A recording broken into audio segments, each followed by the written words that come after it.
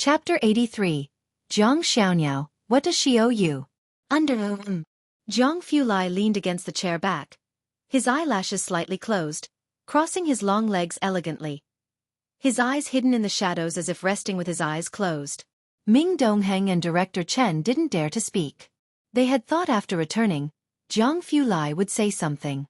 But they hadn't expected him to go straight upstairs. To sleep? Ha! Miss Bai didn't speak with young Master Jiang? Director Chen looked at Ming Dongheng, completely confused. Why did young Master Jiang go to sleep? Not to mention Director Chen, Ming Dongheng, who had followed Zhang Fulai for several years, was also surprised. Zhang Fulai is a workaholic. When the Jiang family was unstable, he attended school while dealing with the family affairs, and even had a record of staying awake for 4 consecutive days. Now that Zhang Shijue is managing the Jiang family for him, the laboratories are at a critical stage, and he is still very busy. Only when Zhang Shijue really can't handle a matter would he come to find him. To stay up all night and deal with other matters the next day was all too common for Zhang Fulai. Today, Director Chen had contacted Ming Dongheng early in the morning to meet with Zhang Fulai, obviously to discuss important matters, and Zhang Fulai could not have failed to see this. So, what on earth did Miss Bai say? And why did young Master Jiang go to catch up on sleep? Ming Dongheng scratched his head, puzzled, and simply yawned and went to sleep too, as he hadn't slept all night either because Jiang he didn't sleep. Coolly, he left Director Chen to his own devices. Director Chen didn't dare to object and just sat silently in the hall. The library, still early today, not many people around. Bai Lian found a spot on the second floor to sit down. She first opened Zhang He's backpack, placed his big dictionary on his desk, and then said, "Read." Zhang He sat down beside her, silently reading. Bai Lian had just taken out her notebook when she received a message from Pu Xiaohan on WeChat. "We're planning to go hiking today, are you coming?" Bai Lian, "I'm at the library." Pu Xiaohan then asked in the class group chat if anyone wanted to hike. Zhang Xi's hadn't even gotten out of bed yet, and she kept tagging everyone until he woke up. Zhang Xi's, "What the heck, tagging your daddy early in the morning?" Pu Xiaohan, "Early? Idiot, your desk mate is already at the library, smile." Zhang Xi's, "How many times do I have to tell you not to touch my flowers?" Zhang Xi's immediately covered his phone, worried his mother coming to lift his blankets would see that someone was already at the library. It wasn't until his mom chased him with a stick from his room to the living room that he raised his phone high, bravely tagging Pu Xiaohan back with one word in the group chat. Cool. Meanwhile at Ning Xiao's house, he held his phone, thinking over Pu Xiaohan's message, and then messaged Bai Lian in their private group to ask for the exact location of the library. He started packing his bag. "Are you going out?" The elderly man with snow-white hair looked at Ning Xiao with surprise in the yard. Ning Xiao hummed a response, always just as silent no matter where he was, going to the library with classmates. Go ahead." The old man smiled, standing up straight, his expression gentle and kind. Watching Ning Xiao truly leave, he looked greatly relieved. He returned to the main hall, took an incense stick, bowed to the 3 memorial plaques with his hands together, and spoke with kindness and warmth. "Good morning. Little Ning Xiao seems to have made a friend. Are you happy too, Nunua?" He inserted the incense stick. In the room, the old man's cell phone started ringing. He put on his reading glasses to look for the phone, squinting his eyes and pressing the big green answer button. "Hello, Xiao Wang. High school seniors are under great pressure." Pu Xiaohan originally wanted to go hiking. But in the end, no one from her class wanted to hike. They just wanted to sleep or lie down. So she had no choice but to bring her homework to the library to find Bai Lian. Upon entering the second floor, she saw Ning Xiao and Tang Ming sitting opposite Bai Lian. Tang Ming was the top student of class 11, and was also someone Pu Xiaohan often saw on the school's honor roll. Of course, compared to Tang Ming, how did this lone top student who always kept to himself end up hanging out with Bai Lian? Ning Xiao looked up, nodding to Pu Xiaohan as a greeting. Pu Xiaohan sat next to Bai Lian, feeling flattered. The Scholar King greeted her? She hurriedly responded and exchanged WeChat contacts with Tang Ming before turning back to talk to Bai Lian. Then she saw Zhang He sitting next to her, engrossed in a big dictionary, his face expressionless, his eyelashes long and thick. "Who is this kid? He's really good looking. His eyelashes are so long." Pu Xiaohan whispered, her voice filled with excitement. On the other side, Tang Ming looked at Pu Xiaohan with a complicated expression. Chapter 84. Zhang Xiaoniao, what does she owe you? _3 looks good, doesn't it?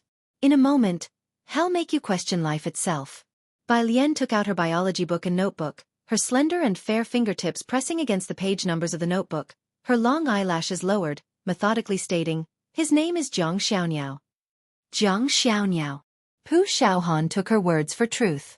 Zhang He looked up at Bai Lian incredulously once again.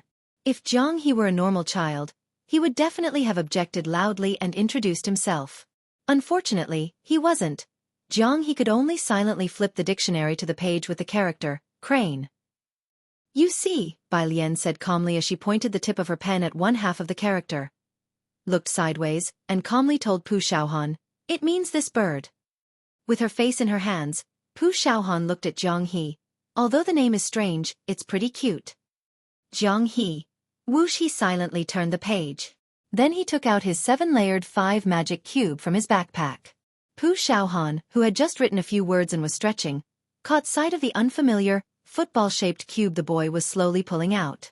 12 sides, 12 colors, and still a 7-layered cube. She felt dizzy just looking at it. Then, in the next second, she saw. The delicate boy restored the colors on one face to the same color. Her half-raised hand paused in midair. Tang Ming finally retracted his gaze contentedly from across the room. Some time passed. Zhang He, playing with the 7-layered 5 magic cube, yawned quietly. Bai Lian tilted her head, took out some milk, inserted the straw, and handed it to Zhang He with composure. Don't fall asleep, Zhang Xiaoniao. You normally can hold up well. Don't sleep now, it'll stay with you till tomorrow. Zhang Xiaoniao holding the milk. Meanwhile, at the Ren family home. Upstairs. The Secretary General, seeing Ren Wanxian in a sulk, whispered comfortingly, Miss, I understand your grievances, but please don't throw a tantrum in front of Mr. Ren. He likes to be in control and not be controlled. After all, you are his only granddaughter. Miss, you must believe that I am absolutely on your side. I know, Ren Wanxian responded sullenly. If it hadn't been for the Secretary General risking his own safety to save Ren Zhouwei and personally handing the newborn Ren Wanxian to Ren Qian, Ren Wangshuan's safe birth would have been impossible. As a great contributor to the Ren family, the Secretary General still remained cautious and modest, without resting on his laurels. Everyone in the Ren family, including Ren Zhouwei, trusted him deeply. After he comforted Ren Wanxian, he then stepped out. Ren Qian stood at the end of the corridor. How is she doing? The miss says she knows she was wrong, the secretary bowed his head humbly. She also doesn't want to cause you worry, she's very remorseful. Ren Wanxian then came out to apologize. Grandfather, I'm sorry. Ren Qian couldn't possibly be truly angry with her. It's all right. Remember to apologize to your teacher later. Downstairs. Ren Zhouwei was on the phone in the living room. Yeah, okay. Ji Xiaorong sat to the side, looking down as he sipped his tea. Ran Qian then sat opposite Ran Zhouwei, waiting for her response. Ran Wanxian sat beside Ran Qian, unconsciously twirling her fingers. How did it go? What did Dr. Gao's assistant say? Ran Qian hurriedly inquired once Ran Zhouwei hung up the call. Ran Zhouwei threw her phone onto the table and crossed her arms over her chest, sweeping her gaze around the room. Dr. Gao gave a standard answer, let's leave it at that. After all these years of elite education, they still can't compete with Chen Zhu. What can I say? How did Teacher Li arrange things? Ren Qian interrupted Ren Zhouwei, looking up at the secretary standing by. Noon, a private room in the Wanhe building, the Secretary General checked the schedule. You've invited him, he couldn't possibly refuse to give you face. The only issue is that Miss Bei's phone doesn't seem to be reachable. Ji Xiaorong, who had been silent up to this point, spoke up indifferently. Alien is focused on her studies, and she has already given her spot to someone else. I hope you don't disturb her. The others in the hall didn't know about this. She gave her spot away just like that? Ren Qian was shocked. Ran Wanxian also suddenly stood up. The secretary looked at Ji Xiaorong with a deep frown. Mr. Ji, she's at the very least your niece, and we are all relatives. Why do you keep helping outsiders? If she's giving the spot away casually, why not give it to Miss Wanxian? Ran Qian didn't interrupt the secretary. Clearly that was also his line of thought. Admittedly, he admired Bai Lian a lot, but compared with Ren Wanxian, she seemed insignificant. First it was the book, and now it's the spot. Ji Xiaorong stood up, looking at Ren Qian. What does she owe you? Chapter 85.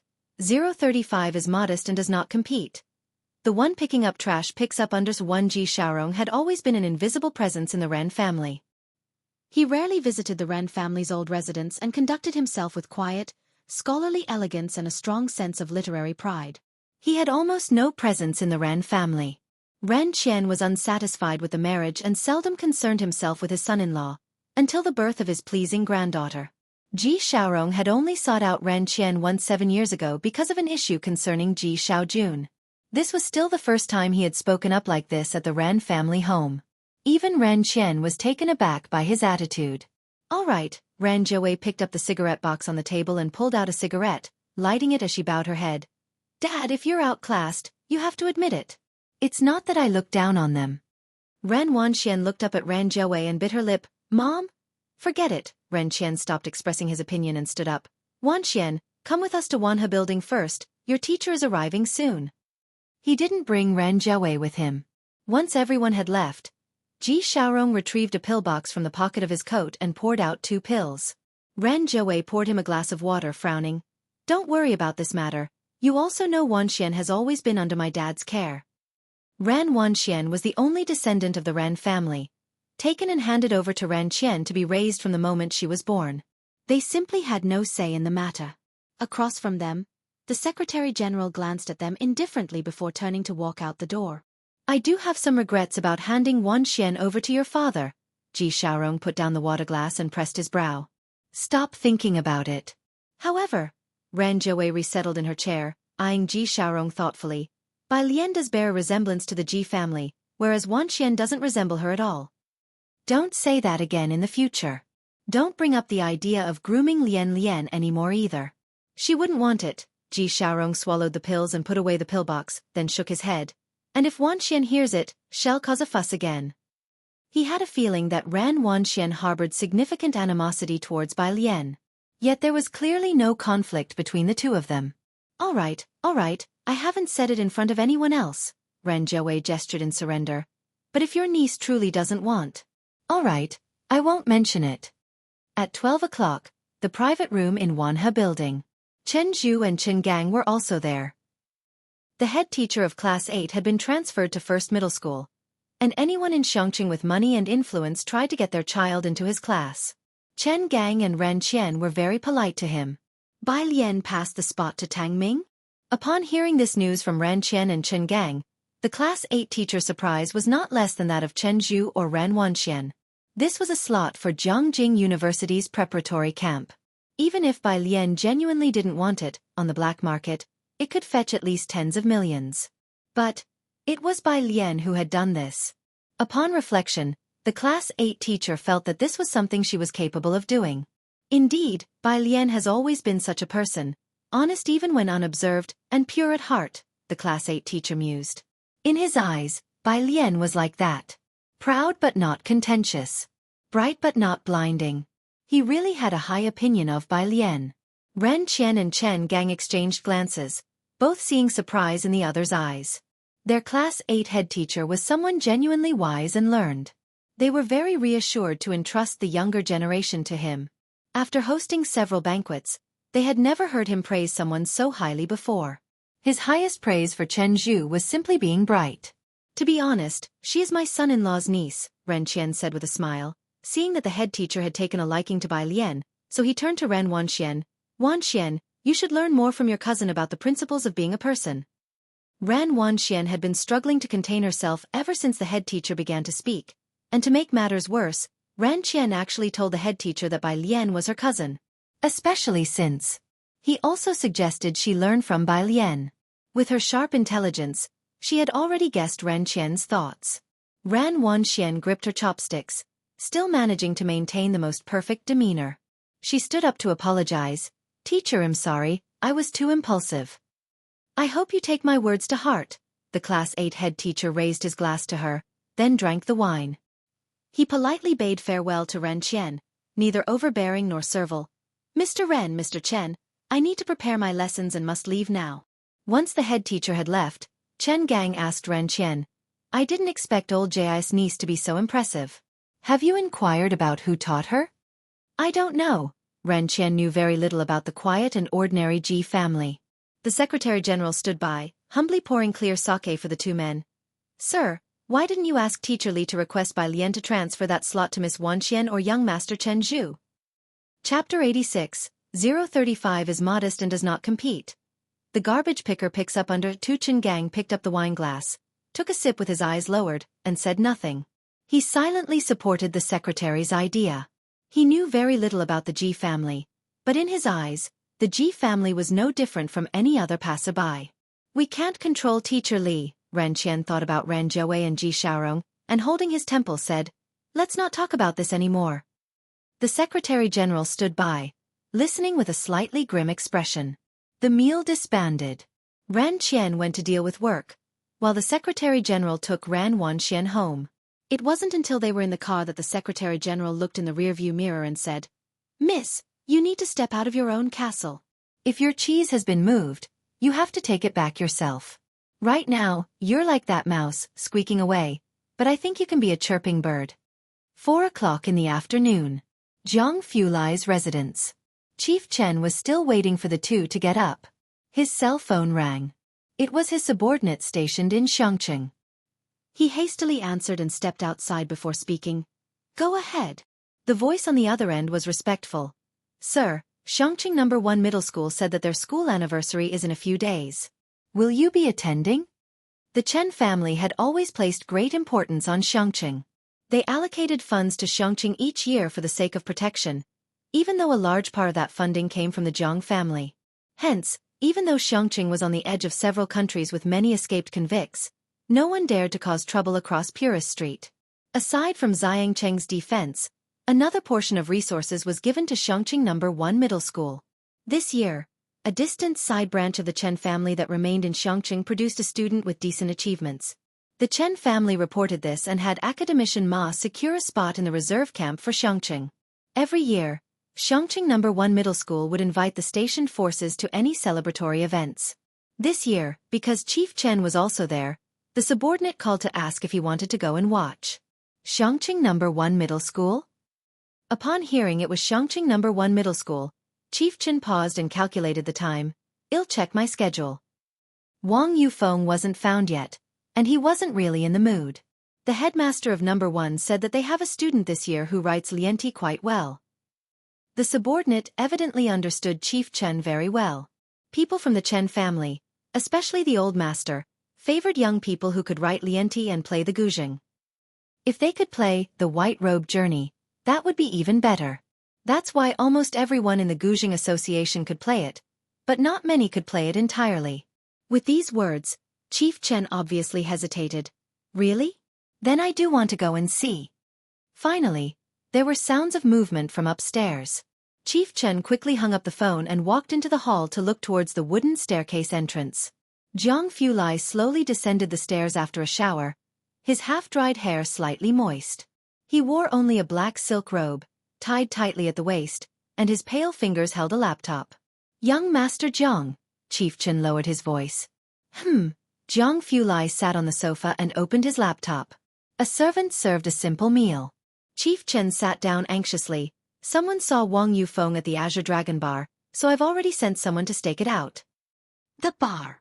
Zhang Fulai browsed through papers submitted by team members, his light eyes slightly narrowing. Zhang Xian had never been to a bar in his life. After a moment of thought, Chief Chen said, I'm waiting for Mr. Ming to get up. Well, go scout first. Mr. Ming wants to go to the fighting ring to find Teacher Zhu. Tongpa is putting too much pressure on them. Zhang Fulai hummed in response, closed his laptop, turned around, and pulled out a black card from his drawer to give to Chief Chen. Chief Chen's eyes lit up, and he took it with both hands. By the way, Chief Chen remembered that Bai Lian was wearing Shangqing No. 1 Middle School's uniform last time. Next week, Shangqing No. 1 Middle School will have their school anniversary. Will you be attending the ceremony? Zhang Fulai picked up his chopsticks and ate in an unhurried manner. I don't have time.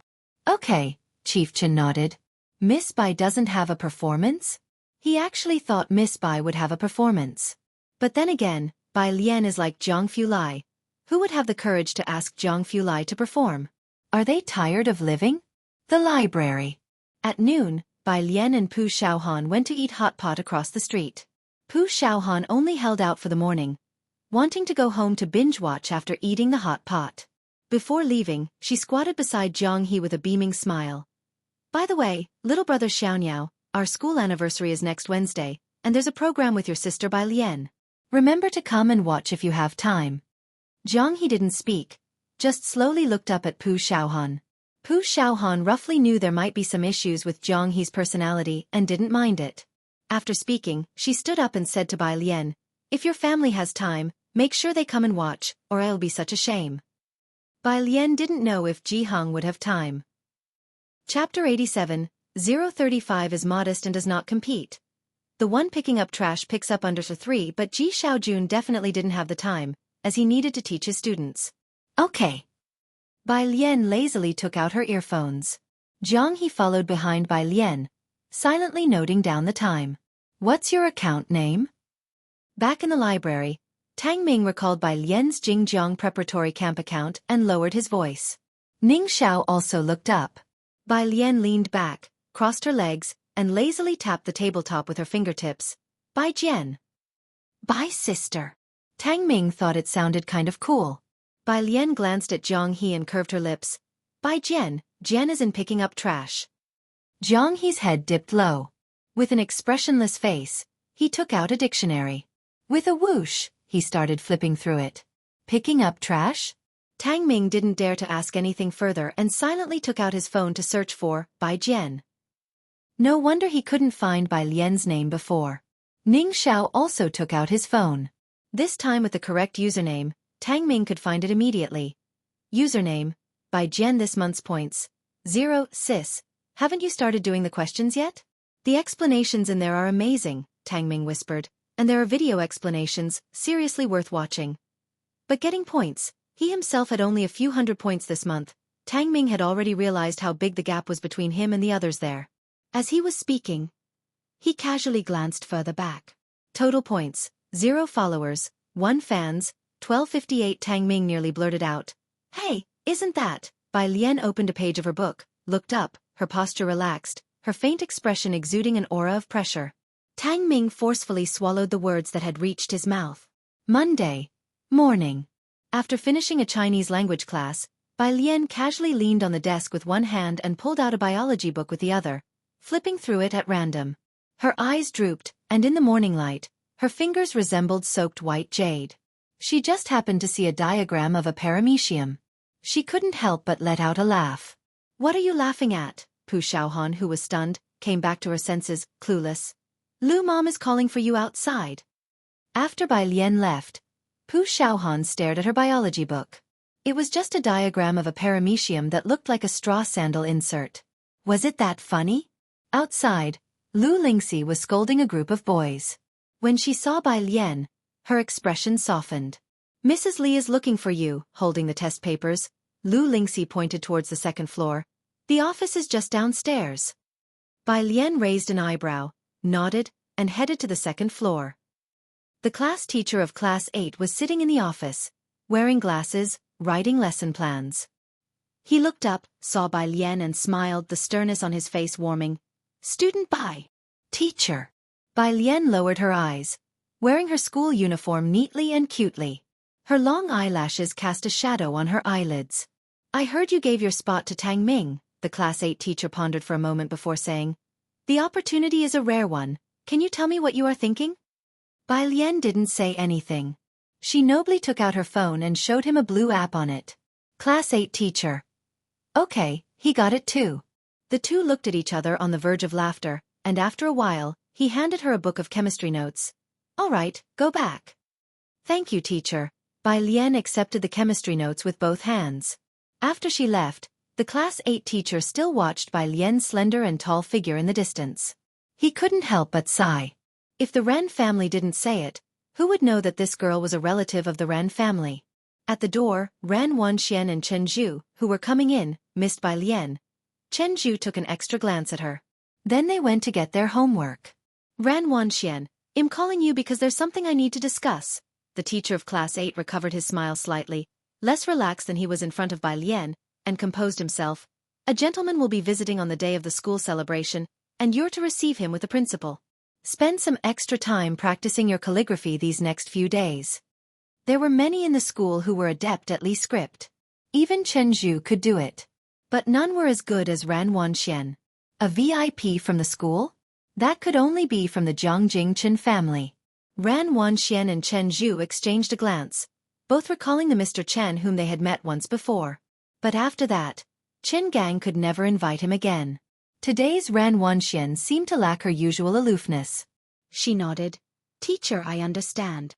This was a big deal for the school, and as the teacher of Class 8 looked at Ran Wanxian, thinking of her fine calligraphy skills, he softened his expression. Wanxian, you are a smart child, and your teacher hopes you will become better. Ran Wanxian bowed and thanked him. Suddenly, she spoke with a hint of grievance. When you asked me to share the answers publicly with the prep school, I disagreed. But I haven't seen Bai Lian sharing her answers with us either. Teacher, you're being somewhat unfair to me. Why did she have to be the frog at the bottom of the well, while Bai Lian was considered to be of pure virtue? Ran Wanxian, Class 8 teacher, looked at her for a while before speaking. How do you know she didn't share the answers with you? What? Chapter 88. 036 Chen Wei learns Muay Thai. Liang Tianduan. Chen Zhu, you know best, don't you? The homeroom teacher of Class 8 turned his gaze toward Chen Zhu. The first analysis you received was that of Bai Lian. I thought the fact that Bai Lian was willing to give her spot to Tang Ming already made it clear that she didn't care about these things at all. Ren, you were the one who said it had to be absolutely fair. I thought you were right, so I took the liberty of deciding on behalf of Bai Lian to withhold her analysis, to provide you with the fairness you wanted. Chen Zhu suddenly looked up. Of course, he knew that the first answer was Bai Lian's. He had even asked the teacher at the time. But the teacher didn't tell him who it was, just asking if he was willing to team up with Bai Lian. He had refused. So Bai Lian had actually considered giving them her analysis? Ran Wangshuan's heart was in turmoil. Bai Lian had actually agreed to give it to them? She had always believed that it was every man for himself. In this competitive relationship, even she and Chen Zhu would be on guard against each other. Bai Lian had actually agreed to let them see the analysis? Class is about to start. You two go back to your classrooms. The homeroom teacher of Class 8 continued to look down at his lesson plan. Both left with complicated feelings.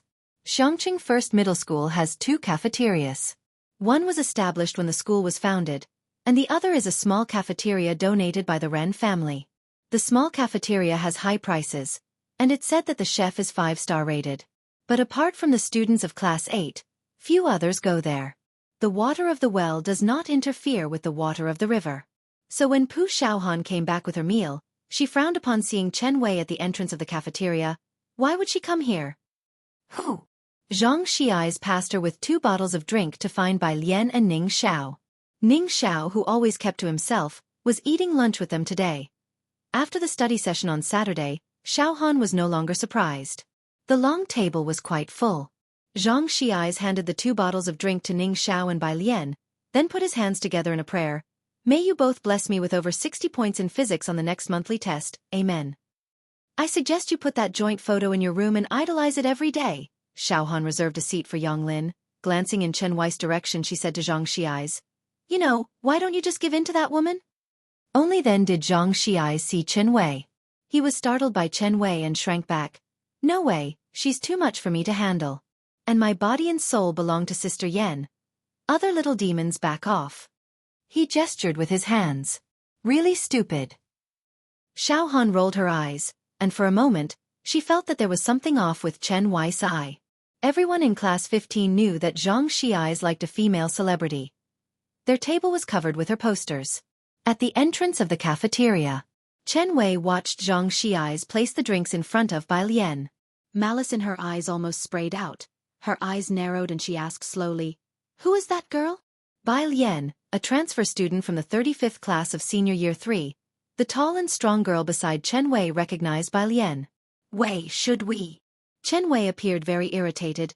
My dad told me not to cause trouble. Suddenly, she kicked a table in front of her. The person sitting at the table had his lunchbox fall to the floor, but he didn't dare say a word. He trembled as he picked it up. then headed back to find a table in a corner without raising his head. The entrance of the cafeteria suddenly grew quiet as if someone had pressed the pause button. Chen Wei walked up to Zhang Xi's, her brooding gaze sweeping over Bai Lian. Then she pushed Zhang Shi's lunchbox aside and sat next to him, smiling. Zhang Xi's, let's go eat in the small cafeteria. Today the chef made me squirrel fish. Zhang Xi's looked up and refused with an embarrassed smile. Sorry, I like spicy food. Well, all right then. Chen Wei let go of the lunchbox regretfully, but her eyes lit up with a smile again. Tomorrow I'll have the small cafeteria make something to your taste. She stood up, looking disappointed as she left. Just as she did, Yang Lin, who was holding her meal, stood aside to let them pass through the aisle first. What's the matter, you bad omen? With a face like your parents just died, the tall and strong girl grabbed Yang Lin by the collar and pulled her face to face, disgustingly saying, Who told you to make that face? Smack! Bai Lian coldly looked up. Her chopsticks dropped with a clatter. Before she could stand up, her sleeves were tugged tightly from both sides. Zhang Xi's reacted quickly, standing up and frowning. Chen Wei, we're all classmates after all. That's enough, you're all in the same class as Zhang. Chen Wei paused to appreciate Zhang Shi's expression before speaking. The tall and strong girl released her grip resentfully. The group swaggered out of the cafeteria. Only after they had left did the cafeteria return to its usual liveliness. Chapter 89, 036 Chen Wei learns Muay Thai. Liang Ti under Tu Yang Lin quietly sat down next to Pu Xiaohan with her meal, her expression calm. Pu Xiaohan turned and asked, Are you all right? Yang Lin spoke even less than Ning Xiao. She shook her head, indicating she was fine. Only then did Pu Xiaohan let go of her hand. They had all seen how Bai Lian treated Shi Yutong. She whispered to Bai Lian, We should avoid Chen Wei whenever possible. I've told you, she's from the Chen family, Chen Zhu's sister.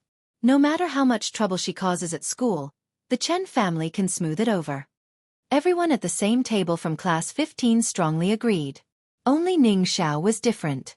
He too had grabbed Bai Lian's sleeve just before, but he explained things very matter-of-factly. Chen Wei has learned Muay Thai, you can't beat her. Hearing this, Pu Xiaohan cast a silent glance at Ning Xiao. Look at the way studious Ning Xiao put it. As if they could fight a member of the Chen family if only they could beat them.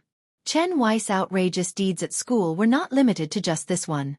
Forcing others to drop out wasn't a first for her, and ordinary students tried their best to avoid provoking them. Bai Lian withdrew her gaze from the cafeteria entrance and, with a slow and unhurried movement, began to use her chopsticks while her long lashes lowered. She made a measured gesture with them in front of herself. Pu Xiaohan looked into Bai Lian's pitch-black eyes. Even though the other party hadn't said anything, there was an inexplicably chilling feeling running down one's spine. Why are you looking at me? Bai Lian asked, her food-holding fingers pinching the chopsticks and tilting her head toward Pu Xiaohan with a slight curve of her lips. Pu Xiaohan found her smile inexplicably bloodthirsty. Ah, you don't have tutoring today, do you? Pu Xiaohan suddenly snapped back to reality. She broke the eerie atmosphere, asking Bai Lian. Bai Lian leaned on her elbow on the table and slowly replied, Right. Then we can leave school together today. Pu Xiaohan smiled, then turned serious. This school celebration is very important, we absolutely can't make any mistakes. I'll walk you through the process again after school this afternoon. The school celebration was imminent, and Pu Xiaohan, along with the entertainment committee members, had all volunteered. After school in the afternoon, Pu Xiaohan went to the student council to help set up the stage, and Bai Lian went with her to go through the process. Yang Lin still went to work at the milk tea shop until 8 o'clock after her classes. Zhang Xi's, afraid of being ambushed by Chen Wei on his way home, didn't dare to play basketball, so he went with Pu Xiaohan and Bai Lian to the auditorium to avoid Chen Wei. At this time, there were a lot of people in the auditorium. When they arrived, the president of the student council was holding a meeting. Seeing Pu Xiaohan bring Bai Lian, he came over with the program list. By the way, Pu Xiaohan, I've moved Bai Lian's performance to the second to last. Pu Xiaohan examined Bai Lian's long sword. Surprised by the president's words, she asked, Why suddenly change the performance order? It's just been pushed back one spot. The student council president obviously wouldn't mention Ren Wanxian and just chuckled. I've heard Bai Lian's performance is quite spectacular, to hold the audience's attention a bit longer. He hadn't seen Bai Lian's rehearsal, but someone from the student council had, and they said it could rival Ran Wangshuan's. The student council president didn't confirm or deny this, feeling people exaggerated. However, this transfer student certainly looked better than Ran Wanxian. That much was true, perhaps adding some filter in this aspect. Pu Xiaohan reluctantly agreed with his explanation. Having Bai Lian as the finale meant the school had good insight. Xiaohan, the head of the arts department, quickly came over, waving at Pu Xiaohan.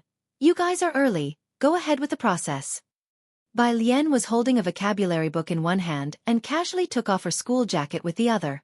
She was wearing a light green satin blouse, tall and elegant, her demeanor extremely striking. She was really different from the average student. She looked up and greeted the head of the arts department courteously. The head of the arts department immediately slowed her gait and gently smiled with pursed lips toward Bai Lian. Pu Xiaohan. Sun Qian, you're scaring me like that. Sun Qian resisted the urge to roll her eyes and said to Zhang Xi's, You boy, why don't you come be a mascot? I'll pass with the new student here, Zhang Xi's, fearing being caught by Sun Qian as a cheerleader as before, quickly said. I've got something to do, I'm off to the restroom. Sun Qian muttered, Idiot. Pu Xiaohan found it hard not to agree, and then she patted the shoulder of the head of the arts department with a wink. Who didn't come today? According to the student council's usual style, the first spot was definitely reserved for Ran Wanxian. Today they were actually following the process, not giving Ran Wanxian any special treatment? I've heard Ran Wanxian is practicing calligraphy today, Sun Qian shrugged. She glanced around at the others, seeing no one was paying attention here, and whispered, You know, the school leaders have always valued her calligraphy. This was no secret in the school. After all, whenever there was a major event, or when the honor board under the teaching building needed calligraphy or posters, Ran Wanxian was asked to come forward. Chapter 90, 036 Chen Wei learns Muay Thai. Liang Ti under 3 There are many fans of Ran Wanxian in the school, the kind that are good at studying, talented in various arts, and come from a distinguished family. It's not common. Pu Xiaohan explained this to Bai Lian, who had just arrived at the school. Our school is funded by Jiangjing, and they place great importance on students' handwriting. Ran Wanxian writes Liang style extremely well. Pu Xiaohan's tone carried a rare hint of admiration. She had long admitted that she truly respected the talents of Class 8. Because Pu Xiaohan herself had also studied Liang style for a while, but hadn't mastered it. So she knew how difficult it was to achieve the level of Ran Wanxian. Liang style. Bai Lian, who was carrying a vocabulary book, paused and slightly turned her head. Pu Xiaohan knew that Bai Lian wrote in the imperial script. Lu's mom had mentioned it in class, saying it was neat and nice-looking. Not just Lu's mom. Many teachers who taught Class 15 started collectively disdaining the handwriting of science students. The test papers of Pu Xiaohan, who always had neat handwriting, were not much affected by this. It's Liang Zuan's handwriting, Pu Xiaohan thought Bai Lian might not be aware, and so she explained, You can't not know about it, right? Many people in our school can use this handwriting, but only Ran Wanxian writes it the best, so whenever someone from Jiangjing visits, the school would ask Ran Wanxian to meet those big shots. As for exactly which big shots they would meet, that's not something ordinary people like Pu Xiaohan would know. I see. Bai Lian retracted her gaze.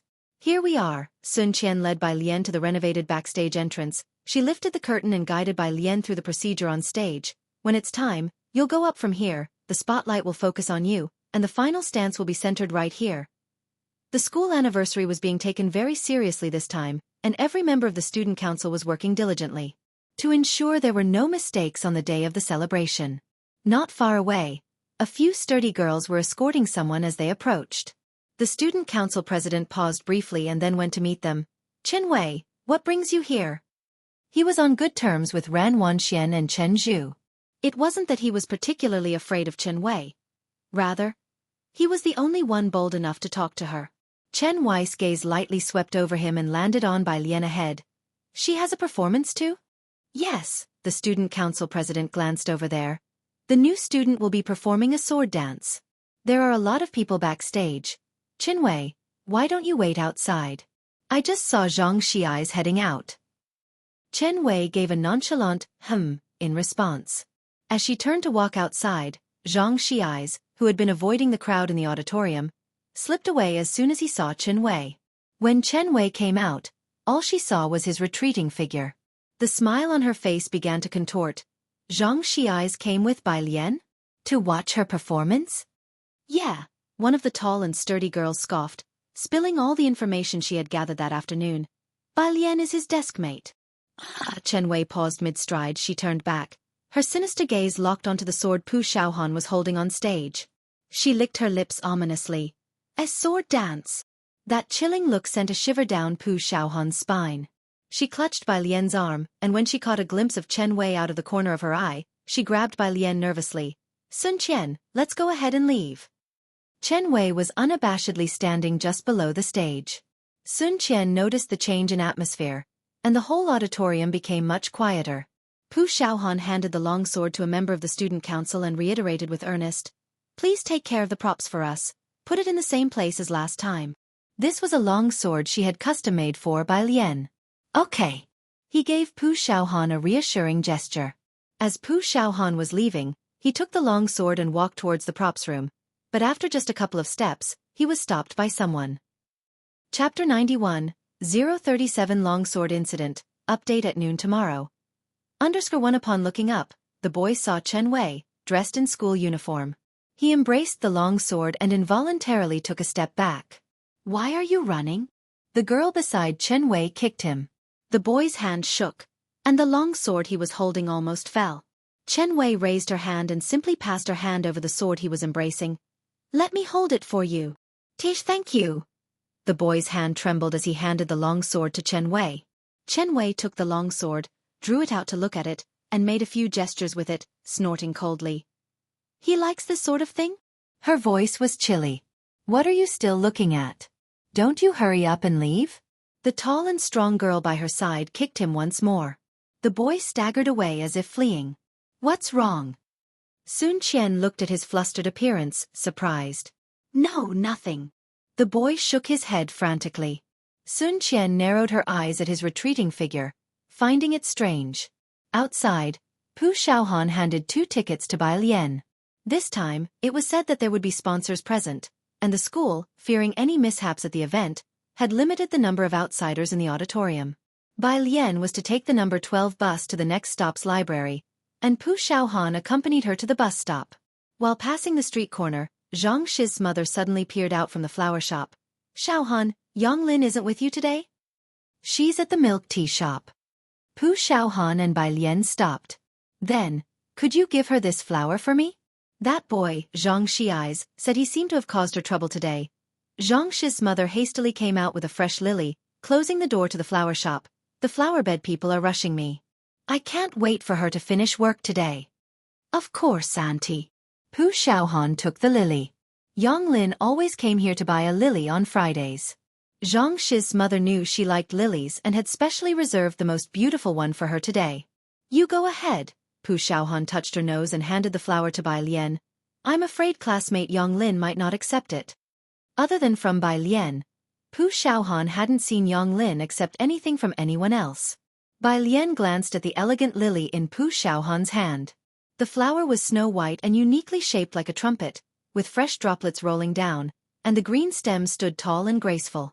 It was pure, beautiful, and refined. Okay. She reached out to take it. It was now the peak time after school, and the milk tea shop was still quite crowded. I heard the milk tea shop changed owners, and both the milk tea and pastries here are superb. Many people come here for them, commented Pu Shaohan. Bai Lian, Yonglin, dressed in the milk tea shop's yellow jacket and wearing a mask, was making milk tea for someone. Just as she handed a cup of milk tea to a customer, a lily was stuffed into her hand.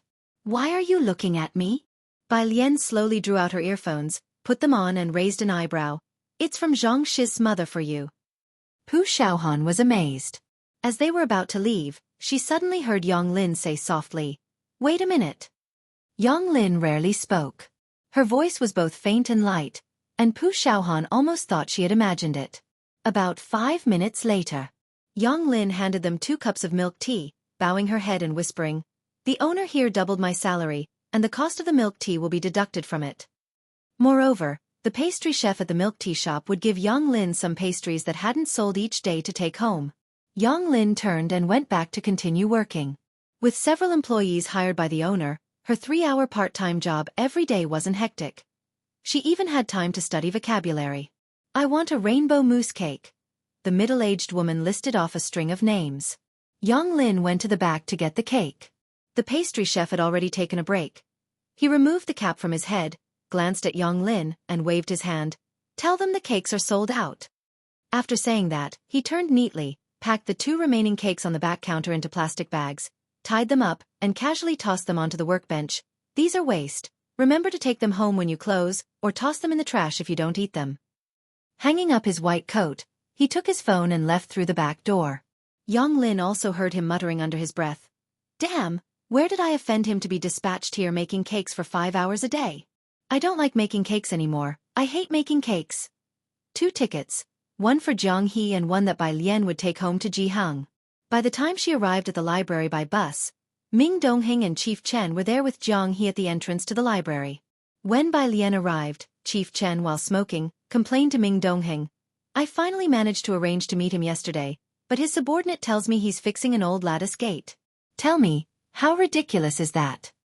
Chapter 92, 037 Longsword Incident, Update tomorrow noon. _2 Ming Dongheng, with one hand casually tucked into his pocket, stood coolly 2 steps away, holding a cartoon backpack emblazoned with a daikon radish. Without even looking up, he responded, Nothing outrageous. Sister Beixian helped an old granny cross the street before. She really did that? Director Chen was surprised. She's so cold, and she'd help an old granny cross the street? I always thought you guys were just joking with her. Director Chen would not dare joke with any one of them. Zhang Ziju's smile concealed a knife. Su Nanjing's gentleness was like a drawing knife. Chen Beixian was formidable. Every cut drew blood. Ming Dongheng, on the other hand, was easier to get along with, simple. Ming Dongheng glanced at him. Go look it up on the Military Academy forum, you can still find her post there. Director Chen didn't dare to ask Chen Beixian. Upon hearing there was a post, he was intrigued. As they were talking, Bai Lian got out of the car, and Director Chen hurriedly pinched out his cigarette. Ming Dongheng promptly straightened up.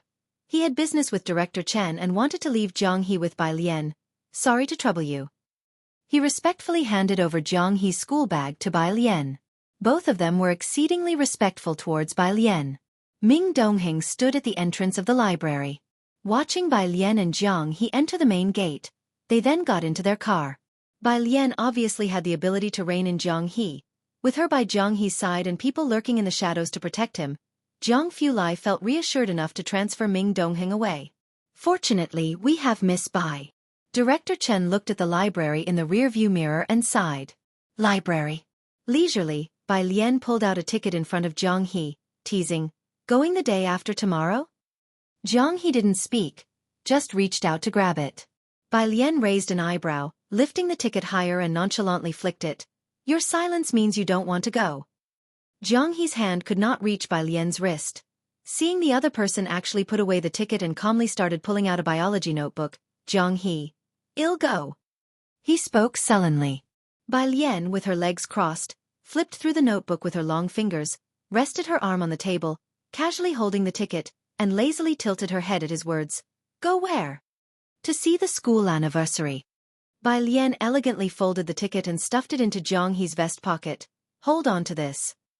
Late at 10 o'clock at night, Chen Wei, wearing a school uniform, was going home with a long sword. At the gate, the servant saw her and quickly opened the iron gate. Miss, the master is waiting for you. Chen Wei entered the house expressionlessly with her school bag and long sword. In the hall, a man was standing with his back to her. Dad! She stood at attention. Slap! A harsh slap struck her face. Missing a monthly test is one thing, but did I send you to school to cause trouble?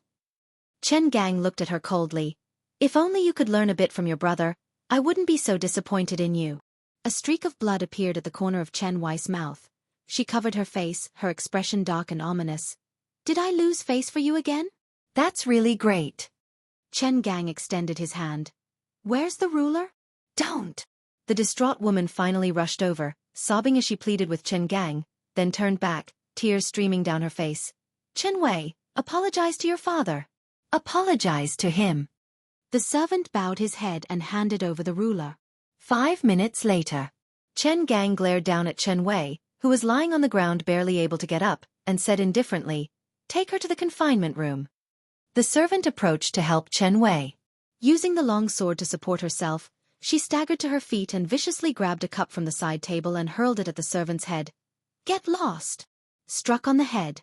The servant bled and retreated while holding his forehead. The others were used to it. Early Wednesday morning. Zhang He got up early. When Zhang Fulai came down from upstairs, Zhang He had finished his breakfast and changed into a white shirt with black and white striped suspenders, now squatting to put on his shoes. Zhang Fulai was still in his soft home wear, his hair slightly damp. He didn't speak, just gave Ming Dongheng, who was standing beside Zhang He, a shallow look. Ming Dongheng stood up straight, speaking in a very matter-of-fact tone. "The young master is going to Miss Bei's school." Zhang Fulai, holding a teacup, with an elongated stature and one hand in his pocket, stood in front of Zhang He, his light-colored pupils slightly narrowed, surveying the youngster from above. There was a sense of intimidation. Ming Dongheng immediately took 3 steps back, retreating from the battlefield. Zhang He maintained his posture, looking up at Zhang Fulai with an expressionless face. His eyes black, large and round, devoid of emotion, he always kept himself sealed within his own world. A silent resistance. Zhang Fulai locked eyes with him for quite a while. Then, with a cold expression, he went plop as he set the teacup on the nearby round table, crouched down beside Zhang He, and with a cold touch, those slender fingers tied the untied shoelaces. Chapter 93, 037 Longsword Incident, update tomorrow noon. Underscore 3 It was a neatly tied bow. After tying it, Zhang Fulai stood up, crossed her arms, and looked down at Zhang He with an indifferent gaze. It was then that Zhang He slowly spoke. "There's a performance at the school celebration, Sister Bai." As he said this, he took out his own ticket. "I only have 1 ticket." Zhang Fulai looked at him coldly. She took out her phone while heading upstairs to change clothes. She tapped on Director Chen's profile picture. As a result, Director Chen, who had just awakened, received the 4 cold words from Zhang Fulai. "School celebration ticket." Director Chen stared at those 4 words, instantly shivering with realization.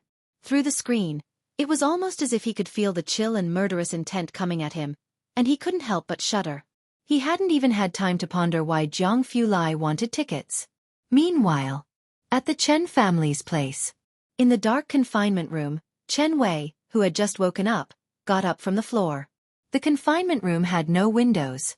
There was only a small slot in the door through which meals were passed to Chen Wei. Supporting herself with her hand on the long sword, she crawled to the door and clung to it. "Where is everyone?" The servant who was on guard outside cautiously approached, and before getting close, Chen Wei's hand reached out and grabbed the collar of his clothes, pulling him closer. "Give me your phone." Chen Gang, who had put her in confinement, always took away her phone. The servant, trembling, handed her the phone and told her the unlock code. Chen Wei turned on the phone and dialed a number directly.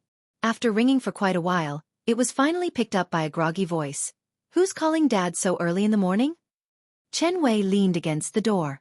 She only remembered Zhang Shi's number. As the wound on her body tore, she hissed in pain, then slowly sat down. "Zhang Shi eyes, this is Chen Wei. I have the white stringer longsword. I can't go to school. You go find Chen Zhu from class 8 and have him come back to fetch it." Chen Wei knew everyone in the Chen family. Chen Zhu knew his bounds and wouldn't fail to come back for it. After speaking, she hung up the phone and, trembling, leaned against the door and slowly sat down. She then looked down at the sword in her hand with cold eyes. It truly was a pity. She hadn't even used it for 2 days at school. Whether Zhang Shi'ais was fond of this sword dance or genuinely admired the transfer student, she licked her dry lips. "Zhang Shi'ais." On the other end of the phone, Zhang Shi'ais suddenly perked up, his drowsiness completely dissipating. He hastily got up, washed up in a rush, and without eating breakfast, went to the school to find people. Because it was the school celebration. Today, the school was decorated with lights and colors, and everyone was dressed in their finest, creating a lively scene. Zhang Shi'ais lived close to the school. He rushed into the campus and after inquiring around, he finally found someone from class 8 in the art building, and relayed the whole situation exactly as it was.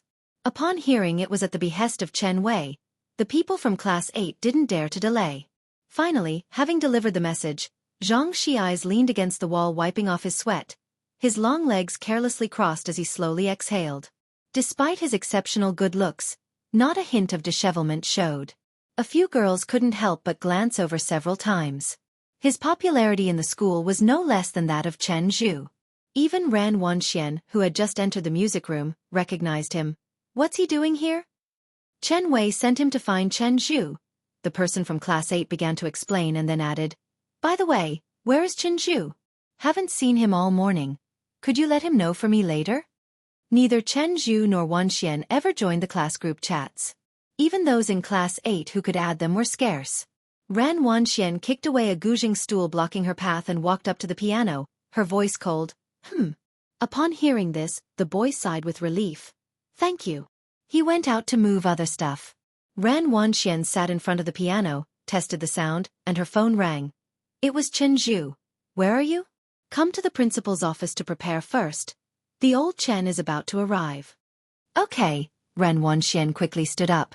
Her classmates, knowing she would be accompanying the principal to meet VIPs, watched her enviously as she left. The principal's office wasn't far from here. Ran Wanxian saw Chen Zhu waiting for her at the bottom of the administration building.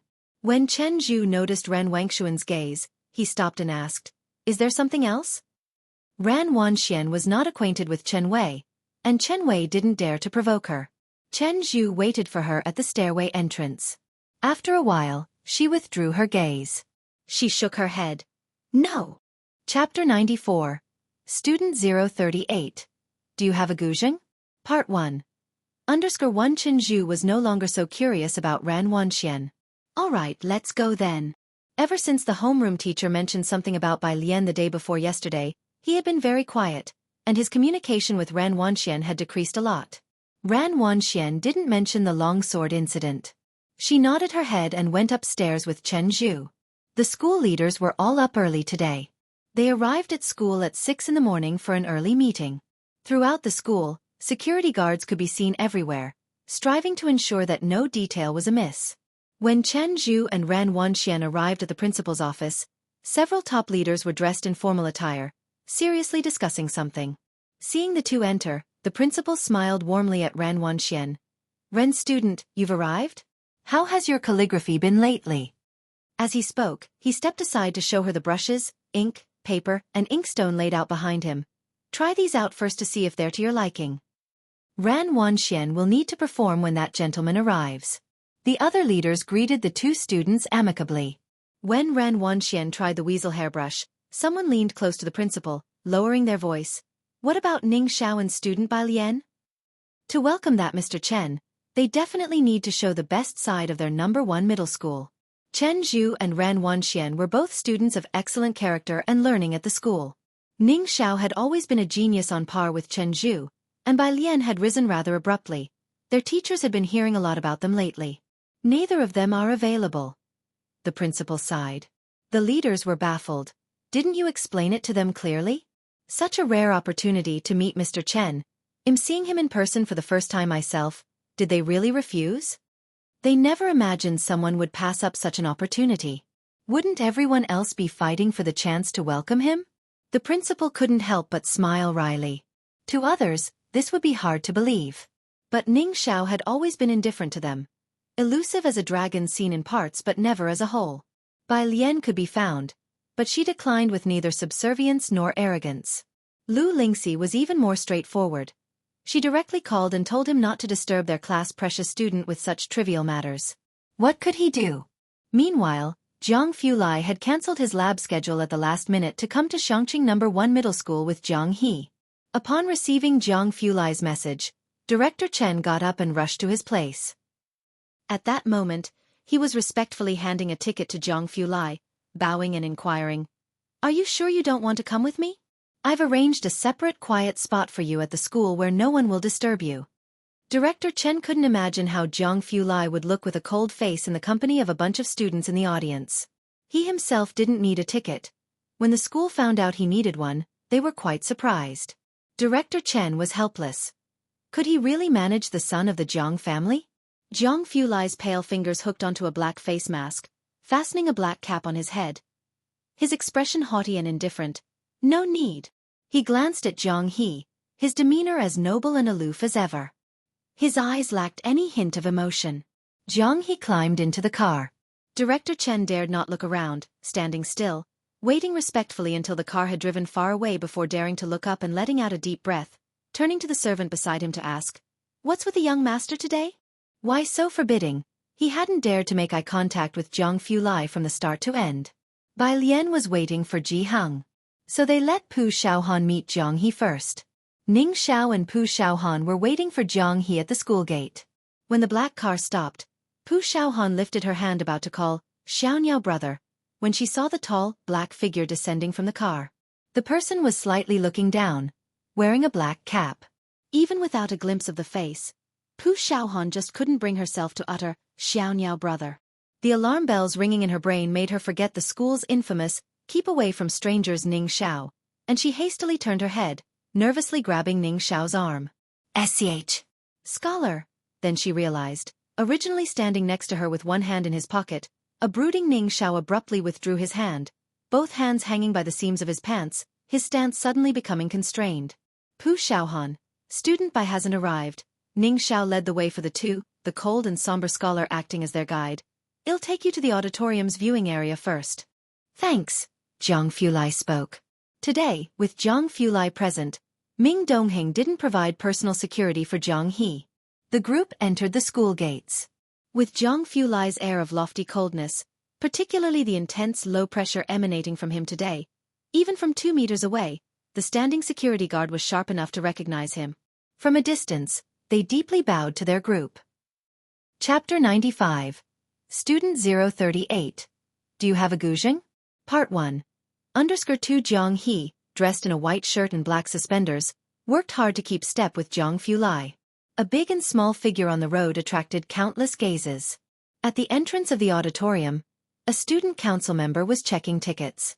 They wanted to greet Pu Xiaohan with a smile, but upon catching a glimpse of the person in front, they hastily withheld their voice.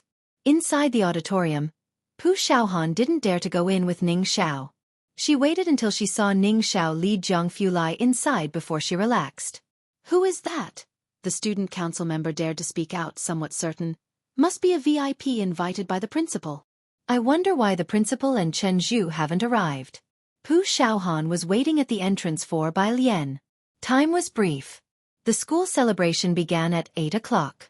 At 7:40, Bai Lian arrived with Ji Heng. The moment she appeared in sight, she held tight the gaze of everyone present. Bai Lian wore a beige cross-collar jacket today, the beige lapels embroidered with green vines. Her skirt, a gradient splicing of light green and off-white, with the hem embroidered with clusters of stunningly lifelike poppies. Ji Heng knew she had a performance and specially added a 6-meter silk chiffon skirt to her outfit, making her look both ethereal and beautiful. Atop her head was still a loosely tied plain wooden hairpin. There were no extraneous hair ornaments. Facing the morning sun, walking step by step, causing the embroidered poppies on her skirt to bloom gently, she looked like an elegant white tiger stepping out slowly from mountains of bones soaked in blood. In this world of colors, none seemed as multifaceted as her. Most of the people passing by stopped in their tracks. All of a sudden, Pu Xiaohan thought of the line, "Not vying with the peaches and plums of this world." Pu Xiaohan. Bai Lian, not hurriedly tapping on her phone, noticed that Pu Xiaohan was spaced out for quite a while, so she raised her eyebrows. "Ah!" Pu Xiaohan's face turned red all at once, and she quietly greeted Ji Heng. "Grandpa, good day, I'm Pu Xiaohan." As she said this, she turned her head to look at Bai Lian's grandfather. The grandfather wore a black long gown, had a stern face, and held a smoking pipe in his hand, but the tobacco pouch hanging from it was empty. Pu Xiaohan accompanied Bai Lian and Ji Heng inside. Today, there were many people in the auditorium. Most students had no seats, standing in a large open area at the back, with a few rows of chairs in the front reserved for teachers, school leaders, and some members of the student council. Ji Heng, being elderly, was given a seat towards the back by the student council. Class 15 students all gathered in a spot towards the back. When Bai Lian arrived, she saw Zhang Fulai, who stood out in the crowd. Despite the packed auditorium, he managed to maintain a space for 3 people around him. Only Jiang He, who disliked noise, stuck closely to Zhang Fulai. "Ah, Teacher Jiang, would you like to go backstage and wait?" Bai Lian paused her thumb mid-tap. She was dressed in traditional attire suitable for a sword dance today, yet held a Huami smartphone in a languid grip. When the corners of her lips hooked slightly, it always gave a sense of misty collision between the ancient and the modern. It was like seeing flowers through the mist, at once roguish and refined. Zhang Fulai, pressing down his duckbill hat a bit more, looked down at her, suppressing his irritation, lips faintly pursed. No need. Zhang he didn't even know where in the program sheet Bai Lian's performance was scheduled. Zhang Fulai's expression grew even colder.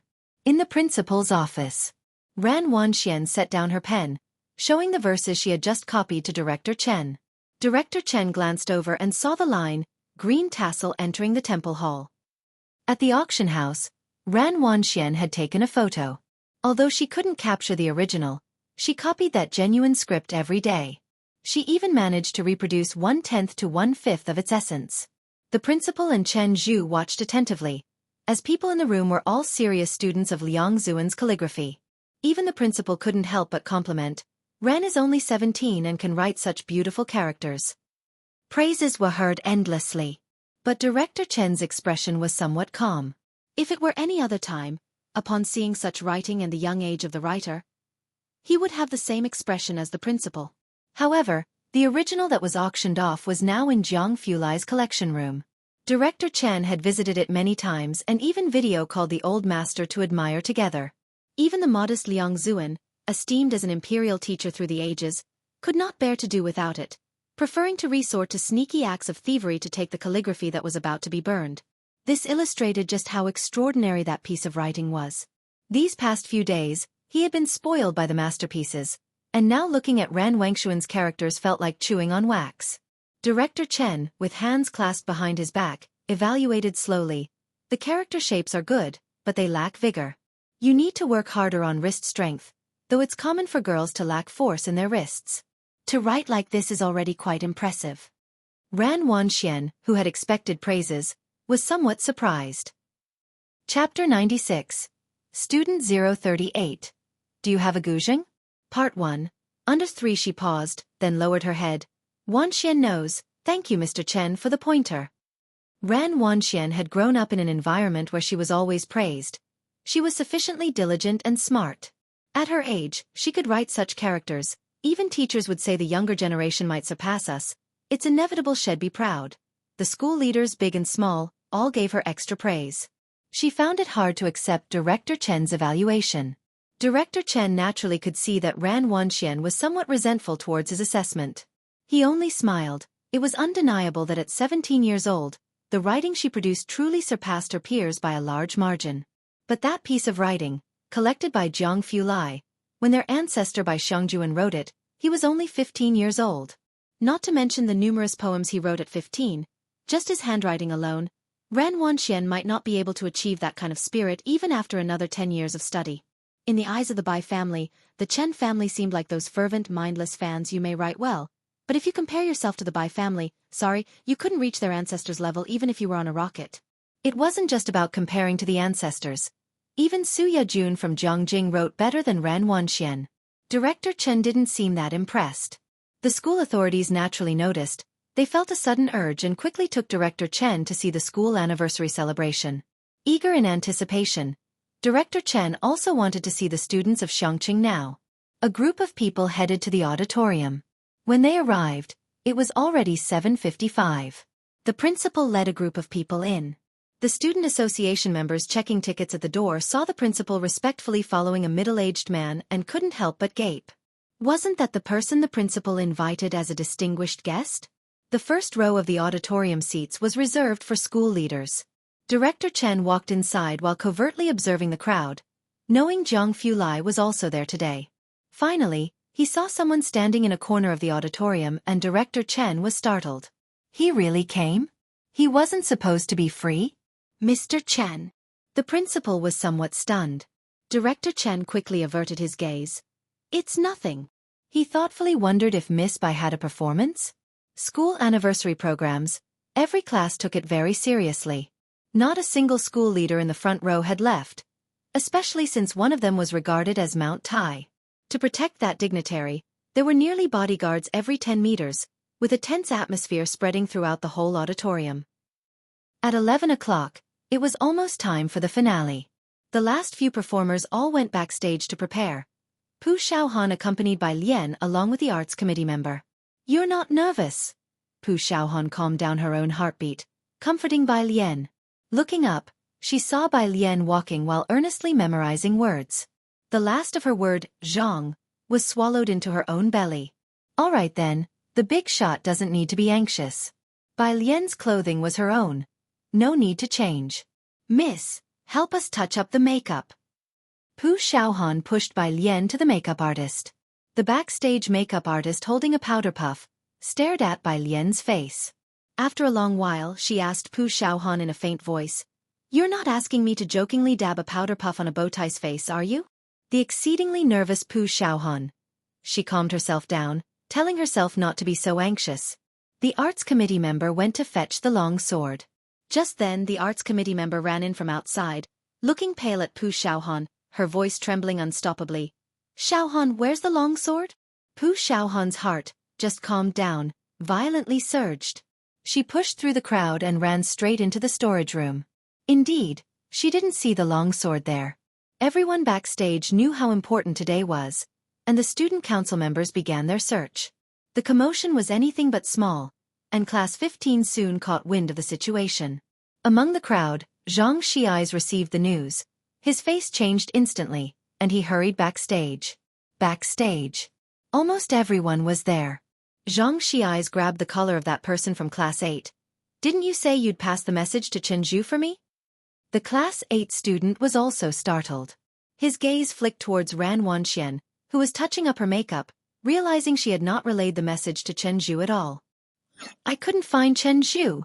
He dared not offend Ran Wanxian. "You." Bai Lien had been watching since Zhang Xiai's came in, turning off her phone, slightly leaning against the wall, squinting at the male student from Class 8. "So the longsword isn't at school at all?" Pu Xiaohan, who was still searching for the longsword, heard this and almost fainted. "It's my fault, my fault. I should have looked after it myself. It's my fault." Zhang Xiai's punched the wall fiercely. Backstage was in chaos. The blunder was too big for students to handle, and soon someone went to fetch a faculty leader from the audience. He came in dressed in a suit with a stern face. "What's going on here? What are you all doing? The school celebration isn't over yet. Look what a mess you've made." Only Ran Wanxian sat in a resting chair, head down, taking out her gown. "What happened? Someone explain." The people backstage stood, looking at each other with baffled expressions, none daring to speak. The faculty leader scanned the room and finally settled his gaze on Ran Wanxian, softening slightly. "Ren student, what happened?"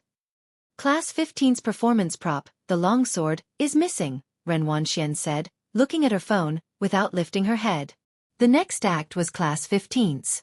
This school celebration was personally overseen by the principal, with all the senior school leaders being vigilant, and a host of security was even invited today, just to avoid any mishaps with the celebration. Unexpectedly, at this crucial moment, Class 15's prop went missing. The faculty leader's face instantly turned grim. "Chen Wei took it away," Zhang Xiai's frowned, explaining. "So what?" The faculty leader lashed out at him. "Don't you have a backup plan? You can't even handle this small part of the school celebration? Tell me, what can you do in the future?" The faculty leader knew who Chen Wei was, and although he was furious, Chen Wei was someone he couldn't afford to provoke. The anger could only be directed at Class 15 and the student council. "How is the program scheduled?" the faculty leader asked sternly. "The next act is Class 15's, and it's too late to retrieve it now." Hurried over, the president of the student council explained to the faculty leader, glancing at the people present. The last two acts were supposed to be Class 15's longsword performance, followed by Ren student's piano. The atmosphere turned icy. The previous act was a pop song. The backstage reception was poor, but the song could faintly be heard nearing its end. With the last two acts remaining, it was too late to find the longsword now. The faculty leader cast a cold look at Class 15's members, finally fixing his gaze on Ran Wanxian. "Ren student, given the situation, we can only trouble you to change your clothes and go on stage first." Class 15 was to be struck off the list. Ran Wanxian didn't say a word, but let out a derisive laugh. She picked up her gown but did not immediately change. "Ren student, I thank you on behalf of Class 15, Pu Xiaohan spoke up from the side. "It was her own negligence. Ran Wanxian glanced at Bai Lian, arms crossed. Bai Lian, don't you have something you want to say to me? Bai Lian didn't look at Ran Wanxian. Ran Wanxian almost laughed. Fine. She turned around, looking at the faculty leader, and said directly, sorry, my dress isn't ready yet. Bai student. The faculty leader instantly understood Ran Wangshuan's meaning, and he frowned as he turned towards Bai Lian. Bai Lian merely tilted her head and grabbed a student council member. Her skin was chillingly pale, her eyes slightly downcast, the corners of her mouth curled into a slow smile, like a blood-colored mandala blooming in the endless hell of midnight. She leaned in, tugging at the person's collar while she softly inquired, classmate, do you have a guzheng? Chapter 97, 039 The White Robe Journey, Part 2. Under the quiet backstage left no one able to follow her train of thought. Even the school leaders were a bit stunned. The boy, with his collar grabbed by Bai Lian, had an impactful view of her face at close quarters, leaving him momentarily unresponsive. Bai Lian calmly looked at him, repeating, do you have an ancient zither? Yes. He quickly came to his senses. Many things in the school were sponsored by Jiangjing, and they especially loved to donate zither to the school. The music room alone had 7 or 8 different types of zither. Bai Lian nodded her head and let go of him.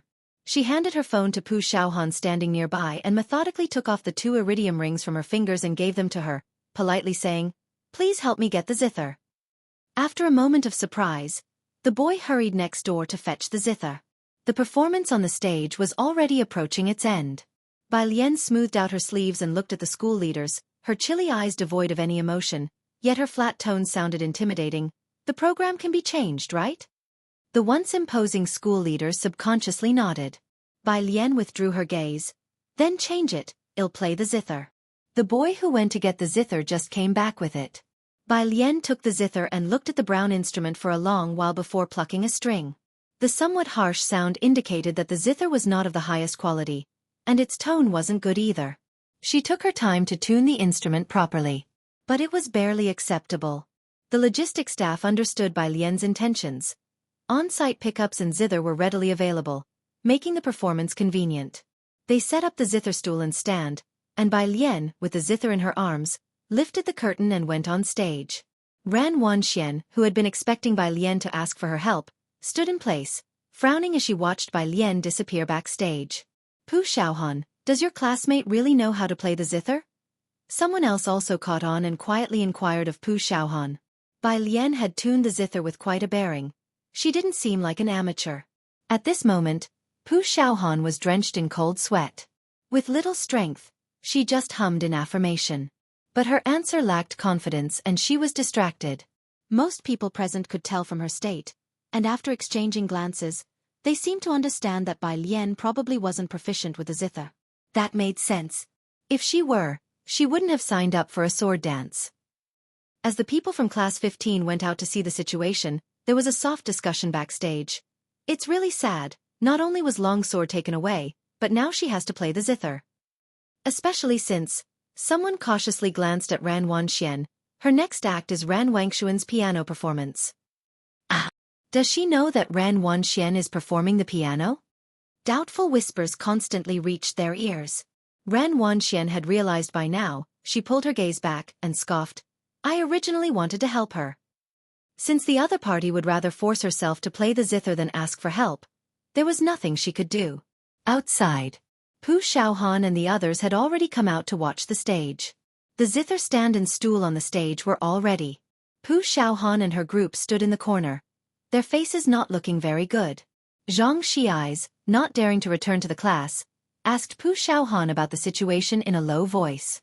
Pu Xiaohan stared at the stage and shook her head with a wry smile. She has never practiced the zither. Not to mention the zither, Bai Lian had hardly ever touched the white stringer long sword. Even Ran Wanxian, who was proficient in piano, made time to practice every day. Bai Lian hadn't touched the zither recently, nor had she communicated with the stage crew about the rhythm in advance. The outcome of this zither performance was foreseeable.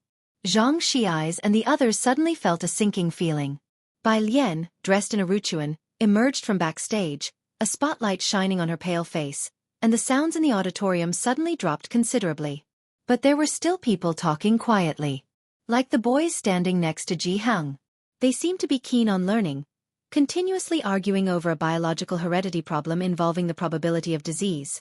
But her offspring includes both sufferers and normal individuals. Ji Heng saw Bai Lian come out, seemingly to perform on the zither. Bai Lian hadn't told him about her performance, and he thought it had always been the zither. He had also heard from Ji Xiaojun that Bai Lian seemed to have learned the zither in the Bai family, and Ji Heng didn't doubt it for a second. He turned his head back to the two debating boys and said, "She's a sufferer and her son is a sufferer, her daughter is normal. It's clearly X-linked recessive inheritance, so the child that her daughter would have with a normal person has a 1 in 4 chance of being sick." The two students flipped to the back of their book for the answer. And sure enough, it was 1 in 4, an X-linked recessive disease. Chapter 98, 039 The White Robe Journey, Part 2. Under 2 they looked at the elderly Ji Heng, whose hair was streaked with white, and asked with quivering voices, "Old gentleman, were you a biology teacher before?" "Me? A tailor." The two of them stared at Ji Heng's solemn face, which did not seem to be joking, and were flustered. "A tailor?" Their tones sounded as if they were about to cry. "Yes," Ji Heng said expressionlessly as he watched them, then pointed at the stage and said, "My granddaughter is about to perform. You two be quiet and watch. And remember to applaud later.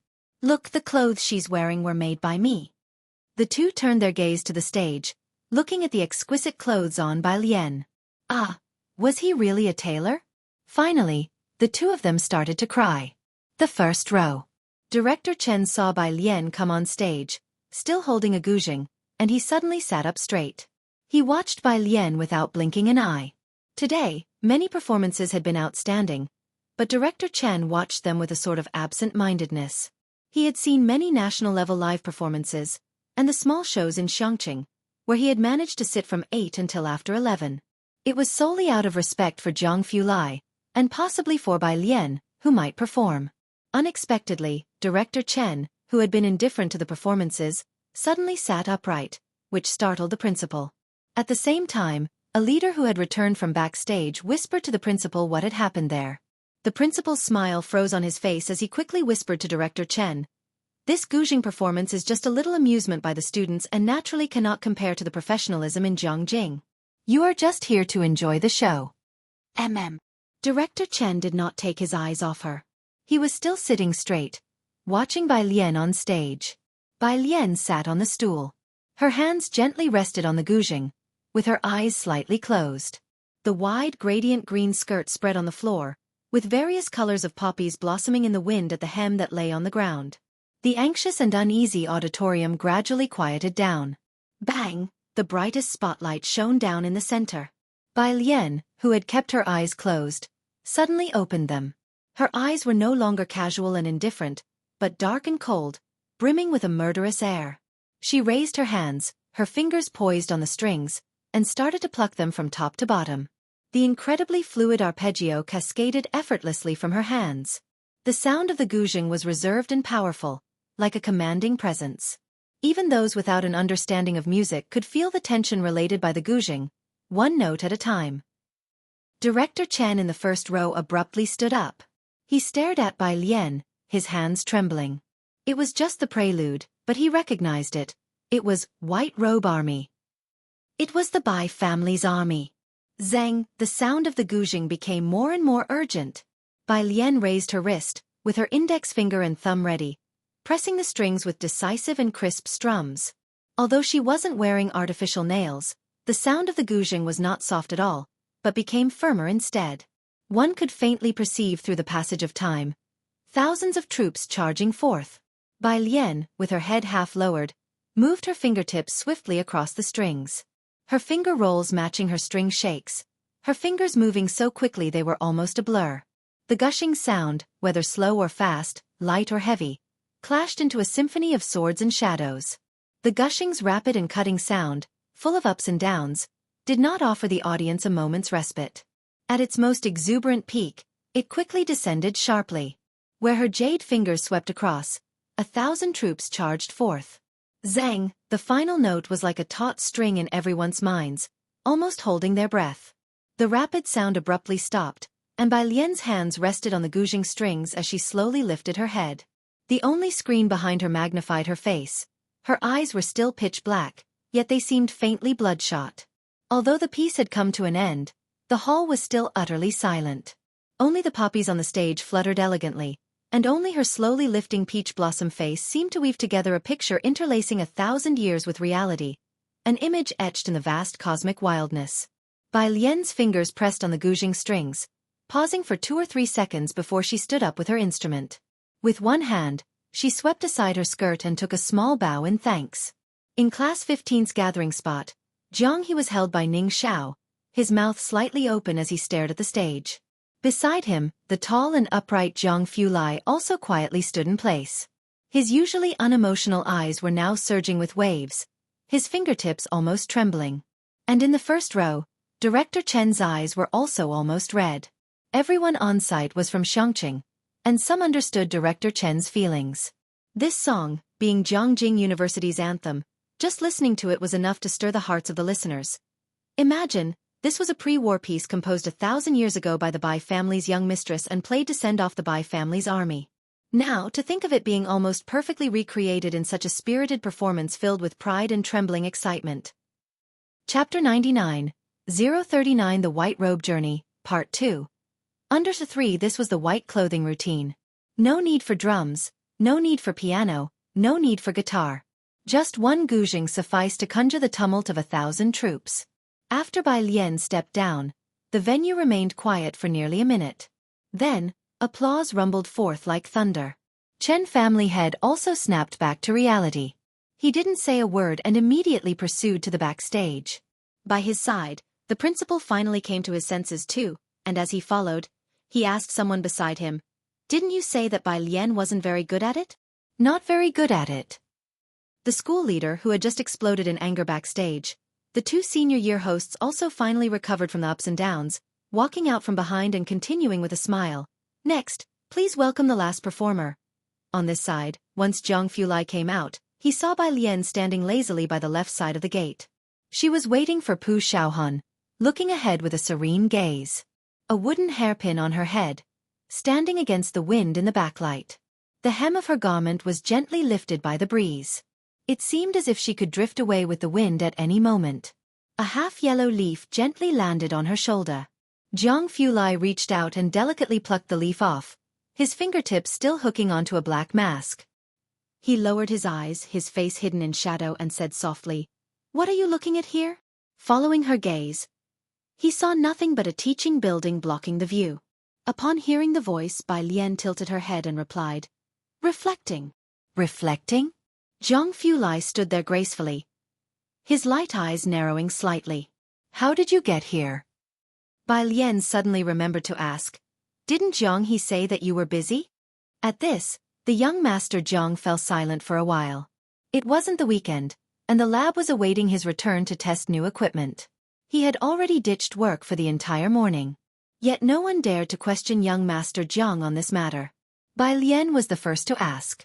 Chen family head didn't even dare to glance at Zhang Fulai that morning, let alone have the audacity to ask, for if he did, he wouldn't have time to cry before being sent off to the fighting ring by young master Zhang. If he saw how bold Bai Lian was, he would certainly view her in a new light. During the silence of young master Zhang, the Chen family head also came out from behind. "Miss Bai." He always addressed Bai Lian with respect. But now, his respect came intermingled with indescribable excitement and admiration. After uttering, "Miss Bai," he looked up and saw Zhang Fulai by her side. The keep away or perish coldness from the morning was gone from him, but those faintly sweeping eyes were still chillingly aloof. Chen family head's next words were choked back in his throat. Bai Lian tilted her head lightly towards Chen family head, raising an eyebrow. "Miss Bai," Chen family head braced himself to inquire, "you play the guzheng very well. May I ask where you studied?" He only listened to music. It seemed like the Chen family members were all missing a screw in their heads, failing to master the liang technique and lacking talent for music. Even though Chen Beixian was as clever as they come, his guzheng playing was as grating as sawing logs. The same went for the Chen family head. But not being able to play didn't mean not understanding. Having followed the old master, he had heard countless professional-level performances, yet none had been as shocking as today's.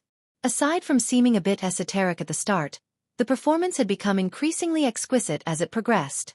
The Chen family had paid attention to various guzheng schools under different associations, But there was no style like Bai Lian's, and he wanted to know where exactly she had come from.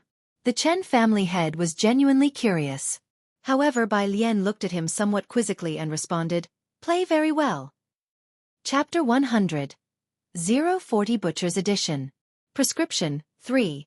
Under 1 Bai Lian, in her 2 lifetimes combined, had nearly gone a year without touching the guzheng, so it was understandable that her proficiency was lacking.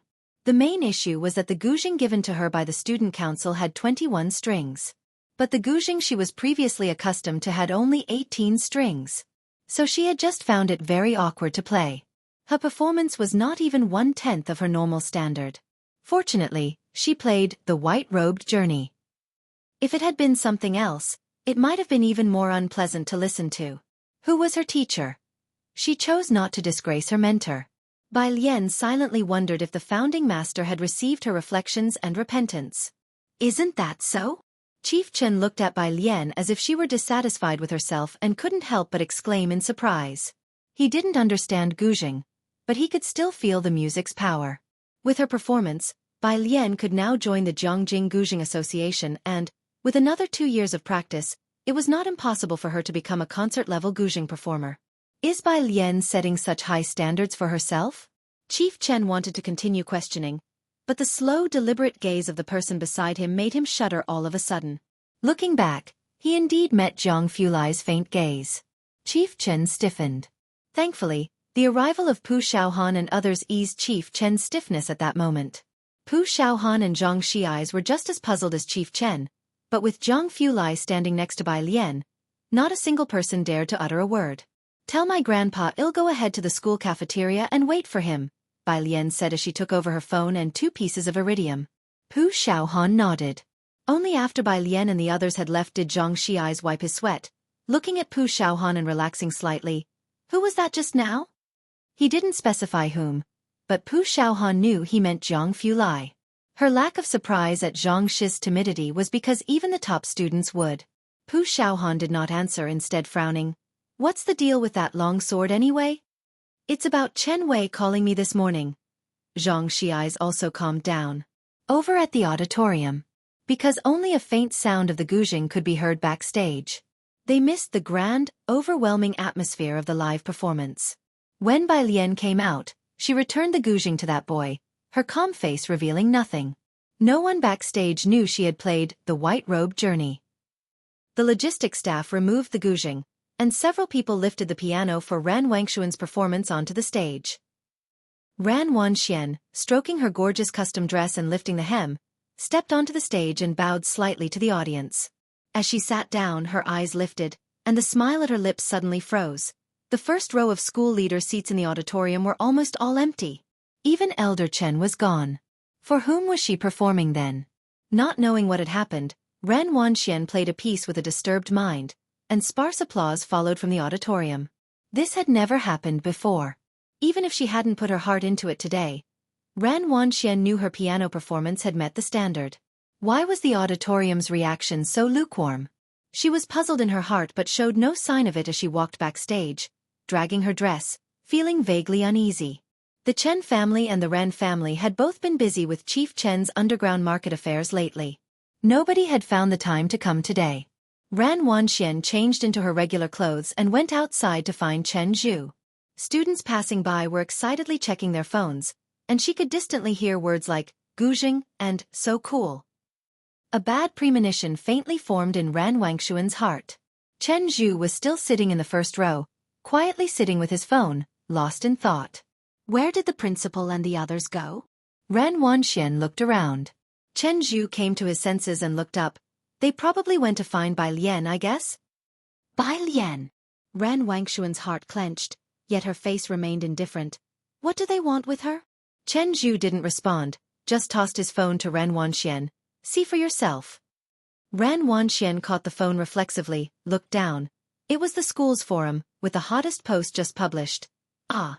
Bai Lian's guzheng performance was epic. I got goosebumps. You really missed out if you weren't there to see her live today. Video attached. Just 5 minutes long. There were already over 200 replies. As Ran Wanxian scrolled further, all the posts were about Bai Lian's performance. She didn't see a single one about her piano. The entire school forum had been completely taken over by Lien. Ran Wangshuan's hand holding the phone was a bit unsteady. She started to understand why the atmosphere had been so tepid during her piano performance. But how could Bai Lien play the guzheng? She didn't return the phone to Chen Zhu. Instead, she stood still and directly opened the video. Chapter 101. 040 Butcher's Edition. Prescription, 3. _2 The canteen of number 1 middle school. Bai Lien got her meal and waited for Pu Xiaohan to bring Ji Heng back. Jiang Fulai was called away by a phone call halfway there. So Jiang He followed Bai Lien to the number 1 middle school canteen. Zhang Xiais arrived before Pu Xiaohan. He brought that male student from class 8 and apologized to Bai Lien. "I'm sorry, Bai student. Was it you who took Long Sword?" Bai Lien was memorizing words. Hearing the apology, she looked up slightly, leaning gently against the canteen chair, her emerald green skirt spreading over the stool in full bloom, the peonies blossoming in luxurious and extravagant beauty.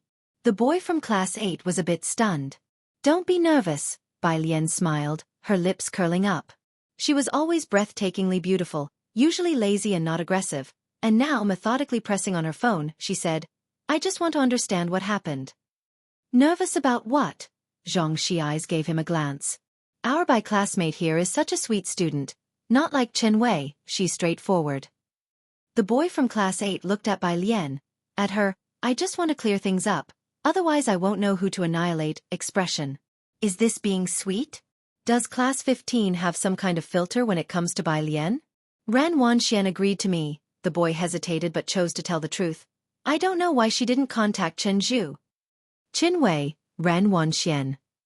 Bai Lien withdrew her gaze and silently repeated these two names. Outside the canteen's main entrance, Pu Xiaohan brought Ji Heng in. Pu Xiaohan was sweet-tongued, and Ji Heng, carrying a big smoking pipe, looked at this gathering of students, likely all Bai Lien's good friends, and his usually stern face softened a lot. Upon seeing Ji Heng, Bai Lien gestured with her hand for Zhang Xiais to take the boy away. Right, she was originally going to perform a sword dance. And then her zither playing turned out to be even more amazing. She also said she didn't have any talents. Pu Xiaohan chattered all the way. "Grandfather, how can she play the zither so well?" Ji Heng was dressed in a black robe, neat and clean. Surprised by her words, he sat down and looked at Bai Lien. "You can do sword dancing too? I only heard from your uncle that you learned the zither for a year." "Only learned for a year?" Pu Xiaohan was shocked. "Alien, you've only learned the zither for a year?"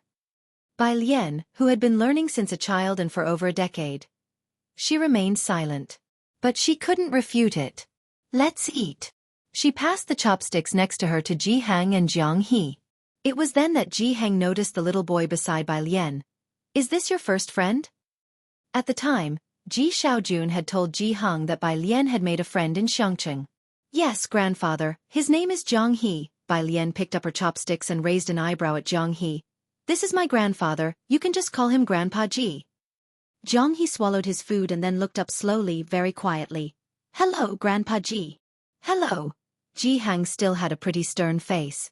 He always had this expression, serious and old-fashioned. Today was the school anniversary celebration, with performances in the morning and a half-day off in the afternoon. Bai Lien was always one not to waste time, so she'd go to the library to read and do homework during the holiday. She put Ji Heng on a public bus. "By the way, we're having dinner at your uncle's tonight." Ji Heng remembered this as he was boarding the bus and reminded Bai Lien, "Go straight to your uncle's house this evening." Usually, when mentioned, uncle referred to Ji Xiaojun. Bai Lien, pressing her phone, her delicate brows and eyes lazy, replied, "Okay." The bus drove off slowly. After seeing Ji Heng off, Bai Lien took Jiang He to the library. Pu Xiaohan, who didn't love visiting the library, tugged at Yang Lin, who had just finished a part-time shift, to follow along. The library wasn't crowded on a workday. Bai Lien found a table by the window on the second floor, a spot she and Jiang He often chose, and the group sat down and studied seriously. She hadn't answered many questions when her phone buzzed a few times. White tank top. "Sis, I just knocked that guy out from last time. My godfather gave me a mountain." Bai Lien glanced at the message. 1. White tank top. "Sis, my godfather said he wants to give you a mountain too. Bai Lian made time to write 2 biology problems. No need, a gratuitous offer of services is either from a plotter or a thief. White tank top. Why not? Bai Lian couldn't be bothered to reply. White tank top. Sis, do you have time tonight? I have another matter to discuss with you. With the afternoon free, Bai Lian sent a location and told Mao Kuan to find her directly. The library was a bit far from Purist Street. It took Mao Kuan more than half an hour to arrive. Bai Lian put down her pen, picked up her phone, and stood up. Jiang He stood up as well. Stay put, I'll just be at the library entrance to meet someone. Bai Lian stretched out a finger and leisurely pressed Jiang He's head back down. I'll be right back. Chapter 102. 040 Butcher's Edition. Prescription, 3. Under 3 Jiang He, Ed. And then sat back down properly. Bai Lian looked towards Pu Shaohan again, and before she could speak, Pu Shaohan gave her an okay gesture to reassure her. Outside the door, Mao Kuan led 2 underlings, Xiaowu and Xueqi, as the 3 of them squatted silently at the doorway. Brother Mao, Xiaowu rubbed his head. This place isn't really for us, though Xueqi fits in quite well. Xueqi had a tender face and looked to be only around 15 or 16. His hair wasn't long, and he had neither dyed it nor styled it in any odd way. If he hadn't been following behind Mao Kuan, he would have looked more like a delicate high school boy. Mao Kuan, with a cigarette between his lips, didn't argue. As they were talking, Bai Lian emerged from inside, prompting Mao Kuan and his companions to immediately stand up. Sis, Mao Kuan scratched his head while introducing the 2 beside him to Bai Lian. This is Xiaowu and Xueqi, whom I picked up on Backter Street. They both share the surname Mao with me. Sister Bai. Both of them called out in unison. Xiaowa's voice, in particular, was loud and clear. Bai Lian leaned lazily against the wall, still dressed in her finely decorated robe, exuding grace and willfulness, her snowy face showing a casual indifference. She folded her arms across her chest. What's it about? The plaster you gave me is extremely effective, Mao Kuan said earnestly. Some people want to buy the recipe. Are you selling it? Buy the recipe? Bai Lian narrowed her eyes, aware that traditional Chinese medicine was declining and Western medicine was prevalent nowadays. But this was a recipe from the Imperial Palace, capable of treating sprains and strengthening the Buddhist foundation. A miraculous drug for martial artists. Why hadn't it been handed down? Sis. Mao Kuan saw Bai Lian lost in thought and not speaking for a long while. He quietly reminded her. Bai Lian came back to her senses, gazing at Mao Kuan for a long moment, her expression tranquil and distant. All right, but the name of the recipe must be stated, Imperial Revitalizing Plaster. Imperial Revitalizing Plaster? Despite never having heard of it, Mao Kuan thought the name sounded cultured. I'll handle this, rest assured. Although I'm not smart, Xueqi is knowledgeable about these matters and will make sure you're not taken advantage of. Xueqi seemed not to speak much, just standing quietly behind until Mao Kuan called him. Then he would offer a reserved smile. Bai Lian just leaned there, looking at Xueqi. How old are you? 17, Xueqi responded. Not in school. Bai Lian tapped her phone screen with her slender fingertips and furrowed her pretty brows. At that age, he should be in the first year of high school. 9 years of compulsory schooling. The orphanage only let him finish middle school and didn't allow him to continue. Later he was tricked into Backter Street, and I picked him up, Mao Kuan explained for Xueqi as if such things were commonplace. Also sis, my godfather wants to meet you. Are you going to Backter Street? He looked at Bai Lian, seeking her opinion. Mao Kuan was originally just a small-time hoodlum, and it was just good luck that his godfather took him in. His godfather had many capable people under him, and like the poison scorpion, those people called him young Master Mao to his face but didn't really regard him, something Mao Kuan was well aware of. Yet in recent days, his godfather had taken a liking to him. Mao Kuan knew it was all because of someone, so when his godfather said he wanted to see Bai Lian, Mao Kuan didn't accept on her behalf. Bai Lian stood up straight, smoothed out her sleeves gently, but did not reply. Mao Kuan immediately understood what Bai Lian meant. She did not want to meet. He always knew what Bai Lian was thinking. Suddenly, a ringtone sounded from the phone. Bai Lian glanced down and saw it was Pu Shaohan calling. Her eyes narrowed slightly, and she answered immediately. From the other end of the phone came a cacophony of noises and intermittent cursing. Alien, come quickly! Bai Lian's head snapped up, and without a word, she strode into the library, her skirt tracing a proud, cold arc behind her. Mao Kuan and the others exchanged glances, then followed her in. Chapter 103. Even if you invite Ran Qian himself over, fourth watch. Under 1 floor of the library. At the entrance of the public restroom, chaos reigned. An elegantly dressed elderly woman was gently coaxing a 5 or 6-year-old child, who was crying incessantly, while looking coldly ahead. "Be good, my treasure." "I won't," the little boy struggled and wailed. "Grandma, he pushed me." The old grandma looked at the swelling on the boy's head with distress and gave a cold glance to the bodyguards beside her. One of them immediately reacted, grabbing Jiang He, who was squatting aside. "Which family are you from? Where are your parents? Are you blind? You pushed our young master to the ground." "Grandma, I want his watch," the little boy said, breaking into laughter when he saw Jiang He being picked up. "His watch glows." Without a reminder from the elderly woman, the bodyguard immediately went to snatch Jiang He's watch. Suddenly lifted up, the silent Jiang He suddenly began to struggle violently. He was making strange noises with his mouth while trying to bite the bodyguard's wrist. The bodyguard didn't expect him to be so strong and got bitten accidentally. "You little beast." He hurriedly squeezed Jiang He's neck to make him let go, then firmly grasped his wrist and handed it to the little boy to please him. "What are you doing?" Pu Xiaohan and Yang Lin hurried over after hearing the commotion. Pu Xiaohan immediately called Bai Lian. Yang Lin didn't say a word, running over trying to stop the tall and sturdy bodyguard. The old lady sized up Yang Lin and Pu Xiaohan. Yang Lin's hair almost covered her entire face, a dead air emanating from her. She was wearing the most ordinary school uniform. The old lady quickly withdrew her gaze, indifferent to the two of them. Seeing her grandson struggling to remove Jiang He's watch, the old lady walked over and forcibly tore it off Jiang He's wrist. As soon as Bai Lian came upstairs, she saw Jiang He being choked and controlled by a man. He kept kicking and punching the man, making strange noises, and it was evident that he was on the edge of a breakdown. Yang Lin and Pu Xiaohan tried to snatch Jiang He away, but were easily blocked by the man. An old woman was forcefully taking off Jiang He's watch, and his wrist was already red. Bang! She raised her foot and kicked the man to the ground. Then she reached out and took over Jiang He.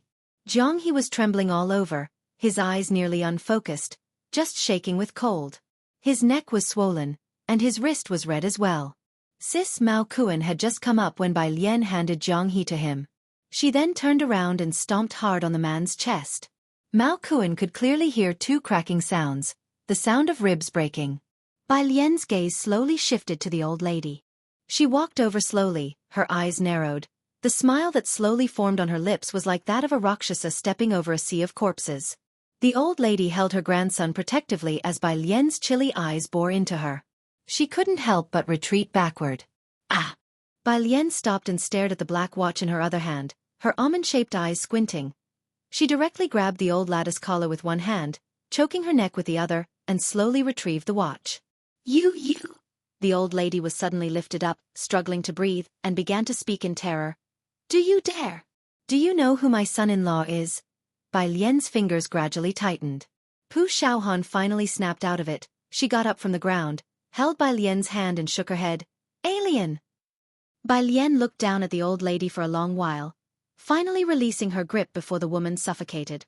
The old woman fell to the ground, coughing non-stop while clutching her throat. Bai Lian turned around to check on Jiang He. Jiang He was still shivering. She placed one hand on his pulse and wrapped her other arm around him to take him into her arms, her eyelids drooping slightly, a layer of gloom covering her overly delicate face. Mao Kuan coldly looked at the old lady and her entourage, lowering his voice. "Sis, should I?" He made a slight slashing motion across his neck. "What are you thinking?" Bai Lian noticed that Jiang He was reacting to stress, glanced at Mao Kuan, and said lightly, "It's a society governed by the rule of law." Mao Kuan. For some reason, he found what his sister said quite amusing. "All right," Mao Kuan didn't mind. "Call me if there's trouble. This kind of small matter doesn't require my godfather to take action." "Alien."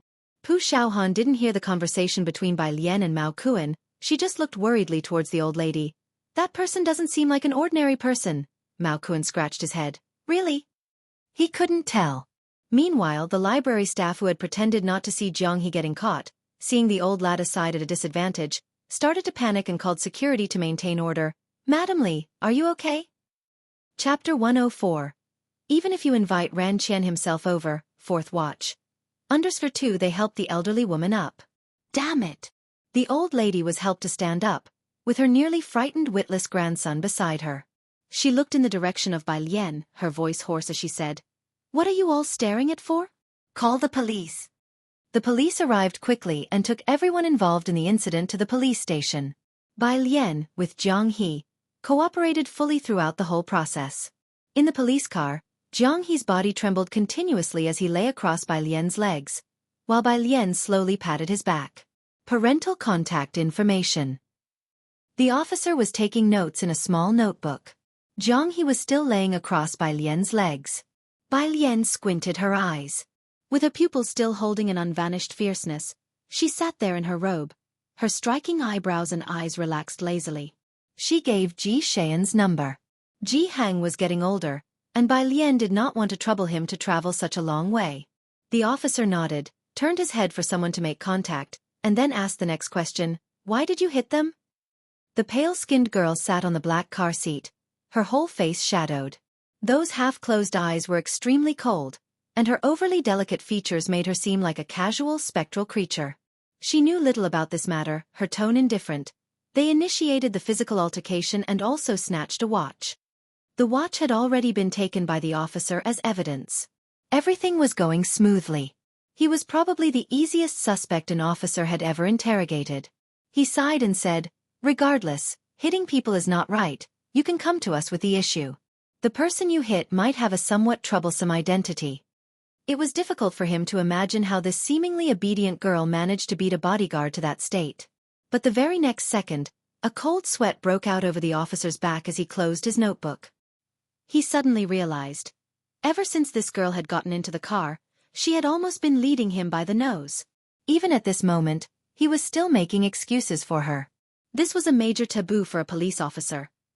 He suddenly looked at Bai Lian, and a chill surged from the soles of his feet. He had never felt this even when facing those highly intelligent criminals before. Ji Xiaojun had just finished tutoring a student preparing for an arts exam. Today, Bai Lian and Ji Hang were supposed to come over for dinner, and he was shopping for groceries with Shen Qing. Having spent so much time together, Ji Xiaojun had also learned from Ji Hang which dishes Bai Lian liked to eat. "Strange," Shen Qing commented on the dishes, quite surprised. "I thought she would prefer Beijing cuisine, but it turns out she still likes Xiongqing cuisine." She remembered the first time Bai Lian came over for a meal. What she cooked was Beijing cuisine. No wonder Bai Lian hardly ate anything that time. Alien is also from Xiongqing. Ji Xiaojun did not like Shen Qing saying that. His phone in his pocket rang. Ji Xiaojun, while helping Shen Qing pick out vegetables with one hand, answered the phone with the other. "Hello." The person on the other end said something. "What?" Ji Xiaojun suddenly looked up, letting go of the vegetable in his hand. Seeing Ji Xian's reaction, Shen Qing's heart jolted, reminding her of something that happened a few years ago. "What's wrong?" She quickly put down the vegetables and followed him. To the police station. Ji Xiaojun couldn't afford to explain and headed straight for the market's main entrance, hailing a taxi with Shen Qing to the police station. The police station. The old lady and her grandson were well settled in the reception room. Ji Xiaojun and Shen Qing arrived just as the police finished taking statements. "Alien." Seeing that Bai Lian was unharmed, Ji Xiaojun let out a huge sigh of relief. "What on earth happened?" Jiang He was still looking down. Ji Xiaojun saw Bai Lian half embracing Jiang He and recognized him as her friend. Since the police had taken Bai Lian's phone, she looked up at Ji Xiaojun, touched her nose, and admitted her fault. "I beat someone up." "You hit someone?" Shen Qing looked at the beautiful Bai Lian with furrowed brows, quickly turned to the police, and said, "Officer, you mustn't wrongly accuse people. Look at this child. Does she look like someone who would hit others?" She was loud, and when she spoke, it was a bit like an unreasonable shrew. She had forgotten that when Bai Lian first visited their home, she had said Bai Lian was a wastrel who only knew how to eat, drink, and be merry. The officers were stunned on the spot by her unreasonable tirade. Bai Lian blinked innocently on the side. Thank goodness, she wasn't that good at fighting. The other party's ribs were only broken. Maybe only 1 or 2 or 3. Shen Qing and Ji Xiaojun were taken out by the officers. Bai Lian sat back down in the chair, resting her chin on one hand, while slowly patting Jiang He's back with the other, leisurely saying, "Why haven't you recovered yet? If we wait much longer, Xiaomao is going to blow this place up." Chapter 105. Even if you invite Ran Qian himself over, 4th watch. _3 outside. Shen Qing was still talking incessantly with the police officer. Ji Xiaojun frowned, feeling that this matter was not simple. The police officer took Ji Xiaojun to the resting room to meet the old lady, and looking at Ji Xiaojun as if he were calm, he lowered his voice to remind him, "It would be best for both of you to ask for each other's forgiveness." Bai Lian was still a student, and Jiang He was now having a stress reaction, so they separated the two parties. The resting room at the end of the corridor. It was the same old Mrs. Li and her grandson from earlier. As the police officer opened the door to the resting room, Shen Qing felt an unusual atmosphere inside. "Chief," said the police officer who opened the door with great respect, "I've brought the person." The chief did not reply. He was busy keeping up a placating smile. "Mrs. Li, rest assured, I will handle this matter impartially." Old Mrs. Li was holding her grandson. If Bai Lian were here, he would definitely see. The watch that they said was taken for evidence was now being played with by the little boy. Old Mrs. Li's eyes, sharp as hawks, swept over Shen Qing and Ji Xiaojun. She set down her teacup with a clack. "Why have you brought them here?" Shen Qing, who was previously overbearing, changed her expression upon hearing the police officer address the person inside as Chief. She didn't dare to say another word. Facing ordinary policemen, she could raise her voice, but a chief was not someone ordinary people could meet, usually only seen on TV news. She subconsciously grabbed Ji Xian's clothes. "Didn't you hear what Mrs. Li said?" The chief did not look at Ji Xiaojun or Shen Qing but glanced at the police officer. "Now, take them away quickly." The police officer hurriedly took the two of them out. "Police, comrade officer." Shen Qing's voice was tense. "Auntie," the police officer lifted his eyelid, giving Shen Qing a look and said gravely, "It seems you haven't grasped the situation. Do you know who your niece hit?" Shen Qing was taken aback. "You know about the Chen family, right?" The officer looked at Shen Qing and Ji Xiaojun and sighed again. "Why bother? For a watch to cause such a situation, she obviously wants to make it a big deal. You'd better be prepared." In the whole of Xiangqing, who didn't know about the two great families, the Chen family and the Ren family? Ji Xiaojun, Shen Qing, holding Ji Xian's sleeve, stammered, "Call your brother." In the current situation, common people like them certainly couldn't intervene. It seemed they could only turn to the Ran family now. The police officer was about to leave, but he paused upon hearing Shen Qing's words. He looked at Ji Xiaojun and Shen Qing, both dressed simply, in surprise. Were these two also backed by powerful connections? The door to the resting room opened. Old Mrs. Li came out carrying her grandson. Her grandson was holding Jiang He's watch. The screen of the watch lit up with a blue light. It was silently glowing, displaying an incoming call. No one answered. It went off shortly after. Meanwhile, Bai Lian's confiscated phone also began to vibrate. But no one present noticed it. The little boy, holding the watch in one hand and posing with the other as if it were a little pistol, arrogantly shot at Ji Xiaojun and Shen Qing. Old Mrs. Li had obviously also heard what Shen Qing had said to Ji Xiaojun. She almost sneered. In all of Xiangqing, who didn't know that Chen Gang was her son-in-law, and her grandson Chen Zhu was the future Zhongjing University student? Especially Chen Gang, who had been so influential in Xiangqing over the past month. Even the Ren family had to curry favor with him. Even Ran Qian had to treat her with respect when he saw her. "You want to make a phone call?" Old Mrs. Li set down her grandson, looked at Ji Xiaojun and Shen Qing, and touched her neck with one hand, as if she could still feel the choking sensation when Bai Lian had grabbed her neck, her voice hoarse and sinister. "Call whoever you want, but let me tell you this. I will not let go of this matter today, and I definitely won't spare those two. Even if you bring over the Ren family or Ran Qian himself, my words stand." Chapter 106. 042 Ordinary background. Who would dare to provoke him? _1 The people at the station stood to one side, quite accustomed to the scene. Just because she dared to mention the name Ran Qian. After the elderly lady finished speaking, the chief of police barely smiled and said to her, "The young master was frightened along with you, ma'am. Please go home and rest. Leave the follow-up to us." The chief didn't have the guts to keep the Chen family at the station. The two had only exchanged pleasantries in the lounge. They hardly questioned them further about the case. Madam Li responded reservedly. As for this matter, the chief respectfully saw her out. Mr. Chen, about that. Don't worry. Madam Li placed her grandson in the car and stood by it, stroking her own neck and spoke with a chilly tone. I understand your predicament. If this matter is handled well, I won't mention it to Chen Gang. The chief breathed a sigh of relief. Thank you for your understanding, madam. He stood at the entrance, watching Madam Li's car drive away. Chief, a police officer said hesitantly after watching the car leave. Did they take the evidence with them? Once they entered the library, they had collected the evidence following procedure. Gathering and investigating evidence.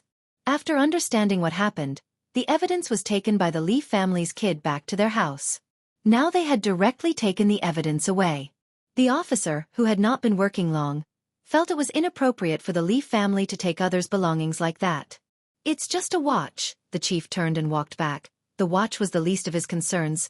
What about the information on the other two? Show it to me. Chen Gang was a ruthless figure in Xueqi, a martial artist from his youth. His exiled family regained attention from Zhongjing thanks to him. Unapproachable and unsympathetic, if this issue wasn't handled well and Chen Gang took notice, his good days would be over. The officer promptly handed over the recently gathered information and the written record. The chief skimmed through it on the way. All information was narrated by Bai Lian, a student at Xueqi High School, with grandfather Ji Hang and uncle Ji Xiaojun. A very ordinary student, from a very ordinary family. He casually closed the notebook with his hand, recalling multiple times but unable to find a family surnamed Ji in Xueqi. Not one of the big shots on Backter Street had the surname Ji. Recently, the surname Bai had been added to Blackter Street, but that had nothing to do with Ji. Madam Li was shrewd.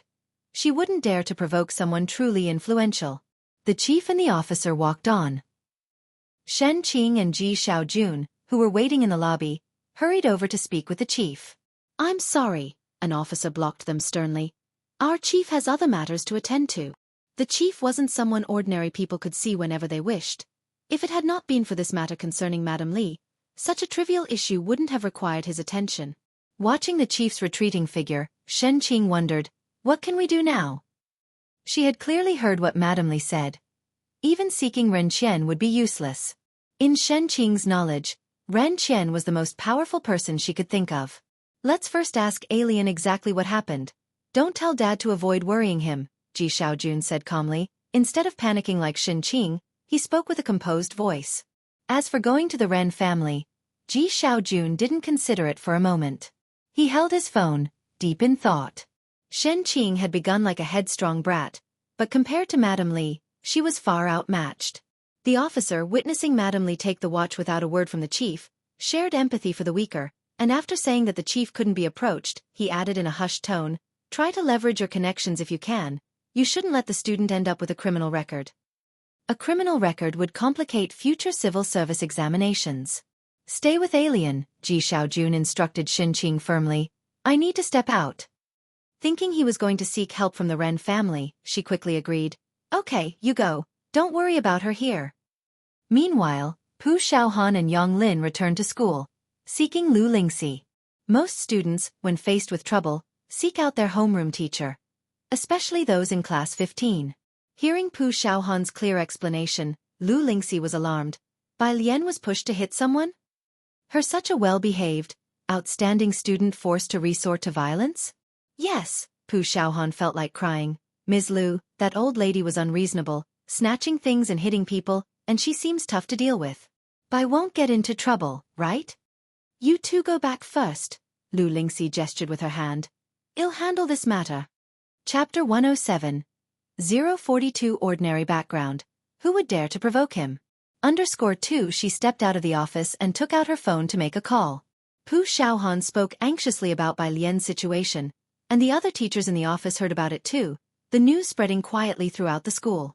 Even Ran Wanxian, who had already gone home, had heard something about it. Ran Qian made a call to ask Ran Wanxian about the incident with Chief Chen. I don't know, Ran Wanxian said, looking out the window. Chen grandpa left after watching the performance and didn't join us for lunch. The school leaders had also not stayed. How did your calligraphy go today? Ran Qian knew that the school intended to have Ran Wanxian showcase her handwriting in front of Grandpa Chen. The best piece I've written recently, Ran Wanxian pursed her lips, her beautiful features slightly furrowed. She was somewhat distracted. Ran Qian naturally had no doubts about Ran Wangshuan's abilities, but now, sensing something unusual in her tone, he put aside what he was doing. What happened? It's just... Ran Wanxian hesitated, biting her lip. She didn't tell Ran Qian about Bai Lian's gouging performance at school, merely asking, "Did someone from the Ji family come looking for you?" The Ji family? Ran Qian was surprised. You mean your dad? He hasn't looked for me. I see. Ran Wanxian was a bit taken aback. She had heard that Lu Lingxi's face had turned grim at the time, and she thought someone from the Ji family would go to her grandfather. What exactly happened? Ran Qian had been very concerned about the Ji family of late, and he asked seriously, "What's happened with the Ji family?" It seems to be Bai Lian. Ran Wanxian withdrew her gaze from the window, lying on her bed. She caused trouble and got taken to the police station, and it's not a small matter. This was something Ran Qian truly didn't know. After hanging up the phone, he promptly instructed the Secretary General to look into Bai Lian. Even though the Ji family hasn't approached me, we cannot pretend to be ignorant of this affair. Ran Qian had his own plans, intending to take the initiative to help before the Ji family reached out to him. The matter that Ran Qian wanted to investigate yielded results in just a few minutes. The Secretary General looked at Ran Qian and hesitated to speak. Is it serious? Ran Qian asked, looking at the Secretary General, actually surprised. He didn't think there was anything in Xueqi that could cause him trouble, especially considering it involved the Ji family. How big could it possibly get? To Ran Qian, it was just a matter of a few words. The Secretary General bowed and reported to Ran Qian. It's not that serious, but Miss Bai, she injured Madame Li, and Madame Li is very angry now. What? Ran Qian was astonished. Whom had Bai Lian offended, to have clashed with Chen Gang's mother-in-law? Sir, the Secretary General stood to one side, expressing his concern. It seems that Grandpa Chen had the intention of acknowledging Chen Zhu as his foreign-born grandson, and this... Ran Qian was silent for a good long while. He knew the importance of the Chen family, and Bai Lian was worth the investment, but Grandpa Chen, even if given several more decades, he wouldn't find a chance to connect with the Chen family of Zhongjing. Eventually, he waved his hand. Ran Qian slowly said, "Let's not deal with this matter for now. If the Ji family calls, you help me find an excuse to delay them." Understood. The Secretary General lowered his head. Xueqi CRFS Dark Matter Research Institute. Zhang Fulai took off his glasses, his black coat open, his cool gaze fixed on the data, the fluorescent marker being slowly tapped between his fingers. No interaction between dark matter particles and other particles detected. Expand the variety of particles. Got it. He noted down the important points. Standing behind Zhang Fulai, he observed him covertly, estimating the mood of young Master Zhang. Eventually, the quest for knowledge overcame the fear of young Master Zhang, and he won, holding his notebook, spoke cautiously. Young Master Zhang, have you done the new questions from the app recently? Zhongjing University's app training camp has a basic question bank and a challenge question bank, with 20 new questions released each month. They cover mathematics, physics, chemistry, and biology, with 20 basic questions every month. Getting all the questions right grants 10,000 base points. The scores are determined by the system. The challenge question bank is composed of questions set by a group of tutors from Zhongjing University, randomly refreshed. Solving one question multiplies the monthly score by 1. The number of questions solved is equivalent to how many times the score is multiplied. The question bank is refreshed each month. The basic question bank is generally manageable, but for the challenge question bank, no one aside from young Master Zhang has completed it. The system's best answer is still young Master Zhang's. However, Zhang Fulai hasn't logged into the system for 2 years. He hadn't realized how he Wen and the others had spent these 2 years. Unable to finish the challenge questions, they dared not ask. A few days ago, someone downloaded the app and even followed someone.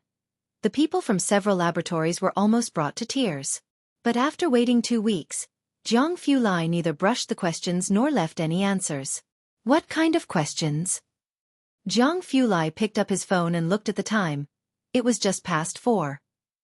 Chapter 108. 042 Ordinary Background. Who would dare to provoke him? Under the 3 he quickly perked up. There's a question about photons, he spoke succinctly. But after he finished, Hewan had a vaguely bad feeling. Sure enough, the next second, Jiang Fulai looked at Jiang He's lack of response, clenched his phone, and with calm and indifferent emotionless 3 words, "High school question? I'll look into it further." Hewan hastily attempted to remedy the situation. Jiang Fulai looked at Hewan, his lips slightly pursed in coolness, wanting to say something, but ultimately held back. He turned and left the room, sometimes really doubting what kind of people he was spending his time with in the same laboratory. Once young Master Jiang left the office, the others looked at Hewan with an expression that said, "You've got guts." "Hewan, can you tell me how you dare to ask him high school questions?" "Hewan, can you do it?" That person shrugged. "But we wouldn't be bold enough to ask him to do it." Joking, there were standard answers in the question bank, though none as clear and enlightening as young Master Jiang's answers, but they were sufficient. Who would dare to have young Master Jiang do their problems? After all, even academician Ma hadn't been able to trick young Master Jiang into his laboratory. Outside, in the office, Jiang Fulai called Jiang He again, but no one answered. It wasn't surprising. Jiang He had been giving him the cold shoulder for several days now. Pale fingers tapping on the phone screen, he dialed Bai Lian's number, telling her that Ming Dongheng would be late picking up Jiang He tonight. Still, no answer. Jiang Fulai hesitated in his steps, knowing that Bai Lian was at the library with Jiang He. Computer. Jiang Fulai paused in his stride, made a timeout gesture to the researchers in the office, and set down his fluorescent pen. The assistant quickly handed over his computer. The underground laboratory, to avoid cosmic ray interference, was built deep into the earth, perennially cold and shadowy.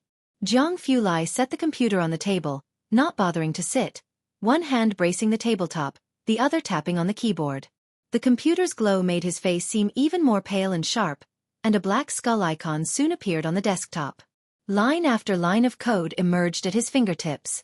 The assistant stood 3 steps away, watching expressionlessly. Jiang's business scope was too broad for him to understand anything. Pale fingertips struck the enter key with a snap, and a large map of Xueqi popped up on the computer screen with a small red moving slowly. The assistant behind only saw Jiang keying in several lines of code, with the map continuously zooming in. It finally stopped on a street. He was tracking the location of Jiang He's wristwatch. Jiang He often disappeared without reason due to his personality. In all of the Jiang family, even Xueqi couldn't outplay the young Jiang He. Jiang Fulai had taken special time to make a wristwatch for him with a tracking feature. Under normal circumstances, Bai Lian and Jiang He should be in the library reading. But now they appeared in an unknown location, still slowly moving. Jiang Fulai pulled up the previous movements of the watch to confirm that the last appearance was at the police station. He stared at the route, closed the laptop lid with a cold snap, postponed the meeting to tomorrow, give half a day off. He straightened up slowly, picked up his phone, and left carrying an air of frost. The entire office fell silent all at once. Someone looked towards the assistant. "What happened to young Master Jiang?" The assistant pushed up his glasses, making a profound guess. "Probably someone who's looking for trouble messed with the young master. The son of academician Jiang Sui?" Hewan walked in just in time to hear the assistant's words and was quite astonished. After Jiang Sui's parents passed away, Jiang He was mistreated by a group of relatives who danced with demons. Jiang Fulai took Jiang He from Jiang Sui home and severely dealt with that bunch of relatives. It was a well-known event throughout Jiangjing. They would rather provoke Jiang Shijue, who didn't blink an eye when killing someone. Who would be so bold as to provoke Jiang Fulai? Jiang Fulai took the elevator up, looking down at his phone as he dialed Ming Dongheng. Ming Dongheng was with Chief Chen. When he received Jiang Fulai's call, Chief Chen was exchanging pleasantries with someone. Is this drug really not for sale on a large scale? He had heard that there was a miraculous plaster on Bakhtur Street, which had a significant appeal to the Chen family and various special forces, no less than Wang Yufeng's minerals. The other person smiled. "Sorry, there's no news from Dr. Bai at the moment." Chief Chen looked at the person and cursed inwardly, thinking they were tough nuts to crack and playing the old game of holding their goods dear. Had better not find that Dr. Bai, or he would kidnap him, no matter the cost. Ming Dongheng glanced at them and then stepped outside to answer the call. His tone respectful yet puzzled. "Young master, where are you?" Jiang Fulai didn't wait for the driver. He picked up the car keys with his eyes downcast, his voice indifferent. But Ming Dongheng on the other end of the phone heard it with a shock. Baekter Street. Meet me at the police station. Zhang Fulai opened the car door, holding the phone in one hand and starting the car with the other, as the evening sun slanted through the windows, casting his fierce face in the hazy sunlight. Zhang He's watch was last positioned there. What? Ming Dongheng's heart skipped a beat. His hands became somewhat unsteady. What's the matter? Chief Chen, who was speaking to someone, noticed Ming Dongheng hastily standing up, lowering his voice. It's about Zhang He, Ming Dongheng couldn't delay. You keep an eye on this place, I have to take a trip to the police station. Seeing Ming Dongheng's complexion, Chief Chen didn't dare to ask further. Baekter Street wasn't close to Shangqing police station. Ming Dongheng drove Chief Chen's car almost speeding all the way, blatantly over the speed limit in some sections. Passing policemen, recognizing the license plate number, dared not stop him. Shangqing police station headquarters. Ming Dongheng parked the car. His car was eye-catching, and as soon as it appeared, someone saw it and quickly reported it upstairs. In the police station office. The chief heard the report and immediately stood up, shocked. Chief Chen's car? Why has he come here? Chief Chen's car was provided by Shangqing, and he was always low-key. But anyone in Shangqing with some connections knew what car Chief Chen drove. The chief quickly put on his coat and went to the police station entrance. But it wasn't Chief Chen at the entrance. Instead, there stood a tall, cold man holding car keys, standing next to Chief Chen's car. Seeing the chief come out, he merely gave them a cold glance, without saying a word. Whoever followed Zhang Fulai couldn't be just anyone. The chief did not recognize Ming Dongheng, but anyone who could casually drive Chief Chen's car was clearly not ordinary. He was intimidated by Ming Dongheng's cold expression, standing at the entrance not sure how to start a conversation with him. Just when the chief hadn't quite figured out what to say, a royal blue sports car with Zhongjing license plates approached from the end of the road. Screech, a sound. It stopped at the entrance of the police station. Under the setting sun, the car's body radiated a fierce chill. Ming Dongheng recognized this as the car specially brought to Shangqing for Zhang Fulai's daily use. He strode to the driver's side, and as the car came to a steady stop, he opened the door to let Zhang Fulai out. The chief glanced and saw a man in a black overcoat getting out of the driver's seat. Just a stately silhouette, simplistic in black, reflecting dark gleams in the setting sun. The entrance of the police station fell silent for a moment. Chapter 109, 043 If the handover isn't done well, send Chen Yongkuan rolling back to Zhongjing, second update. _1 Zhang Fulai didn't look at anyone, he merely tilted his head slightly to gaze at the sign above the entrance. Then, he strode towards the police station.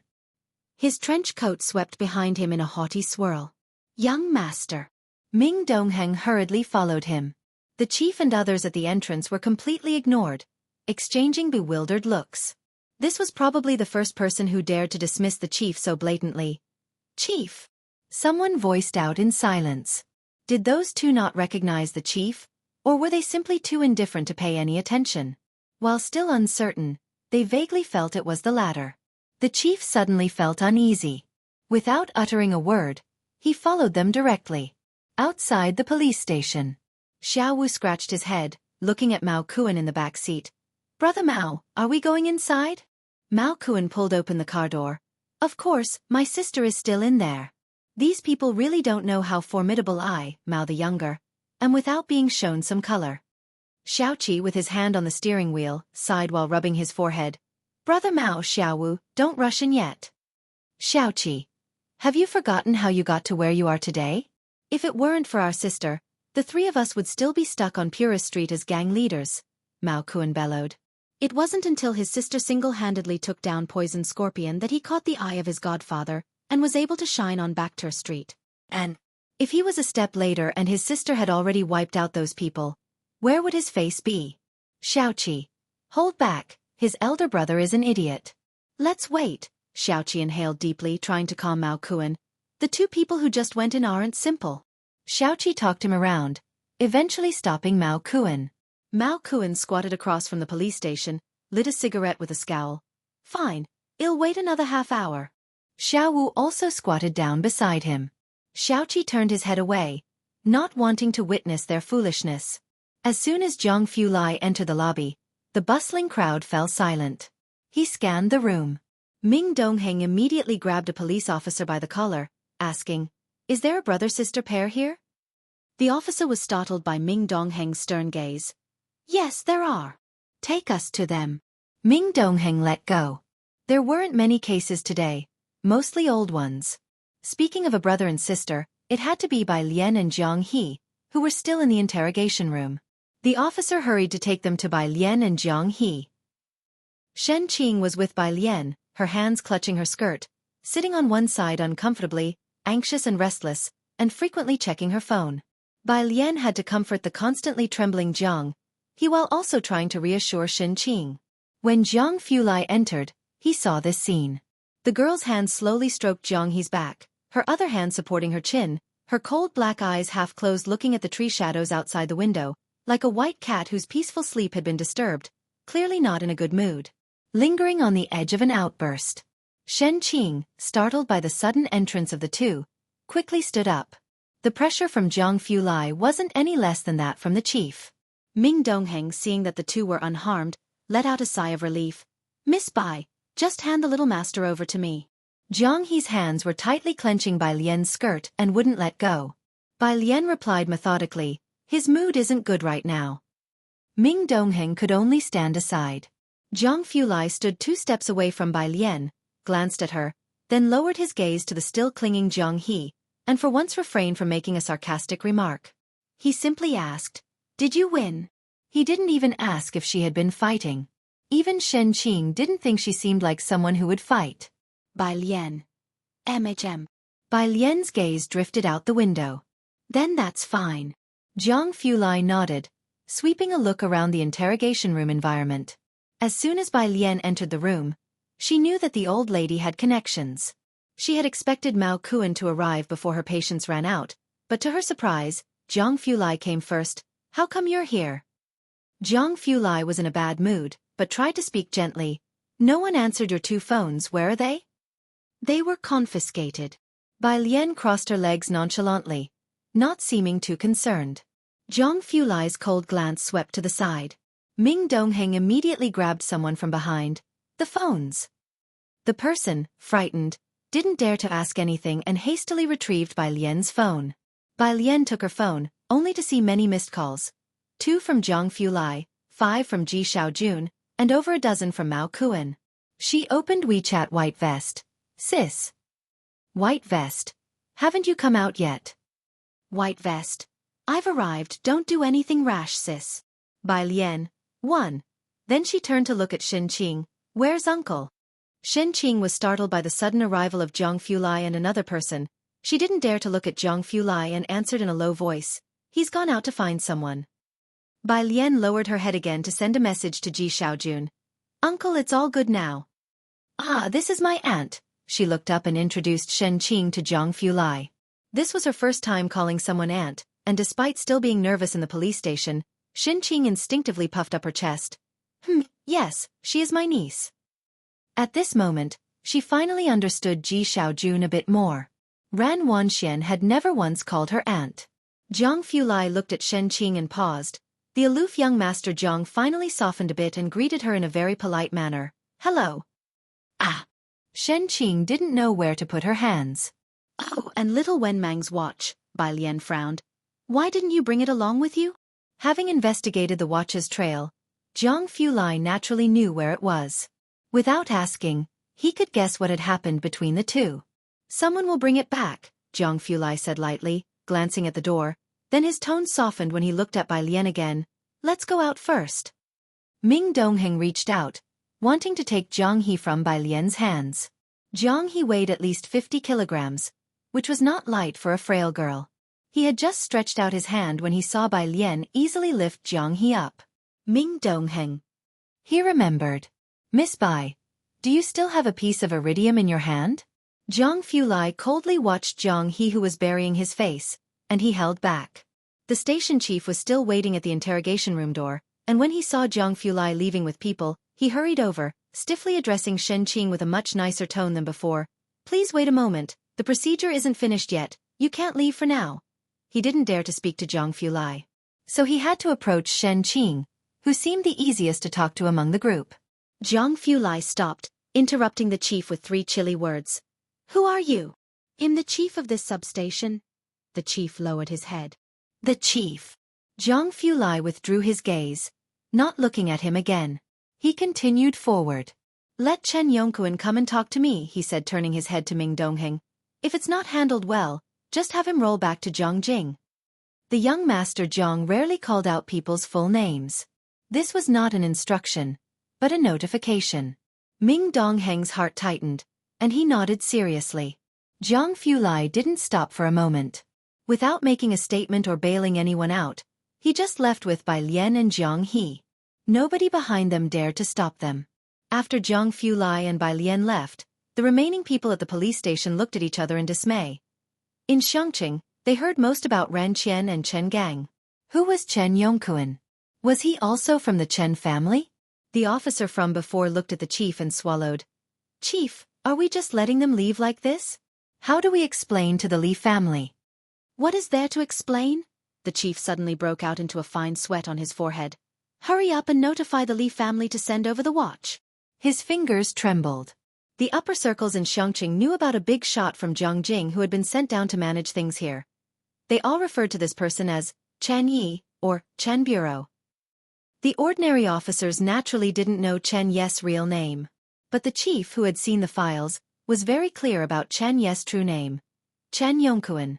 The rest of the officers were startled by his reaction, and they quickly went to contact the Li family. The Li family. The elderly lady had already gone home to change into a new set of clothes.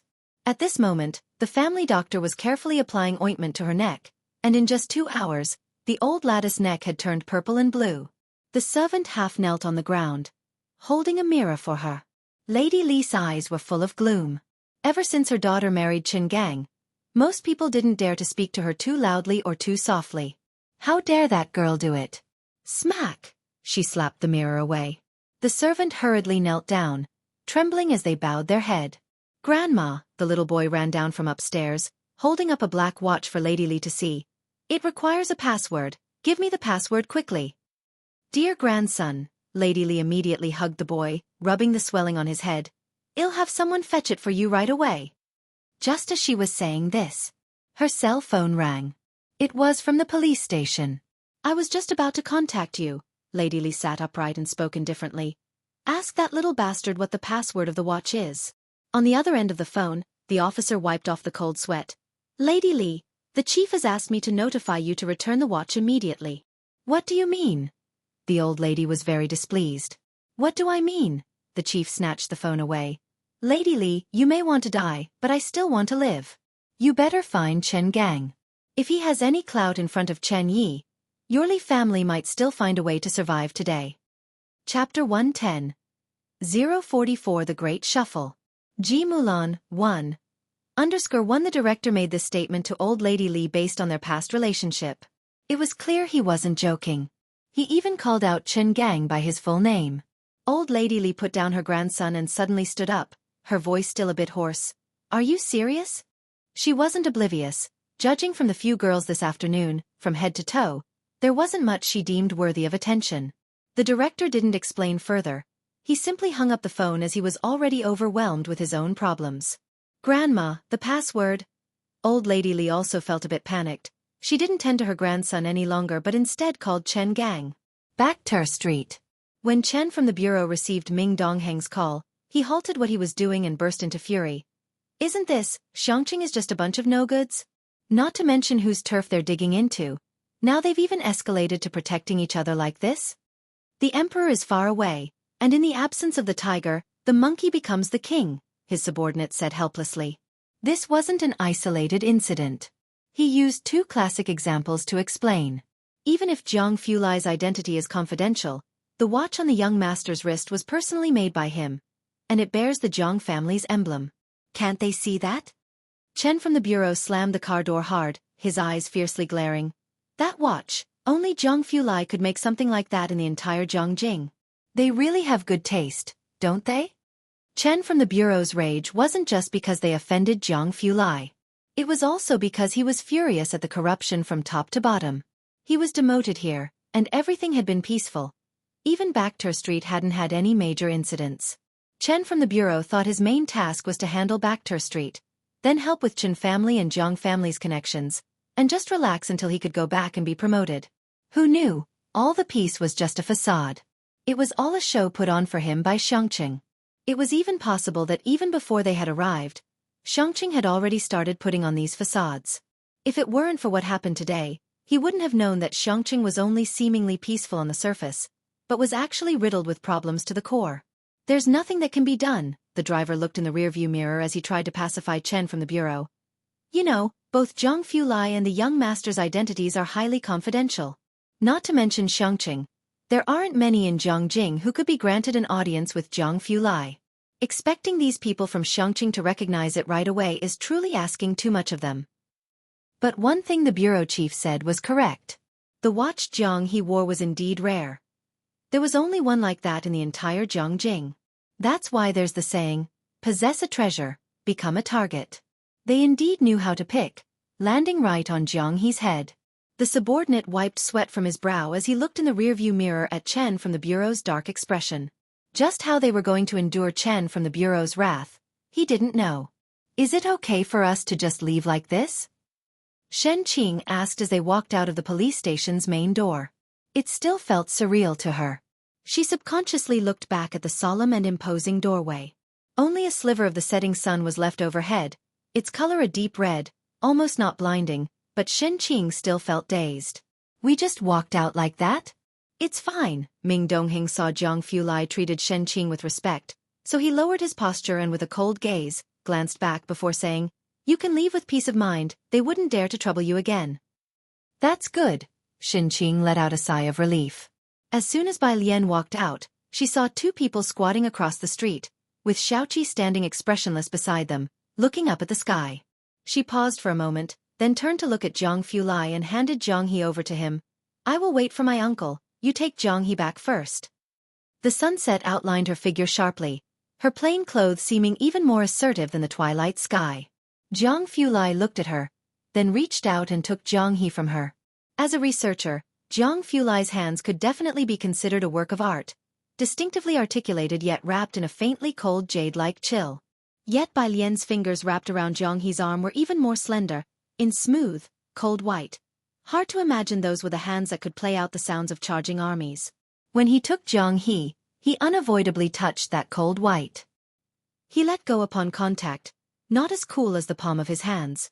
Zhang He clung tightly to Bai Lian's sleeve and wouldn't let go. Zhang Fulai lightly glanced at his tightly closed eyes. Xiaoniao. Bai Lian gently tugged at her own sleeve, then whispered a comfort. Sister has something to take care of right now. Let go, and he'll come to see you first thing in the morning? Zhang He's long eyelashes quivered, and his fingers loosened. Only then did Zhang Fulai with a cold demeanor hold him. Doesn't Ming Dongheng need to send you back? Chapter 111. 044 The Great Shuffle. Ji Mulan, 1, under 2, no need. Bai Lian lazily smoothed out her sleeves and skirt hem. Once Ming Dongheng drove off, the three people on the opposite side sheepishly walked over. Sis. Bai Lian stood against the sunset and casually introduced. This is my aunt. Mao Kuan and the others spoke up loudly. Auntie, hello. Xiao Mao. Shen Qing was startled. Mao Kun's bleached hair always made him seem a bit untrustworthy, but compared to Ming Dongheng, Mao Kuan couldn't be more normal. Shen Qing relaxed a lot. Xiao Mao, are you also friends with Alien? Yeah. Mao Kuan scratched his head somewhat guiltily. Not far away. Ji Xiaojun, who was on the phone, walked towards them. On the other end was a woman's voice. She's back in Xueqi? Ji Mulan, what kind of tone is that? Ji Xiaojun frowned and scolded. I left her with the Bai family because they have a big family business. With her antics, who else could protect her but the Bai family? And what does she do? Just to gratify a whim, she pats her butt and heads back to Xueqi, causing trouble for me everywhere. Ji Xiaojun stopped walking. This has nothing to do with her. Do you think you know better than I do?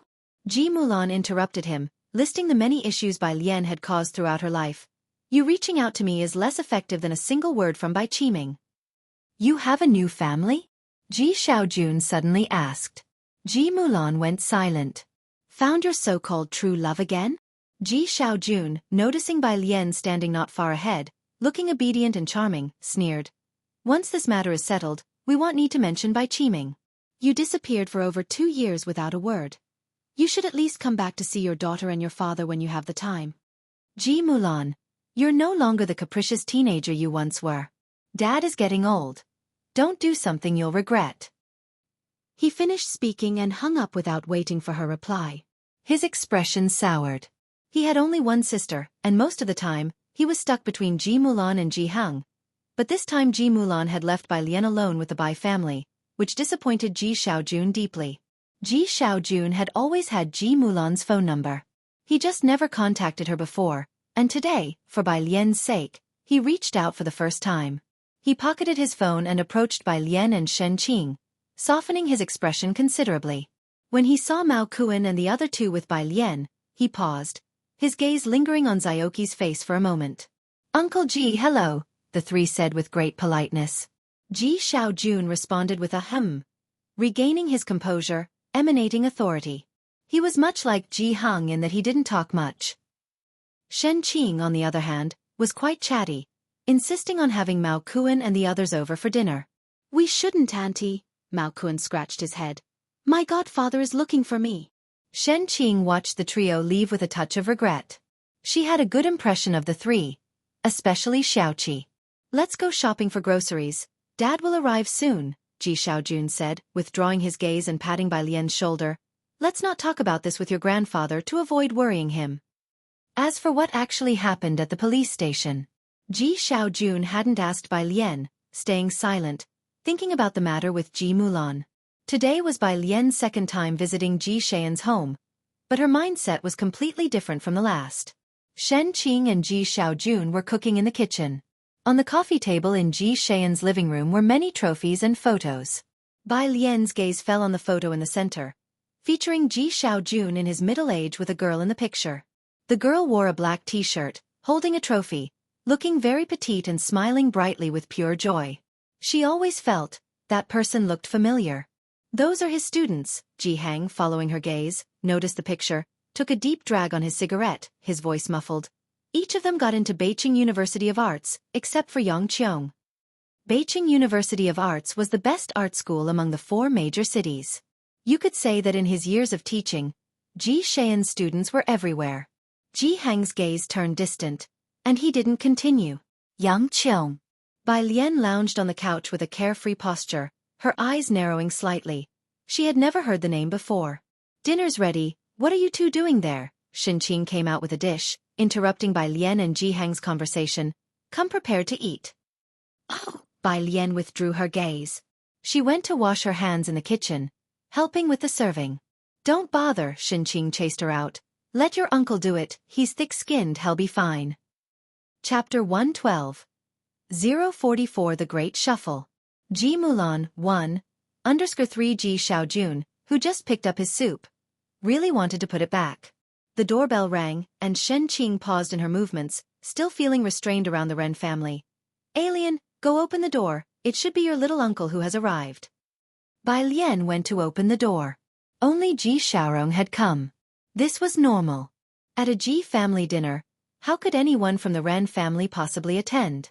Ran Wanxian had only been to Ji Heng's place a few times, countable on one hand. Shall we not mention the matter about Alien to your brother? Shen Qing caught Ji Xiaojun in the kitchen, glancing at the living room and lowering her voice. Ji Xiaojun shook his head, his voice very indifferent. If Alien said it's nothing, then there's no need to bother for now.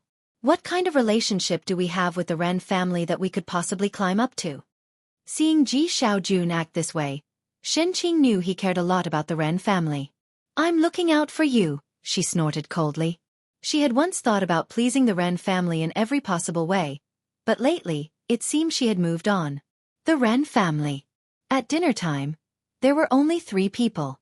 Ran Wanxian, Ran Qian, and Ran Jiawei. Today was Ran Wangshuan's school anniversary, and not a single person from the family had attended. If it were any other time, she would have been angry about it. Therefore, Ran Jiawei and Ran Qian had both brought her gifts and had made a special effort to have dinner with Ran Wanxian. But today, Ran Wanxian was surprisingly well behaved and did not get angry. Did Teacher Cho and your senior brother come back? Ran Qian suddenly remembered this and asked Ran Wanxian. Teacher Cho was Ran Wangshuan's calligraphy teacher. Highly accomplished in the Liang style, she had significant influence in the calligraphy world. Although she was from Shangqing, she had moved to Beijing a long time ago and rarely returned. It had cost Ran Qian and Ran Zhouwei a great deal to hire her as a teacher for Ran Wanxian. Ran Wanxian nodded. Yeah, they should arrive in Shangqing tonight. Ask Teacher Cho when she's free for me to visit, Ran Qian spoke seriously. I'll let Mr. Chen know when it's time. The entire Ren family did not dare to neglect this matter. As the two of them were talking, Ran Qian hadn't seen Ji Xiaorong yet and turned to Ran Zhouwei. Where's Xiaorong? Ran Zhouwei reached for a tissue, leisurely wiping her hands. He's gone to the Ji family for dinner, no need to wait for him today. Gone to the Ji family for dinner? Ran Qian had no objections to Ji Xiaorong dining at the Ji family's home. He wasn't too concerned with the Ji family members. What surprised him was the timing of it today.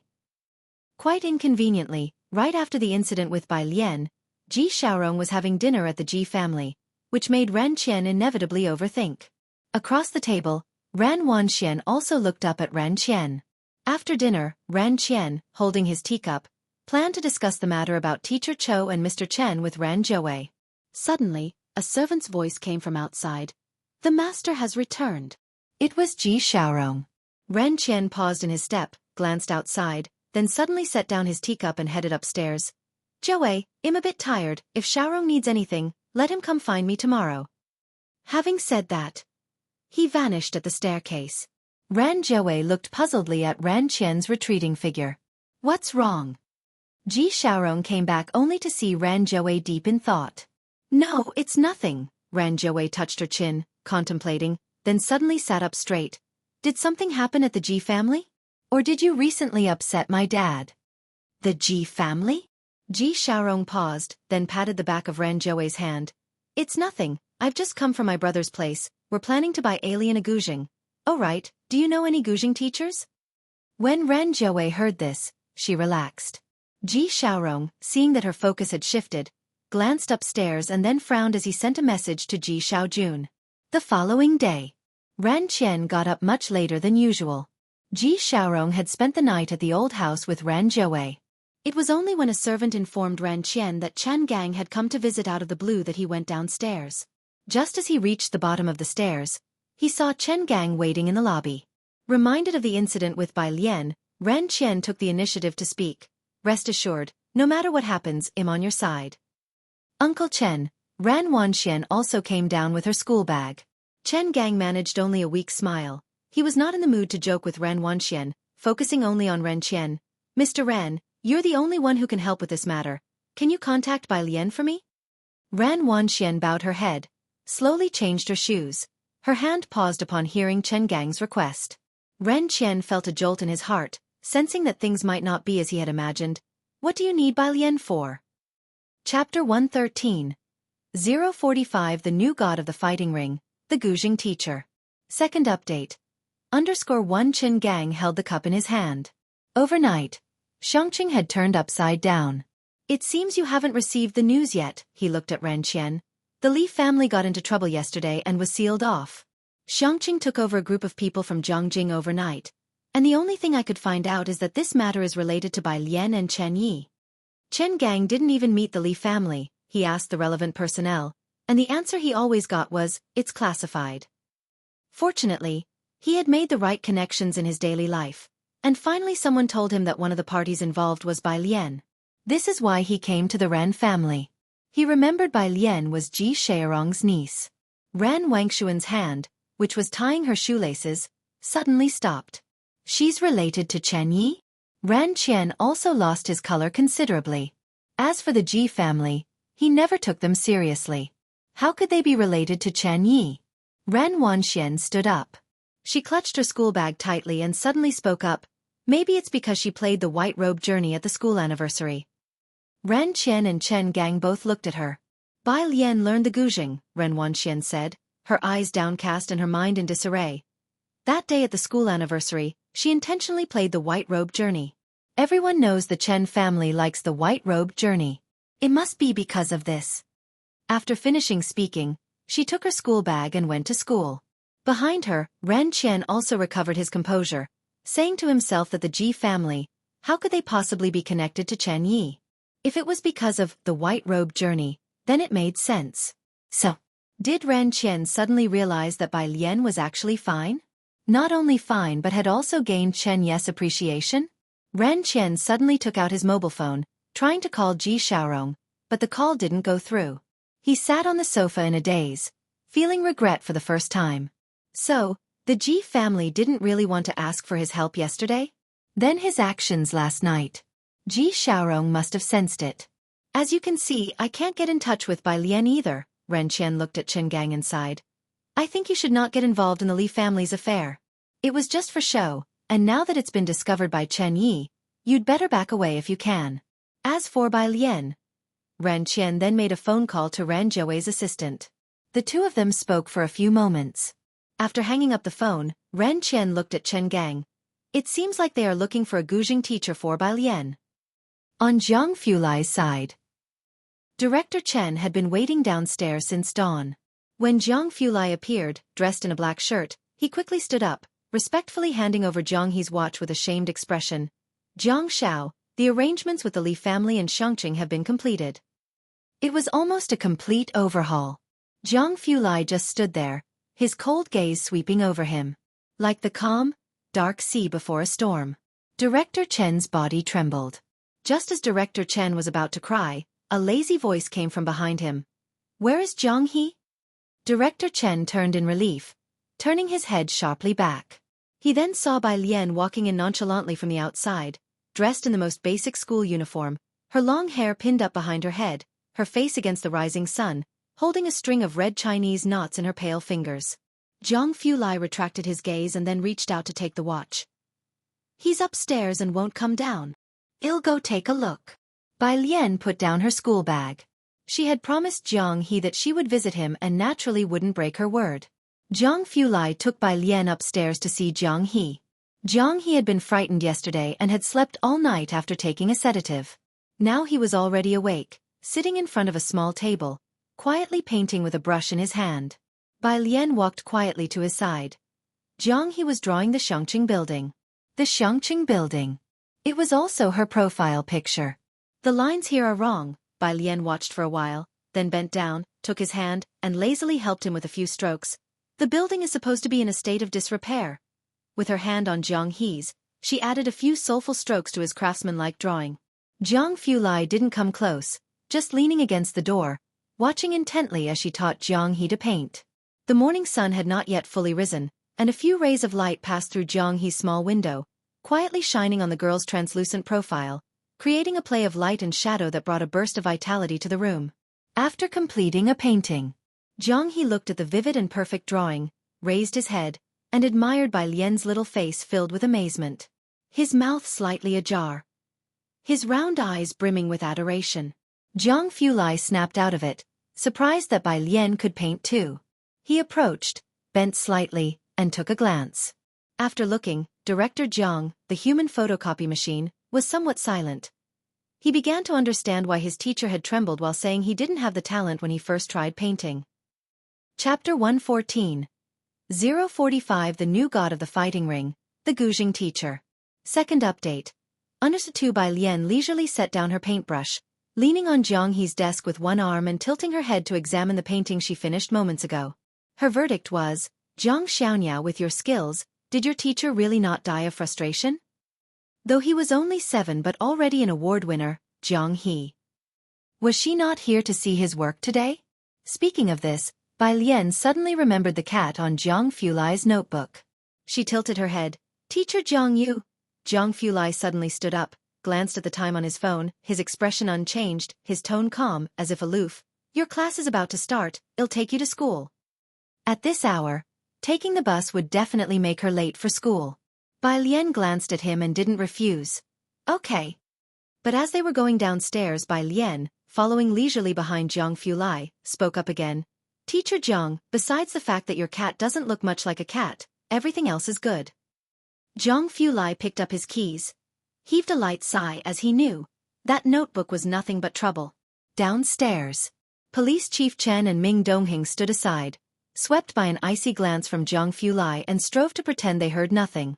Once the two had left, having dodged a bullet, Police Chief Chen finally breathed a sigh of relief. He sat on the couch, poured himself a glass of cold tea, gulped it down, and then said to Ming Dongheng, "Miss Bai is my lifesaver, I can't do without her." Ming Dongheng crossed his arms, looking at him dispassionately. It was hard to disagree. By the way, Police Chief Chen remembered something, looking at Ming Dongheng. "Do you know about the new god listed in the fighting ring? Bakhtar Street Fighting Ring, where gods are made." The Muay Thai champion Tongpa became a legend there and took the world by storm. All the major forces were watching closely. Ming Dongheng shook his head. He had been recently searching for his master and was not focused on this matter. "This person isn't using his real name, just an alias." Police Chief Chen tapped his fingers on the couch. "In just a week, he climbed from last place in the fighting ring to the top 10. Ming Dongheng startled. The Ming family and Chen family both revered martial prowess. No weakling could stay close to Zhang Fulai. With the ring attracting masters from all over the globe, including champions like Tongpa, even making it to the top 10 was a tall order. What's the alias? There weren't many top fighters in the world that could rank in the top 10, and Ming Dongheng counted them off in his mind. "The alias is quite peculiar," Police Chief Chen put down his teacup, looking at Ming Dongheng. "It's White Tank Top. Chen Jingyu might come looking for him." White Tank Top. Ming Dongheng repeated the name silently. Pretty cool name. Bai Lian sat in the passenger seat. She rolled down the window, resting her elbow lazily on it, her gaze fixated on the receding scenery outside. Every time she rode in a car, it felt as fresh and exciting as the first time. "Haven't you been doing the problems on the app?" At a red light, Zhang Fulai stopped the car, recalling that morning when he checked and saw someone still had a 0 for their score, the very last place. Bai Lian leaned back in her seat, supporting her cheek with her palm. "It's difficult, Teacher Zhang. Isn't a score of 0 quite embarrassing for you?" Inside there were biology and chemistry problems, and as luck would have it, the first question she encountered this month was chemistry. What a pain. "No," the light turned green. Zhang Fulai glanced at her and earnestly explained, "They wouldn't dare." Shortly after, they arrived at the entrance of the first high school. Zhang Fulai parked the car. Bai Lian waved at him before blending into the sea of students entering the school. It was the busiest time for the school rush hour. Zhang Fulai didn't drive off immediately, watching Bai Lian's figure until she was out of sight. It was apparent that she was quite popular at school, especially after the weekend celebration. No sooner had Bai Lian joined the crowd than a burst of exclamations erupted from the students. Zhang Fulai sat in the car, an icy expression on his face as he watched the group of students, his demeanor as chill and sharp as a long sword's blade. When Bai Lian reached class 15, classes had not yet started. "Yong Lin hasn't arrived yet?" Bai Lian put away her backpack, looked at Yong Lin's empty seat, and knocked on Ning Xiao's desk behind her. Pu Xiaohan and Zhang Xiai's were always late. But Yong Lin was almost certainly at school by 6. Ning Xiao looked up. She hasn't come, not for the first time either. Bai Lian took out her books one by one. Her brows furrowed. Yong Lin had missed the first 2 classes. Bai Lian went to the office to ask Lu Lingxi about this, and when Lu Lingxi heard Yong Lin had not arrived, her brows also tightened slightly. "Never mind, focus on your class." Lu Lingxi clearly knew something, yet said nothing more, only asking Bai Lian about her day yesterday. Bai Lian shared what she felt she could tell. Chapter 115. 045 The New God of the Fighting Ring, the Guzheng Teacher. Second update. _3 There are as many Guzheng teachers in Xiangqing as there are hairs on an ox. But among them, only one is the most famous. Teacher Yu. Ji Xiaorong took Ren Zhouwei's words to heart, especially when it involved Bai Lian. "It's my fault," Ren Zhouwei, thinking back to their first unpleasant meeting which caused her to be unfriendly, as Bai Lian had been described in the same way as Shen Qing by the Secretary-General, decided, "I'll go find the Guzheng teacher myself." Ren Zhouwei also found it strange. Although Guzheng isn't as valuable as the piano, learning it still requires a certain family background and artistic cultivation. She hadn't expected Bai Lian to play the Guzheng. Ji Xiaorong knew very little about Ji Mulan and Bai Lian. Dad said she really likes the Guzheng. As for her performance, nobody had seen it except for Ji Hang. Even Ji Hang had said so. You bring Alien to Wanha building at noon, Ran Jiawei haphazardly decided as she put on her sunglasses and grabbed her car keys to meet Teacher Yu. I'll have Teacher Yu wait there with you. Ji Xiaorong didn't have a chance to say a word. Ran Jiawei had already stepped on the gas and left. He could only pick up his cell phone and send a WeChat message to Bai Lian. At noon, Ji Xiaorong waited for Bai Lian at the school gate. Dad! Ran Wanxian spotted Ji Xiaorong from a distance. Seeing Ran Wanxian, Ji Xiaorong slowed down and pondered for a while. Knowing he could not hide this matter from Ran Wanxian, he explained, I'm taking Alien to meet a Guzheng teacher. Ran Wangshuan's fingernails dug deep into her palm. She lifted her head, seemingly indifferent. Bai Lian arrived quickly. Ran Wanxian watched as Ji Xiaorong took Bai Lian away, her eyes darkening. Guzheng teacher? Bai Lian trailed behind Ji Xiaorong, thumb pressing on her notebook, unfazed, and looked up slightly, thinking they had been joking just yesterday. Was this for real? Bai Lian opened her mouth, intending to say it wasn't necessary, but seeing Ji Xiaorong's excitement, she touched her nose and followed. That teacher is Teacher Yu, the best Guzheng teacher in Xiangqing, but he rarely takes on disciples. Ji Xiaorong walked while introducing Teacher Yu to her. With that, he pushed the door open and entered the private room. Inside the private room, Ran Jiawei was making polite conversation with Teacher Yu. Upon seeing Bai Lian enter, Ran Jiawei stood up and introduced her to Teacher Yu respectfully.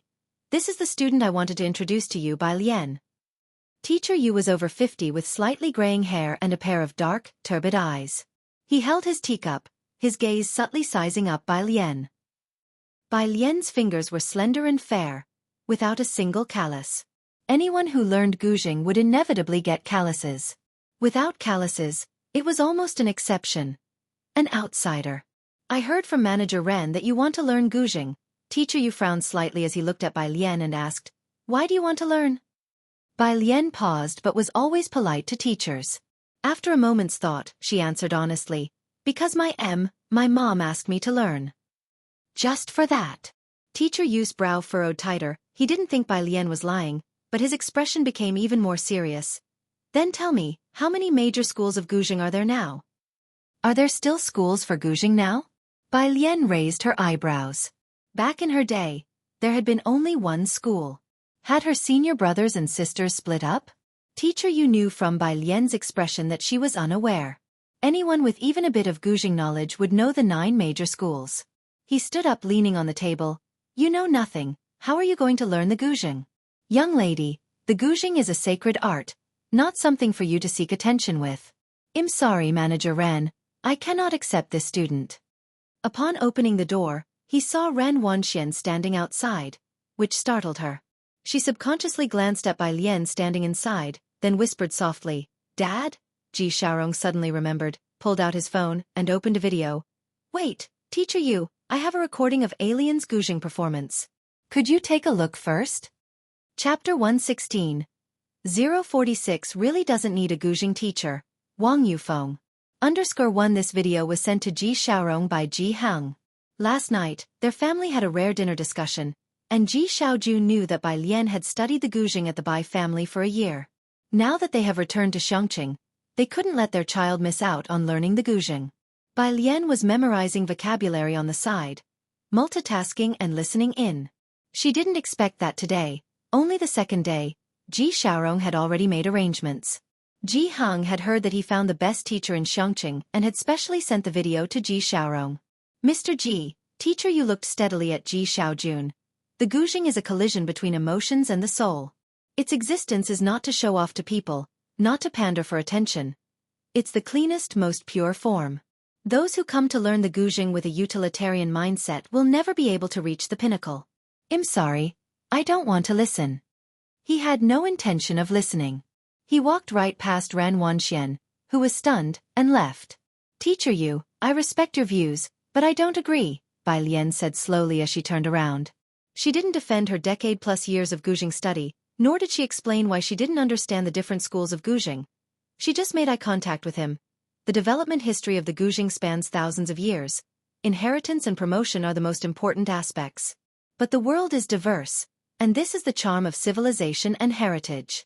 While we like the Guzheng, we can also like many other things. People need to eat. Have you truly understood them by setting aside all your own perspectives? Why deny them? Teacher Yu paused in his steps, looked indifferently at Bai Lian. A successful artist should marginalize themselves, and esteem for art should be their initial aspiration. Life is a form of cultivation. Let me tell you this, you will never succeed. He had come today with hopeful expectations but left in disappointment. He didn't have the luxury to expect a student as talented and devoted to Guzheng as Master Jian's pupils. He merely wanted a student with a bit of spirit and willingness to work hard. Not one tainted with utilitarian motives, who lost their original intention, or even touched the Guzheng only a few times. Xiangqing had produced many renowned Guzheng masters since ancient times, and Teacher Yu was one of the well-known ones. Even Ran Wanxian had heard of him. Ran Wanxian had come to find out which master teacher Ji Xiaorong and Ran Zhou had found for Bai Lian, and upon learning it was Teacher Yu, Ran Wanxian could not help but feel a pang of jealousy. But at this moment, this teacher, unlike others, did not acknowledge Bai Lian, did not think she was good at the Guzheng, and even thought she would never succeed. The slight feeling of jealousy that had just arisen suddenly dissipated. The praises for Bai Lian in the school's online forum that had accumulated in her heart for a long time finally scattered into nothingness. Her head bowed, she suppressed the urge to let her mouth curve upward. Dad, I came to tell you there's a parent-teacher meeting this week. Since you're busy, I will be taking my leave first. After saying this, she forcibly held back, then left. What artist? Ran Zhou sat down crossing her arms and scoffed, then couldn't help but say to Bai Lian. This Mr. Yu is just like your grandfather, useless in his loftiness and bad temper. Don't listen to him. Look at your grandfather, busy with art and tradition every day. What has that brought him? He's speaking without feeling the pain. I'd like to see him perform in public without taking a penny. Enough, Ji Xiaorong said, his head aching as he looked at Ran Zhou. Don't say that anymore, or you will be heavily criticized. Ran Zhou was indifferent. She was a worldly person after all. To her, all art was the same. Weren't all those art students burning through money? Bai Lian, with her brows and eyes downcast, was multitasking by memorizing vocabulary while listening to Ran Zhou talk, occasionally nodding along. She sat politely, her slightly loose hair softly framing her face and eyes. Quiet and serious. Accustomed to her own way at home, Ran Zhou had never seen someone who listened to her so seriously and responded. She paused, then started to say, Don't worry, I'll find another master for you in Beijing. Bai Lian's wrist rested on the table as she leisurely traced a word. After a few seconds of contemplation, she seriously said to the two, Thank you for going through all this trouble for me, but I really don't need a Guzheng teacher. Her teacher had already taught everything that was needed. The rest was up to her and how much she could comprehend on her own. Got it, Ran Zhou waved dismissively, not really paying attention. Let's eat first. After finishing her meal, Bai Lian returned to class. Teacher Yu's words had no impact on her. Chapter 117. 046 really doesn't need a Guzheng teacher. Wang Yufeng. _2 She was only thinking about the ancient zither. After flipping through her notebook and sketching a miniature zither, Bai Lian couldn't help but flip to the drawing of that black cat and raised her eyebrows involuntarily. She wondered if that teacher Yu would dare to tell Zhang He to his face that his drawing was too stiff and artisanal. Yang Lin hasn't come back yet? Ahead, Pu Xiaohan looked back, glanced at Yang Lin's usual spot, and frowned slightly. What does she always go off to do? You don't know either? Bai Lian came back to her senses and pulled out a pen, looking towards Pu Xiaohan. Pu Xiaohan shrugged her shoulders. Having been classmates for over a year, Pu Xiaohan knew almost nothing about Yang Lin.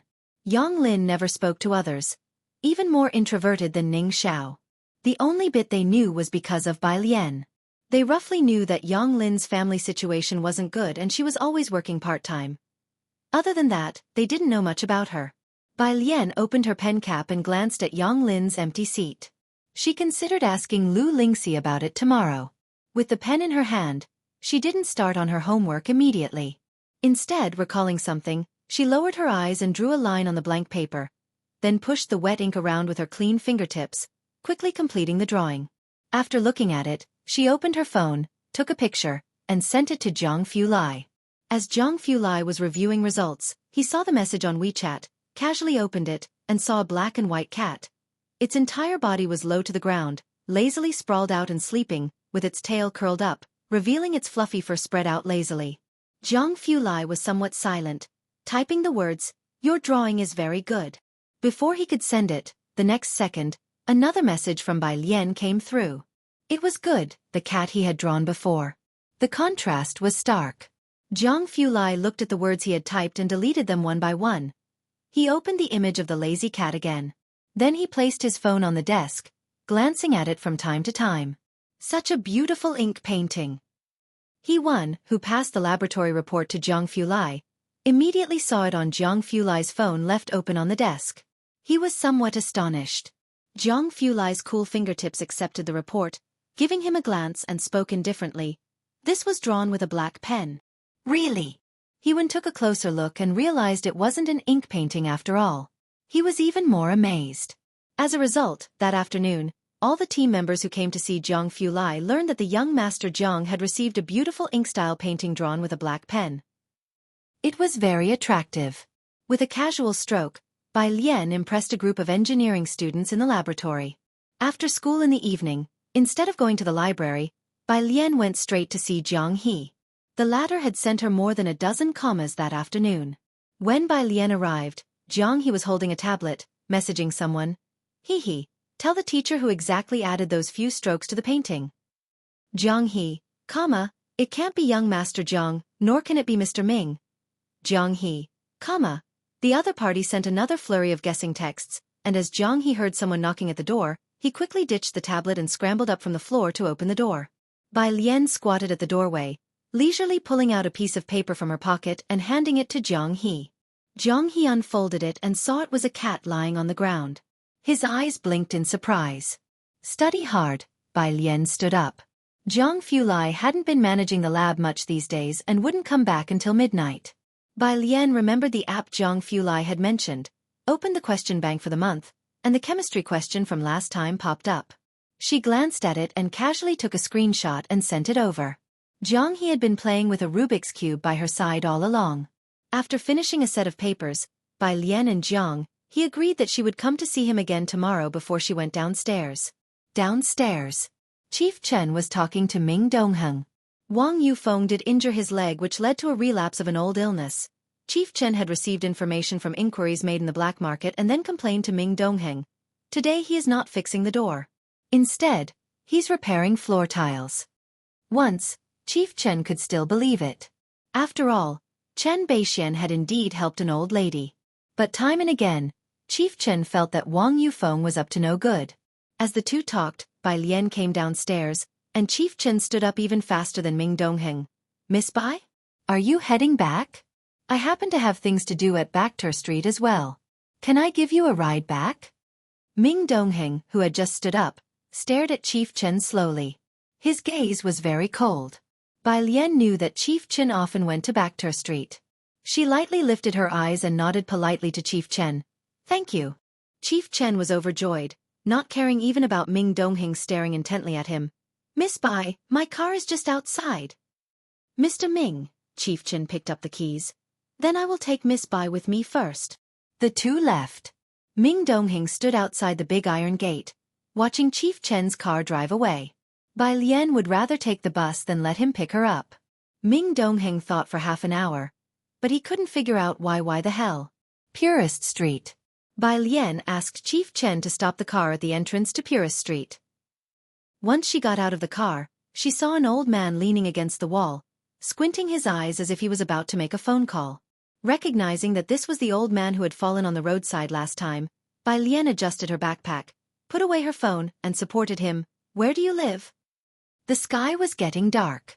The old man squinted his eyes, his cloudy gaze resting on the girl in front of him. She had a pale face and delicate features, wearing the tidy and clean uniform of Yizhong School. Young girl, she recognized Bai Lian and instantly smiled. It's you. Do you live nearby? Bai Lian supported her with ease and tilted her head slightly. I'll walk you home. When you get old, you get a few aches in your legs, the old lady hesitated. Will it trouble you? I was just about to call my grandson to pick me up. It's fine. Knowing that the old lady lived in a nearby alley, Bai Lian helped her to walk slowly forward. Chief Chen slowly drove towards Backter Street, and seeing Bai Lian supporting an old person in the rearview mirror, he couldn't help but sigh. Miss Bai is truly a good student. But Chief Chen looked into the rear-view mirror. Didn't that old person look a bit familiar? Before he could recall anything, in the rear-view mirror, the two of them turned a corner and were no longer visible. In less than 10 minutes' walk, Bai Lian found out that the old lady was Grandma Wang, whose family had lived on Purist Street for generations. Alien look, wearing a baggy camouflage outfit that made her look even more frail, Grandma Wang pointed at the small yard ahead and said with a smile, "That's my home, come in for a cup of water." She patted Bai Lian's back of the hand. As the two approached the gate, someone in the yard heard the noise. He was in his 30s or 40s, with a light beard on his face and bare-chested, revealing a blue and white tiger tattoo on his chest and shoulders. One hand holding a shovel and biting a cigarette in his mouth, he swung open the half-shut door. "Godmother, I said I would go get it." Before he could finish, upon seeing the girl supporting Grandma Wang, his words halted midway. Chapter 118, 047 Director Jian doesn't care about his master's post, second update. Under one Bai Lian looked at the other person, her eyes pausing momentarily upon the sight of the person's bare arms. She couldn't help but look up to the sky. "Little Wang, put your clothes on." Grandma Wang misinterpreted her glance and scolded him before comforting Bai Lian warmly.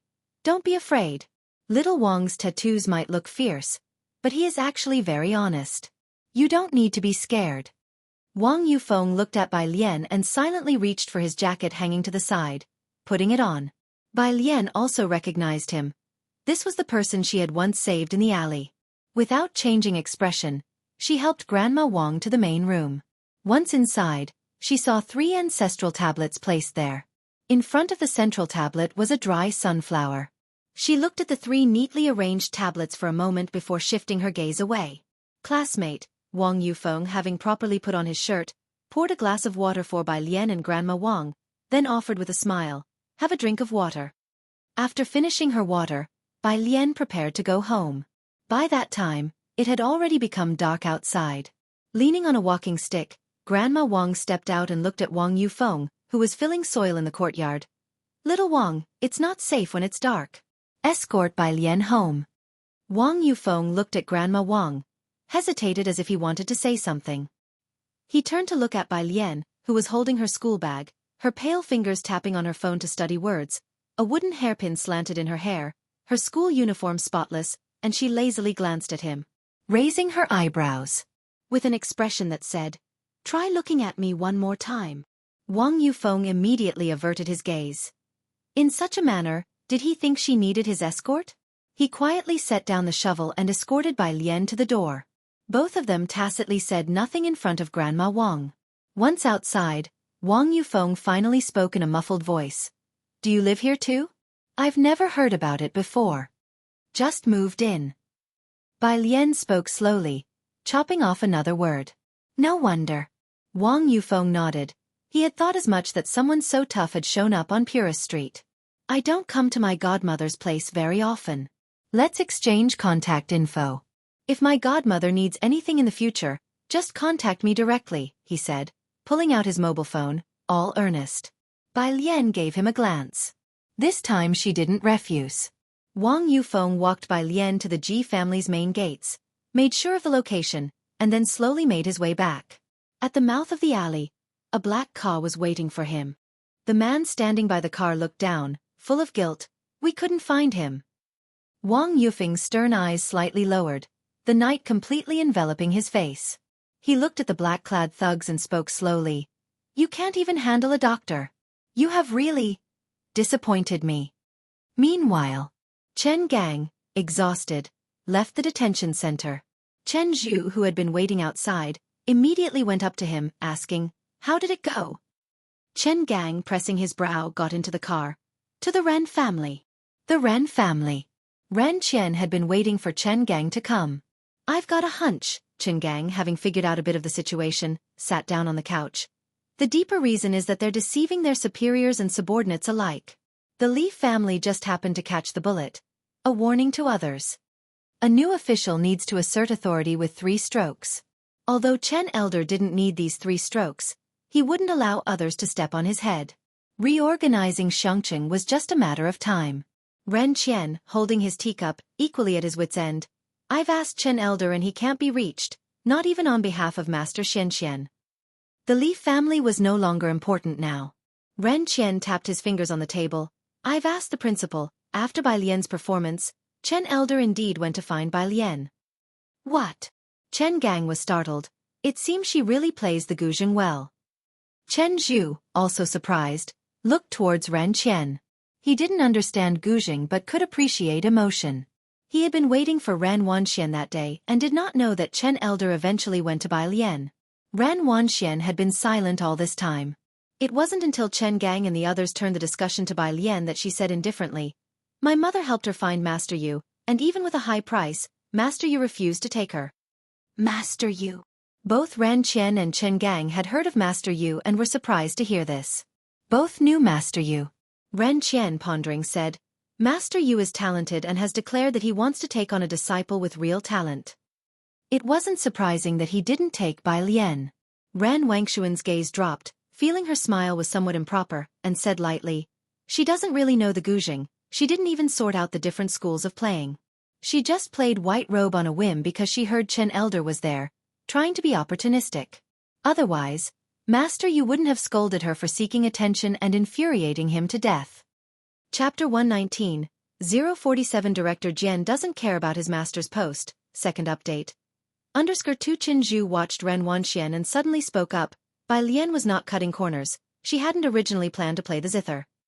Ren Wangshuan's smile froze. She looked up, incredulously at Chen Zhu. Chen Zhu, however, did not look at her. Bai Lian's program was originally a sword dance. Chen Wei asked me to go back and fetch the long sword, but Wanxian did not inform me of this. The long sword went missing unexpectedly, which is why Bai Lian ended up playing the zither instead. You! Ren Wanxian pursed her lips. She did not know why Chen Zhu, who had always stood by her side, was suddenly turning against her. Chen Gang hadn't expected Chen Wei to be involved in this matter either, and his expression turned cold as well. Wanxian! Ren Qian rebuked loudly, looking at her. You'll come with me to apologize to Bai Lian tomorrow.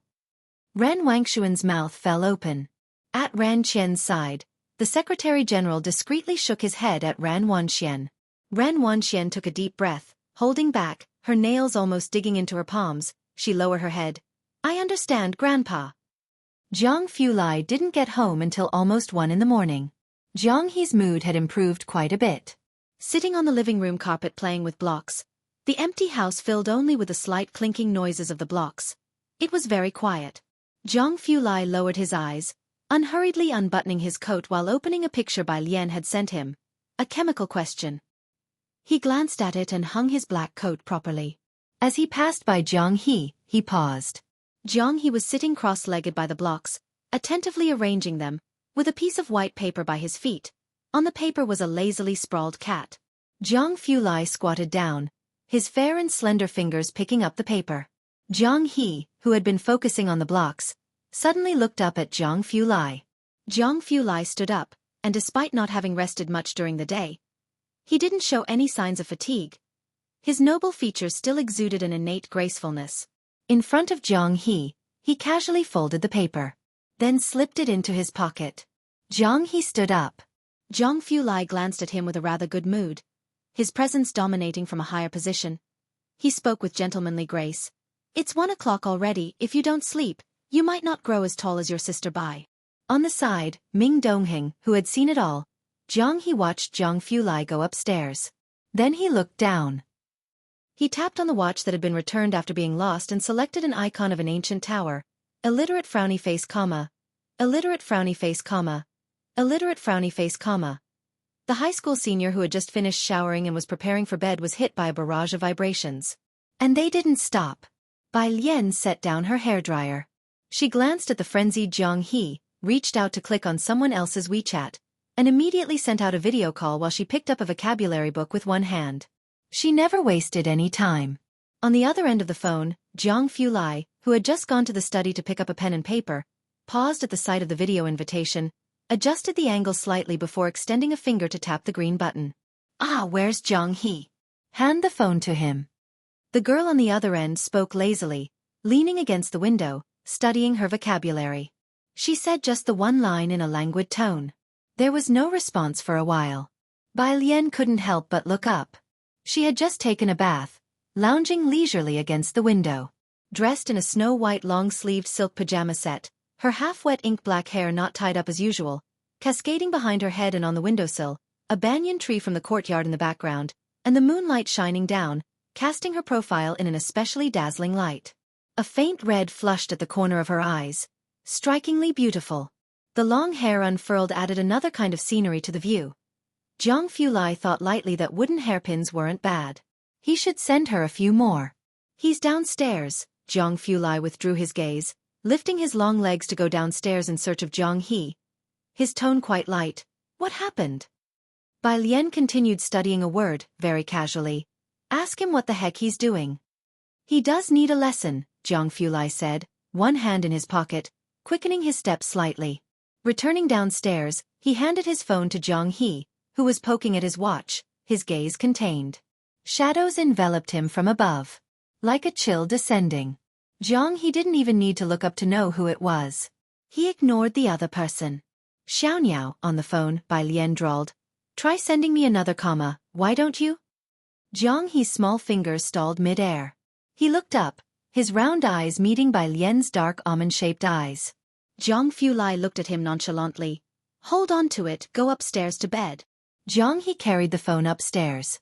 Zhang Fulai watched Zhang He with cold eyes as he took the phone to his small room and then went to take a bath. When everything was settled, it was already past 2. He gently pushed open Zhang He's bedroom door. Zhang He was asleep, with the phone upside down on his chest. Only the sound of Zhang He's long breathing filled the room. Chapter 120, 047 Director Jian doesn't care about his master's post, second update. _3 Zhang Fulai tucked the blanket round Zhang He, whom he had kicked open, and then turned off the light. Only then did he gently pick up his smartphone and leave the room. The door was closed properly. Zhang Fulai put the smartphone back into his pocket, went to the study to deal with some documents sent from the Zhang family, and then returned to his own room, the whole house still vast and quiet. He absent-mindedly picked up the remote control to close the curtains, when suddenly he heard a lazy yawn coming from the smartphone in his pocket. You last longer than I do. He was startled and looked down to light up the screen. On the other end of the phone, Bai Lian was laughing lazily. I'm going to sleep first. The video call ended. Zhang Fulai realized belatedly.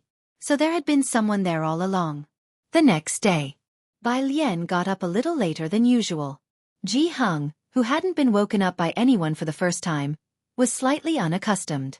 Bai Lian sent Zhang He a period and then went straight to school, without the time to make a detour to see him in the morning.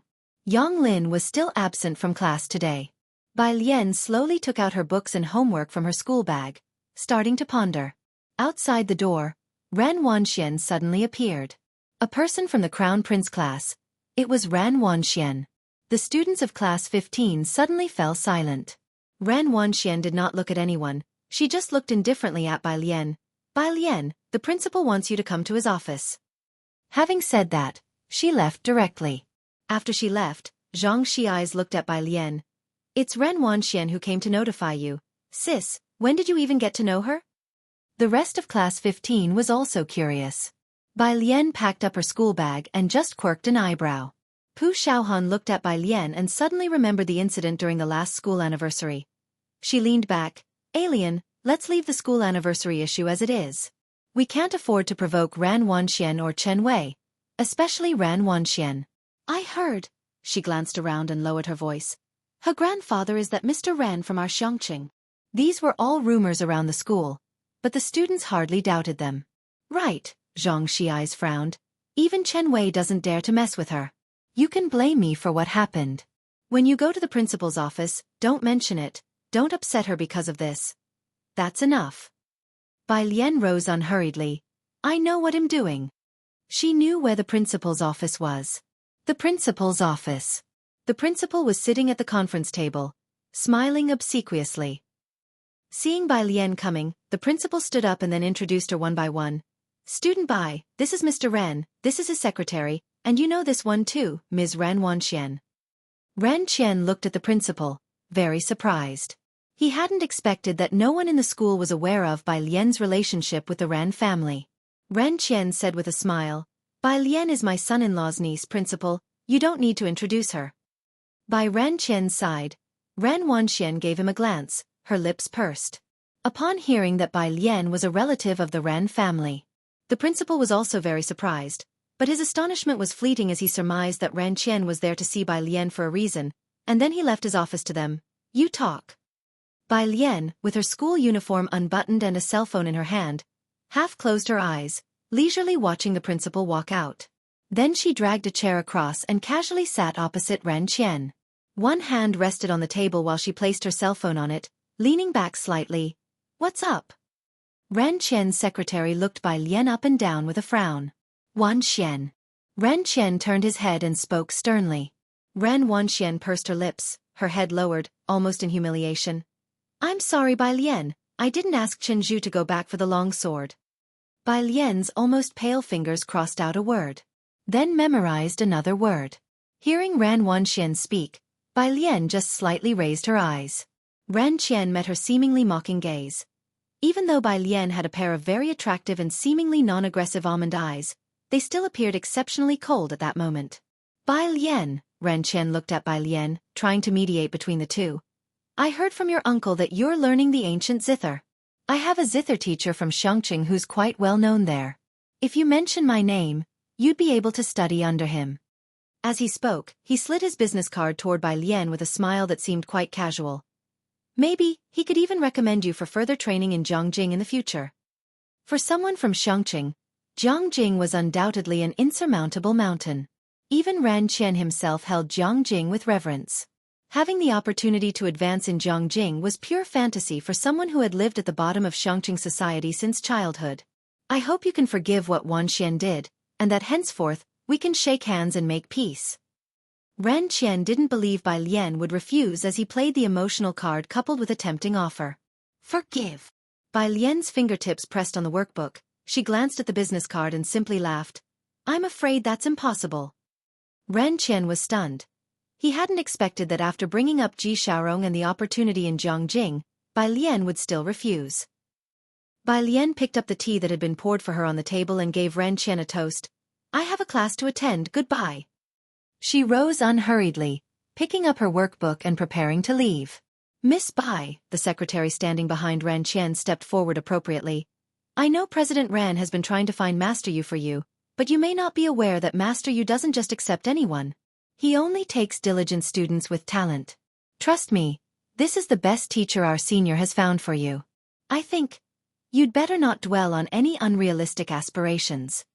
He was very polite, but his every word implied that Bai Lian's dreams were too lofty and her lot in life too slight. Ren Wanxian looked at Bai Lian with a sneer. Enough, no more talk, Ren Qian scolded the secretary, a master of playing good cop and bad cop, and sighed to Bai Lian. But he's right. Master Yu also only takes in talent that can perform at concert level. He can't be swayed by money, and Xueqi, a businessman, doesn't have many avenues to explore. Believe me, this is the best teacher I could find for you. A slap, followed by a sweet date. It was a trick Ren Qian was accustomed to. The best teacher you can find for me? Bai Lian stopped, grasping her cell phone tightly. She leaned forward slightly, her two fingers picking up the business card from the table. Ren Qian, however, thought Bai Lian was coming around. He was just about to happily say, from now on we're family.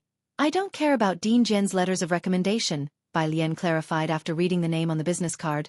Let alone this Mr. Shi. Did you think I would care? She flicked the business card lightly, and it fluttered to the ground. Chapter 121. How was the performance of Jiangjing's teacher? Number 048. Bai Lian tilted her face slightly, the slanting morning sun casting an ethereal glow on her profile, as cold as jade. She gave a slight nod to the three people, then turned and walked out of the office with an air of calm detachment. It was not about losing face. She really didn't care about that business card. Ren Qian had always been able to control his emotions, his every action aimed at ensuring his own welfare first and foremost. To plug the gaps above and cover the bases below was the principle upon which he survived. This reshuffling in Xueqi had unavoidably affected him. His misjudgment that Bai Lian could play the Guzheng, let alone the white robe journey, was something he had not anticipated. But it wasn't as if Ren Qian had no remedy. Now Ren Xueqi was eagerly trying to find a Guzheng teacher for Bai Lian, and Ren Qian could tell that Bai Lian also wanted to seize this opportunity to leave a better impression on Elder Chen. So he did his best to find a well-known Guzheng teacher in Xueqi. Yet he had not expected Bai Lian to react this way. Even Ran Wanxian was very surprised. Dean Jian. Ran Wanxian was the first to react. She turned back to look at the secretary. Who is that? Which Jian? There's no such person in Xueqi. The secretary also regained his composure, bending over to pick up the business card from the ground. Mr. Ran, since she looks down on it, well, find someone else. Forget it. Ran Qian stood up, his eyes growing dark. Since she looks down on it, let her find a better teacher. After all, she's from the Ji family. She'll experience setbacks eventually. Lacking vision, overestimating oneself. Ran Wanxian apologized. He took out the business card.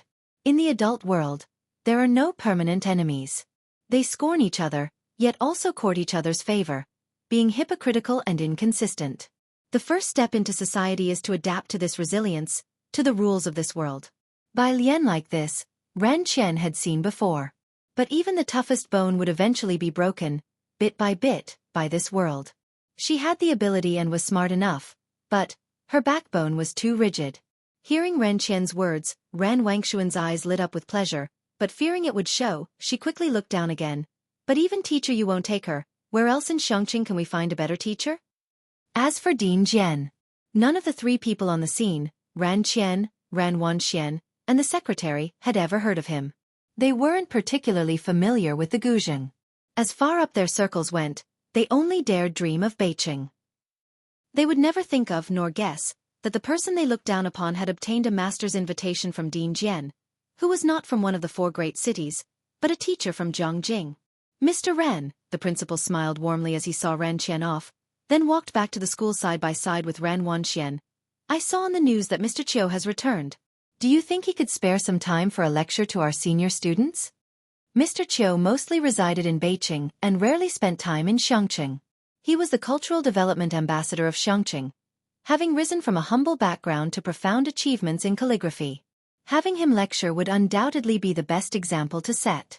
Ran Wanxian was Mr. Chiu's last closed-door disciple. This was no secret. I'll ask my teacher, Ran Wanxian said. That would be great, Ms. Ran. The principal was very pleased. Ran Wanxian was much easier to deal with than Bai Lian and Ning Xiao. Also, there is a tourism promotion activity for our city next week with journalists attending. Please come to school on Saturday to go through the process. When Bai Lian returned to her class, it was almost time for lessons to start. Is everything okay? Pu Xiaohan turned to look at her, followed by Zhang Shi's inquisitive gaze. Bai Lian pulled out her textbook, shaking her head. Her gaze glanced at the school bag on the neighboring seat, causing her hand to pause momentarily. Yang Lin has returned. Pu Xiaohan noticed her gaze, his delicate brows furrowing. Lu Mum called her to the office. The office. Lu Lingxi reached out, wanting to brush aside Yang Lin's hair to check if her forehead had been injured, but Yang Lin stepped back. Teacher. Yang Lin's voice was always quiet, her eyes calm, with scarcely a ripple. Yet her entire demeanor was like a high wall erected, cutting her off from everyone else. You. Lu Lingxi's eyes reddened slightly. Come stay at my house. Yang Lin shook her head. He will find out. Yang Lin's hair was long, nearly covering her eyes. The little that was visible, which should have shown the vibrancy of youth, seemed instead like a stagnant pool. Yang Lin. Lu Lingxi wanted to touch her head but withdrew her hand.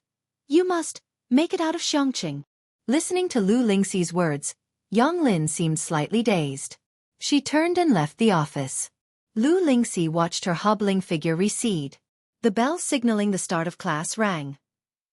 Chapter 122. How was the performance of Jiangjing's teacher? Number 048. _2 Yang Lin returned to her seat. Bai Lian only glanced at her when she stood up to let her sit down and didn't ask more. This gave Yang Lin a sigh of relief. The rest of the class had grown accustomed to it, and Yang Lin was inconspicuous enough that not many people paid attention to this side. Yang Lin took out her test papers and a pen. When Bai Lian saw the bruises on her wrist, her brows furrowed. As the class ended, Yang Lin was still bent over, working through questions. Bai Lian took out her phone and sent a message to Mao Kuan. Bring me a box of medicinal plasters. She sent her school's location to him. Mao Kuan, on the other end of the phone, hesitated upon seeing the position of Xueqi No. 1 Middle School, then replied, No problem, sis. Bai Lian glanced at her phone. Jiang He had sent her 2 messages. Jiang He was not the comma little prince today. Bai Jian? Question mark. Little One Mong, cat.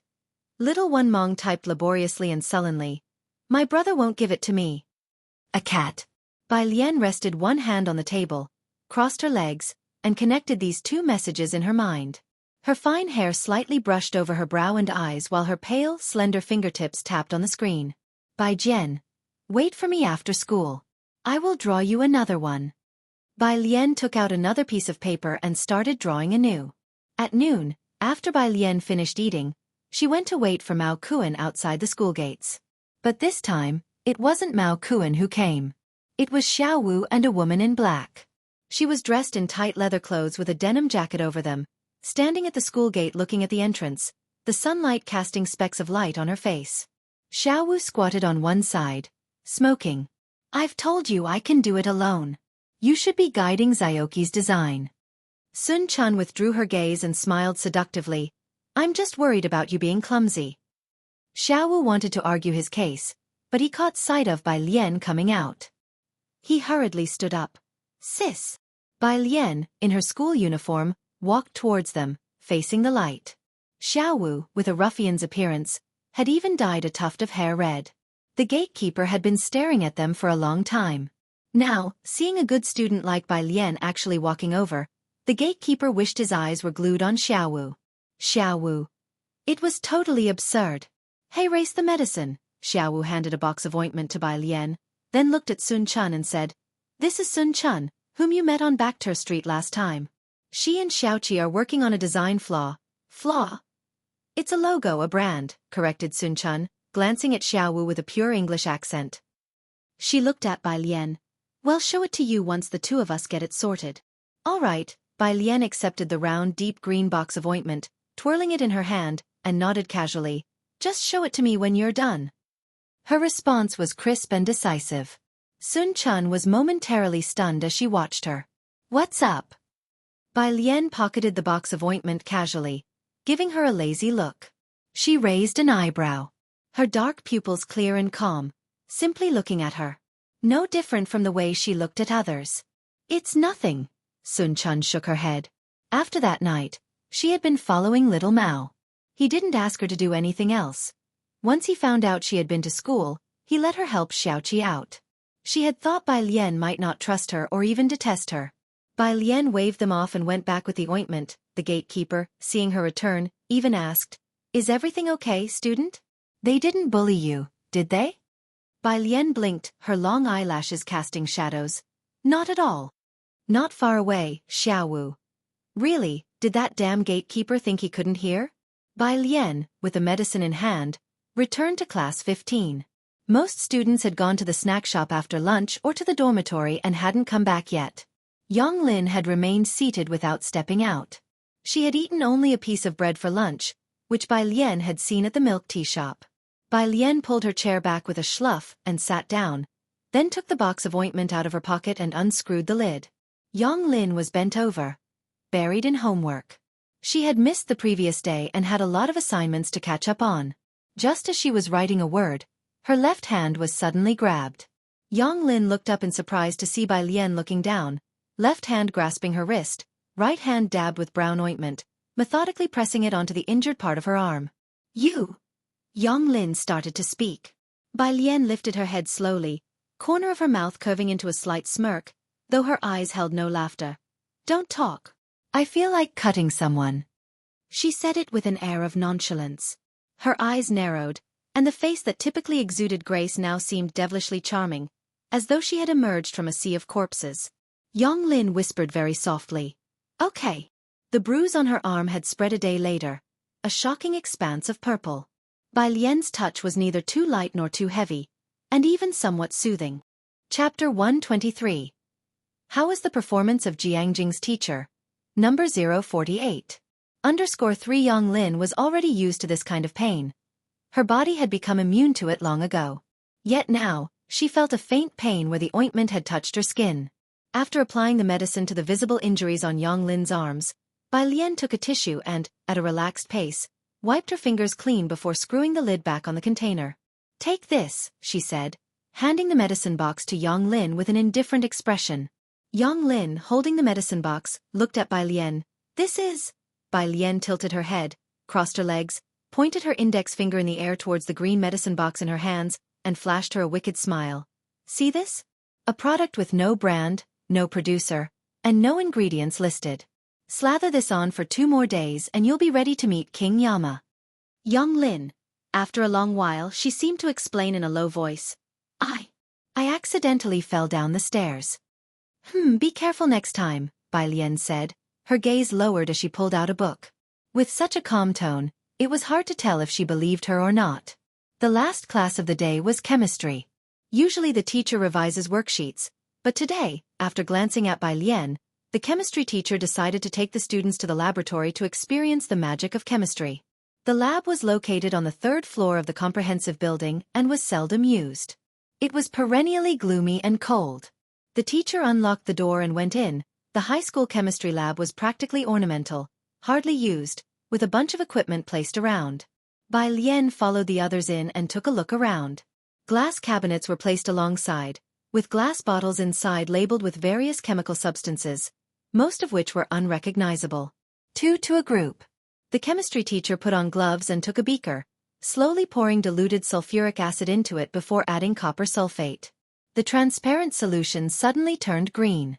After glancing at Bai Lian, the teacher methodically added aluminum foil and ignited it, the blue flames instantly leaping up in a beautiful and spectacular dance. Everyone watched the blue flames, and the chemistry teacher was very pleased with their reaction.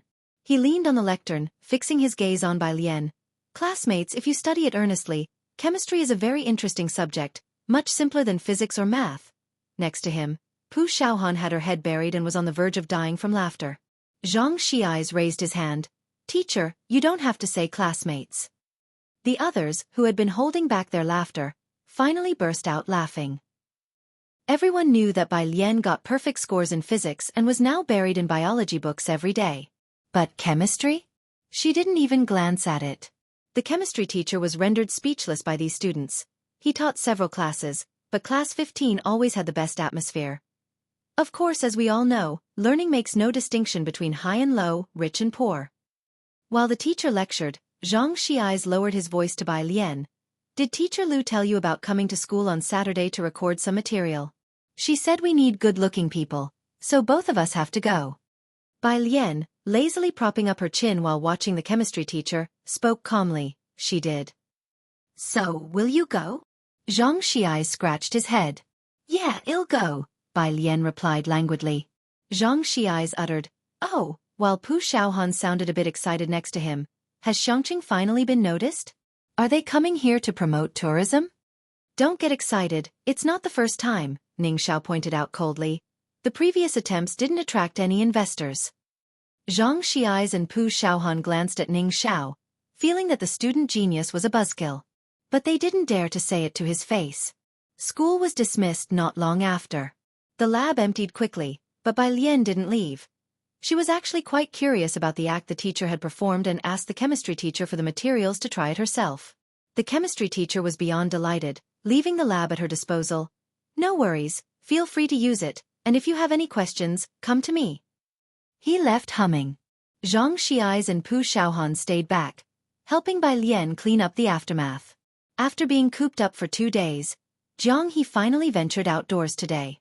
He squatted on the left side of the milk tea shop, holding his little bok choy, staring in the direction of the No. 1 middle school gate.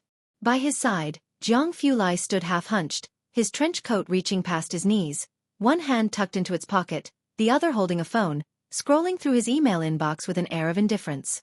With his tall, slender silhouette, natural nobility, and aloof demeanor, even the sunlight scattered in the air seemed to shatter into ice and snow around him. Although the milk tea shop was usually bursting at the seams, today a bunch of people stood across the street, pushing and shoving each other, too intimidated to come near. Those who dared to enter practically sprinted past him. When Bai Lian arrived with Pu Xiaohan and others, they just so happened to witness a middle-aged man bowing his head and dashing into the milk tea shop. Chapter 124. How was the performance of Jiangjing's teacher? Number 048. _4 Bai Lian must have sensed them, as Zhang Fulai slightly lifted his head.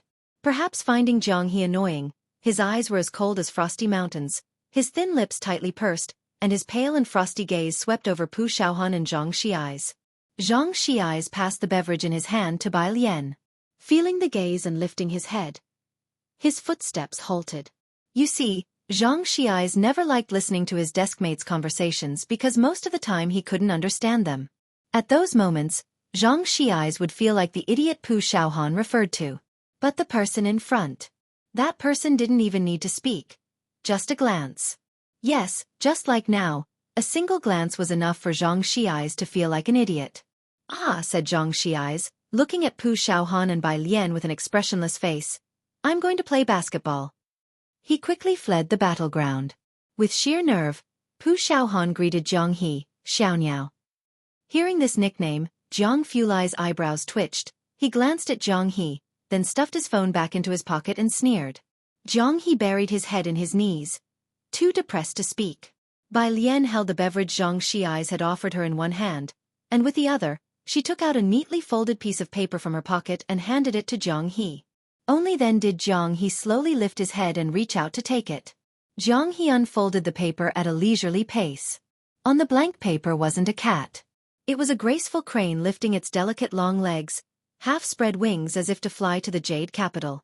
Jiang He blinked, amazement sparkling in his eyes.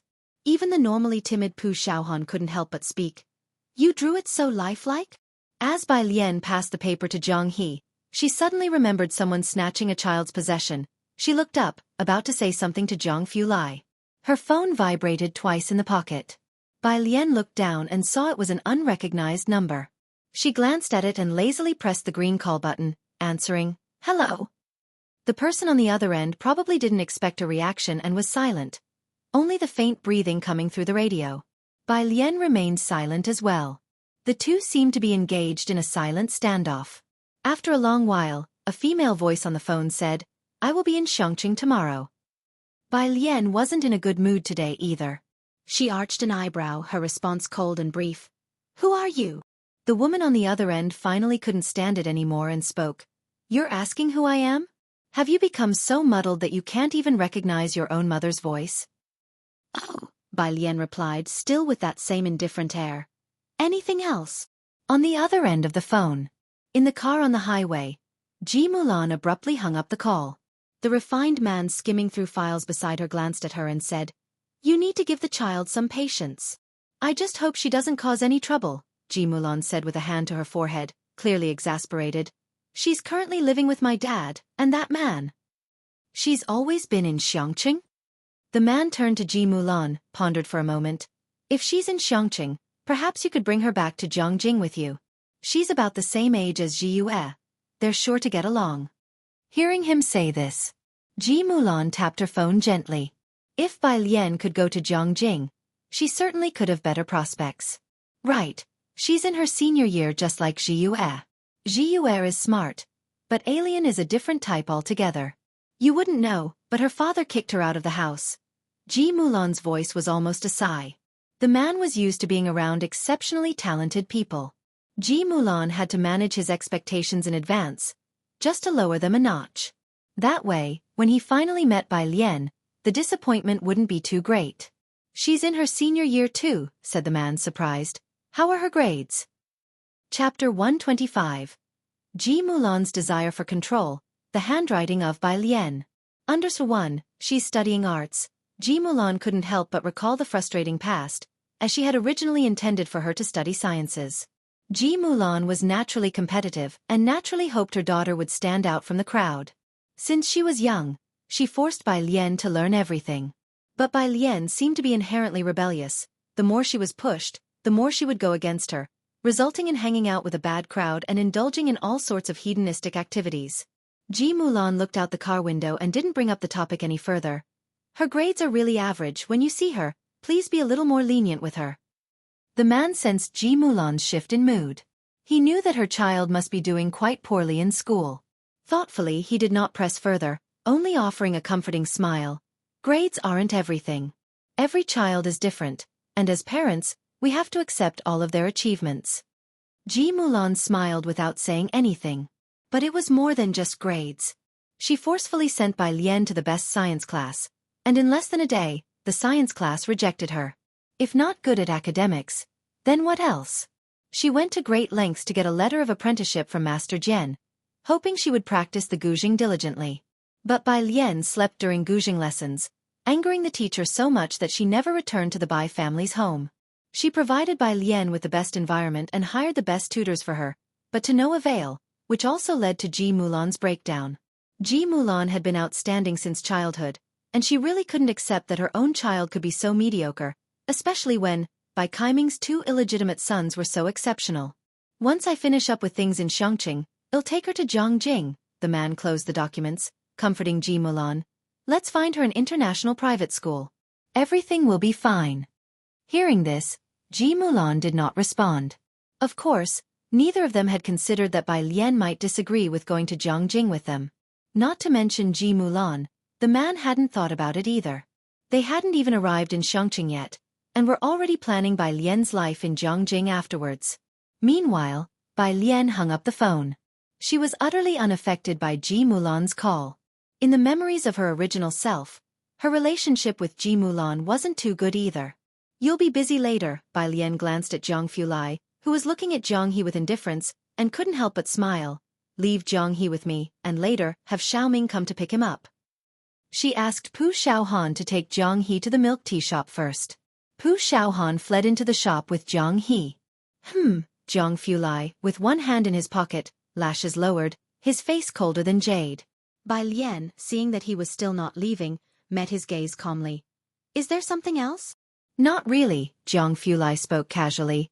I'm just a bit thirsty. Ha! Bai Lian raised the cola that Zhang Xi's gave her, then felt it didn't quite fit his overall aura. This is all I have. That's fine. Zhang Fulai took the cola from Bai Lian's hand with polite ease, his cool middle and ring fingers clasping the bottle top, eyelashes half lowered. Thank you. Bai Lian watched him walk away with the cola. The noble and aloof young Master Zhang holding a bottle of cola. All the way to the laboratory. Most people couldn't help but take an extra glance at the cola in his hands as he passed. In the lab, Hewen would get scolded a bit less than usual. When he went to report for the group, he couldn't help but stare more at the cola on the table. Zhang Fulai picked up his glasses, slowly placing them on his nose with deliberate ease. His eyes slightly narrowed, calm yet detached. Do you want it? Hewen quickly averted his gaze. He wished he could put an impassable boundary between himself and the cola. He took 3 steps back. No. Young Master Zhang, I've never liked cola since I was a kid. Hewen almost wanted to cry. But Zhang Fulai just glanced at him. And then he leaned forward slightly, casually handing the cola to Hewen. His fine hair falling softly. You want it? This time, young Master Zhang's statement was declarative, not interrogative. Ha! Hewen confusedly took the cola. Anything else? Zhang Fulai withdrew his gaze, his icy look sweeping over through the lenses. Hewen quickly shook his head, holding the cola as he left the office with some bewilderment.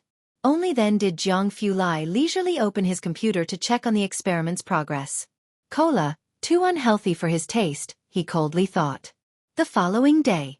Saturday. Bai Lian got up early, first taking her backpack to the library and entrusting Zhang He with Ning Xiao and Tang Ming. She went to the school first. Today, the school had a dress rehearsal for Ziyang Cheng's promotional video. Zhang Xi's, who lived next to the school, arrived at the recording room at the same time as Bai Lian, yawning. Chapter 126. Ji Mulan's desire for control, the handwriting of Bai Lian. _2 When they arrived, the photography crew responsible for the shoot was already there, including Bai Lian, Zhang Xi's, Ran Wanxian, and Chen Zhu. At that moment, they were shooting the segment where Ran Wanxian was writing large characters. What Xueqi is most famous for is its ancient capital as well as the inscriptions left on the city walls by Shengjuan. Both the Liang-style calligraphy and the guzheng are extremely popular. To attract investors, naturally, they had to showcase the elegance of Xueqi, and the recording staff was teaching Ran Wanxian the best angles. When Bai Lian and Zhang Xi's entered, Ran Wanxian and Chen Zhu were startled. Neither party had expected the other to be there. The staff members brightened up when they saw Bai Lian. Today, Bai Lian was wearing a 2-height long dress that reached her ankles, with delicate orchids embroidered on the hem and sleeves, and a pale aqua waistband tied loosely at the waist, accentuating her slender figure. Besides that elegant yet simple attire, she wore no other accessories. The hem of her dress swayed gently with her steps, like a misty ink-washed painting of Xueqi. "Our school really does produce good-looking guys and girls," a female worker whispered, looking at the planning book, and said to someone next to her, "The two who came later are even better looking. What are they here to shoot?" "Nothing specific, just reading poems from the city tower, mainly because they look good, you know." "That's it? Aren't they just background props?" the female worker asked in surprise. "The focus isn't on them. The main thing is Master Cho's apprentice. Let's shoot the calligraphy first. As long as they are good-looking, they're like living advertisements." "Bai Lian, Zhang Xi's, you're here, please wait a while, have a seat over there," the principal, while watching Ran Wanxian write, smiled and turned his head to Bai Lian and Zhang Xi's. "Let's finish shooting these students first." After speaking, he quickly turned back, fixating his eyes on Ran Wanxian's writing. Bai Lian could study at any time and any place. She nodded, found a spot, took out her phone, and began memorizing vocabulary in an unhurried manner. Zhang Xi's, a bit bored, leaned to the side, seeing Bai Lian memorizing words again. Couldn't help touching his nose and went to watch Chen Zhu and Ran Wanxian shoot. Ran Wanxian was writing the Liang style over and over again. At the school, Ran Wanxian's calligraphy was the stuff of legends. Zhang Xi's didn't really understand much about calligraphy, only praising Ran Wanxian's work as really cool, when occasionally seeing it on the bulletin board.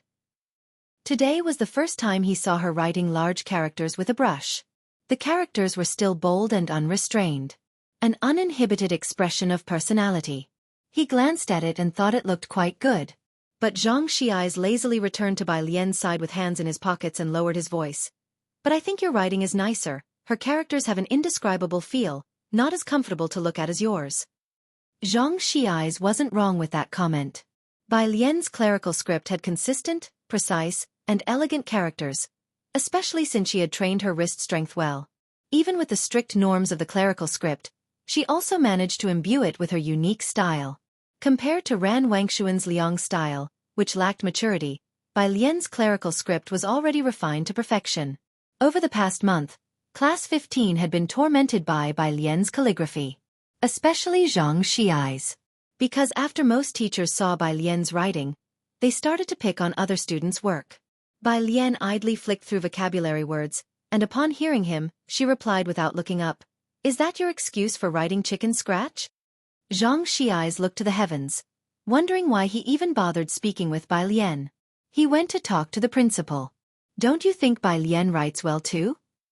Zhang Xi's was popular at school because he was handsome, participated in many activities, and got along well with the principal and teachers. Why not let Bai Lian give it a try as well? The principal was standing just a few steps away from Ran Wanxian and Chen Zhu. They both heard that sentence. Ran Wanxian's lifted wrist halted. Bai Lian knows how to write large characters? A trace of inquiry crossed her face. The principal, hearing someone praising Bai Lian's calligraphy for the first time, looked at Zhang Xi's with surprise. "Really? Why hasn't anyone mentioned this?" Chen Zhu looked up at Zhang Xi's. He had seen Bai Lian's characters. Bai Lian writes clerical script. Clerical script? Ran Wanxian's thoughtful expression disappeared, and the corners of her mouth twitched upwards. Bai Lian practiced clerical script, which was actually looked down upon in the calligraphy world. Zhang Xi's was still trying to sell Bai Lian's clerical script to the principal. He glanced at Ran Wanxian's characters. "Bai Lian writes much better than the student from Class 8, Principal, you can't be biased." After Ran Wanxian finished a character, the photographer collected her work and laid down a new sheet of paper for her to write on. She remembered Bai Lian even saying that the Bai family's Liang style was mediocre at best. Birds of a feather flocked together, after all. She didn't want to talk much with Zhang Xi's. After all, he had never studied calligraphy, and explaining it to him would be like playing the lute to a cow. But he was trying to raise Bai Lian up by belittling her calligraphy. She glanced at Bai Lian and then said, "Zhang Xi's, do you know that the clerical script is actually sneered at in the world of calligraphy? Because it lacks artistry, it doesn't even qualify to be called calligraphy. You compare your clerical script with my Liang style? You might just make others laugh their heads off." Zhang Xi's already had a bone to pick with Ran Wanxian. Last time, if it hadn't been for Bai Lian's gouging skills, Wanxian would have made a fool of herself. He was deliberately targeting Ren Wanxian today and upon hearing this, sarcastically said to her, "Then the calligraphers need to wash their eyes. Your writing is not even close to our Lien's clerical script." He glanced at the large character placed to the side, puts his hands in his pockets, and mouthed to Ran Wanxian, "Trash, far inferior." "You," Ran Wanxian, too angry to keep her hands steady, but still maintaining her etiquette, couldn't bring herself to say something like what Zhang Xiai's had said. "Principal, since he thinks my Liang style is not good, then find someone who writes well to do it." Always prone to impulsive behavior, she abruptly put down the brush with a smack, as if intending to leave, and walked out of the classroom, leaving everyone behind. Chapter 127. By Xiangjuan, mother and daughter reunion. Under one, the staff members fiddling with the equipment were also extremely surprised, as they exchanged bewildered glances. Ran Wanxian had already left a group of people behind and exited the classroom. As the sole descendant of the Ren family, she was extremely willful in front of Ren Qian, throwing a tantrum at the slightest dissatisfaction, so naturally, she would not restrain herself here either. Ren's student. The principal hadn't expected that in the blink of an eye, Ran Wanxian would have left. He called out twice, but far from stopping Ran Wanxian, she instead walked away even faster. "Principal, what should we do now?" The photographer awkwardly closed the front cover of the machine, looking towards the principal. Chen Zhu stood up from his seat, glancing at Zhang Xiai's, he said coldly, "You don't understand, you could just keep quiet." Then he nodded to the principal, "I'll go check on her." After Chen Zhu left, the principal didn't know how to look at Zhang Xiai's. "With that mouth of yours, can't you just not provoke her? So speaking the truth is not allowed?" Zhang Xiai's touched his nose. The conflict between Class 8 and the regular classes wasn't new. Because of the long sword incident, he hadn't even played basketball with the class leader of Class 8 lately. "All right, I'll handle this. You two, coordinate with the photographer." The principal finally looked at Zhang Xiai's with a mix of headache and helplessness. "Don't worry, I'll go talk to her." The principal was also aware of the discord between Class 8 and the regular classes. He had assigned Teacher Li to lead Class 8, hoping it would resolve the conflict between Class 8 and the other classes, with limited success. This time, Ziyang Cheng's cultural tourism promotion was very important. They couldn't afford to miss anyone, especially not Ran Wanxian. In an instant, 3 people had left, and Zhang Xiai's looked at by Lian. "Fellow students," the photographer quickly spoke up, breaking the awkward silence. "Let's go downstairs and take some pictures of the school's Millennium Stone Stele." On this side, the Ren family's car was parked by the school gate. Ignoring the words of Chen Zhu and the principal, Ran Wanxian got straight into the car, to the teacher's house. Ran Wangshuan's teacher was Teacher Qiu, which the driver also knew. Teacher Qiu lived near the Xiangqing building, a bit remote, but in a standalone building. When she arrived, Teacher Qiu was meeting with officials from the Cultural Tourism Bureau. "This is Wanxian. As you know, she's a student I took on in my later years," Teacher Qiu, who looked to be in his 60s with hair already graying, said with a smile to the people from the Cultural Tourism Bureau, "She's very talented." The head of the Cultural Tourism Bureau, who had just been transferred here, was unclear about the Ran family members. Had also never heard of Ran Wanxian, and her name didn't come up in any major calligraphy competitions, so he offered polite but hollow praise. Eventually, the conversation shifted back to Teacher Qiu's grandson. True heroes emerge in their youth indeed. Watching is also the same, earning a nomination for the Orchid Pavilion Award at such a young age. Is he aiming for the Orchid Pavilion Award again this year?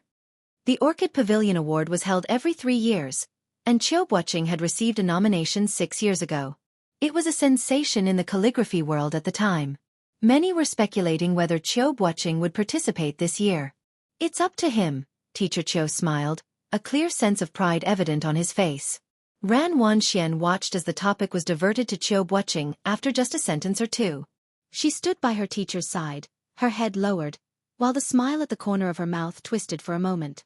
Once everyone had left, Teacher Qiu finally turned to Ran Wanxian, setting down his teacup. His demeanor was calm, but his eyes were incredibly sharp. "I heard from your grandfather that you've made progress in calligraphy recently. Come, write a couple of characters for me to see." The two headed to the study, and Ran Wanxian picked up a wolf hair brush. She seriously dipped her brush and wrote the character, Eternal. The brushwork was meticulous, and it was clear she really had some skill, especially as a female, naturally endowed with less wrist strength. In the realm of calligraphy, she indeed possessed a genius talent. Teacher, may I participate in this year's Orchid Pavilion Award? Ran Wanxian put down the brush, inquiring. Teacher Qiu scrutinized the character she had written. He shook his head. You're still too young. When your senior brother was your age, his brushwork was much steadier than yours. Wait a little longer. All right, Ran Wanxian nodded her head, appearing quite obedient. She could be willful with Ran Qian and at school, but she wouldn't dare before Teacher Qiu. However, in the corners unseen by the teacher, her eyes held a trace of brooding darkness. Always the senior brother. Always him. Weren't you at school today? Teacher Qiu reached for a copybook, smiling as he began making small talk. Ran Wanxian curled her lip, sharing half of the story. What style is that girl studying? Teacher Qiu was surprised. The world of calligraphy already had few females, and Ran Wanxian was one of the rare talented ones he had seen. He didn't expect there to be another one at Xueqi No. 1 High School. Guanga style, Ran Wanxian responded. Guanga style? Upon hearing this, Teacher Qiu didn't inquire further. Chapter 128. By Shangjuan, Mother and Daughter Reunion _2 Ran Wanxian saw Mr. Qiu was busy with a meeting, so she took out her phone and sent a message. Senior brother, the teacher won't let me participate in the Orchid Pavilion Award this year. Can you help persuade him? The other party replied slowly. You are too young, not yet qualified. But you also participated when you were 18. Ran Wanxian pursed her lips. Her skills were clearly on par with Qiu Boking's, but he was well known within the circle for being promoted by the team because he got nominated at 18. It was evident that Mr. Qiu proactively recommended Qiu Buqing to compete at the age of 18, but when it came to her own turn, there were continuous delays.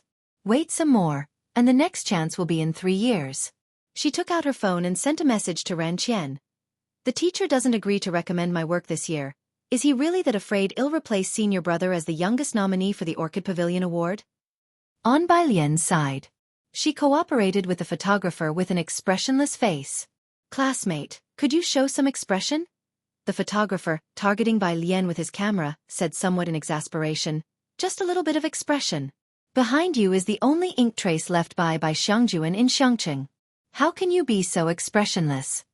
Zhang Xi's was standing off to the side, wishing he could step in for Bai Lian. Sis, Zhang Xi's also couldn't stand it, pointing to the engraved words on the monument. Do you see any lack of expression in these characters? This was her last battle, the words she carved on the stone with a long spear. How can you be so indifferent? Bai Lian looked at Zhang Xi's indifferently. Try raising your voice at me again. Zhang Xi's. He silently looked at the photographer, shrugged his shoulders, as if to say there's nothing I can do. The assistant photographer walked over, slowly approaching Bai Lian, and softly educated her. These are the last words she left for the Bai family army before she died. Just imagine, it was her final battle. She ordered General Chen Yi to lead the young soldiers to retreat, leaving only the elderly elite troops to follow her to death. Just think about that feeling. Bai Lian turned her head to look at the huge piece of stone a few steps away. This was the most central monument in Xueqi No. 1 Middle School. She knew this stone. But this was also the first time Bai Lian had looked at it since coming to school. The monument taller than a person, weathered by history. The characters that the long spear had carved into the stone were deepened by people, leaving only one sentence. Drinking wildly as I fight my enemies, one man, one arrow daring to storm Fengdu.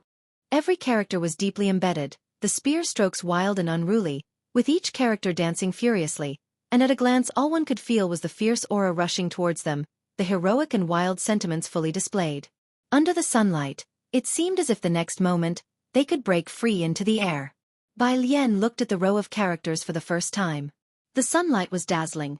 The girl looked sideways at the massive stone quietly, the cold gleam reflected by the sunlight making her appear excessively hazy, her graceful figure faintly visible. She was dressed in clean, plain clothes, wearing a wood hairpin. At this moment, it was as if she had traversed millennia, stepping through the mists of history and overcoming numerous dangers to witness this magnificent scene before her. Got it! The assistant quickly looked at the photographer. The photographer had already seized the opportunity and captured the moment. Indeed, this is perfect. This scene is too good. This scene alone can be used for the promotional film. No editing needed. Both of you did really well. The photographer looked repeatedly at the scene he had captured and then looked up, smiling with his eyes. Your camera presence is just too good. With these two's attributes, they could make it big in the entertainment industry, especially this girl. The emotion in that one fleeting moment was simply incredible. After the shoot, Bai Lian and Zhang Xi's exited the school gate.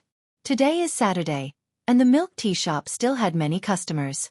The two had just come out when Yang Lin was leaving the milk tea shop, her hand almost entirely healed. Hi! Zhang Xi's greeted Yang Lin. Yang Lin glanced at him but didn't speak. Zhang Xi's was used to it. Bai Lian withdrew her gaze from Yang Lin. The three of them walked forward together, with Zhang Shi's home not far ahead.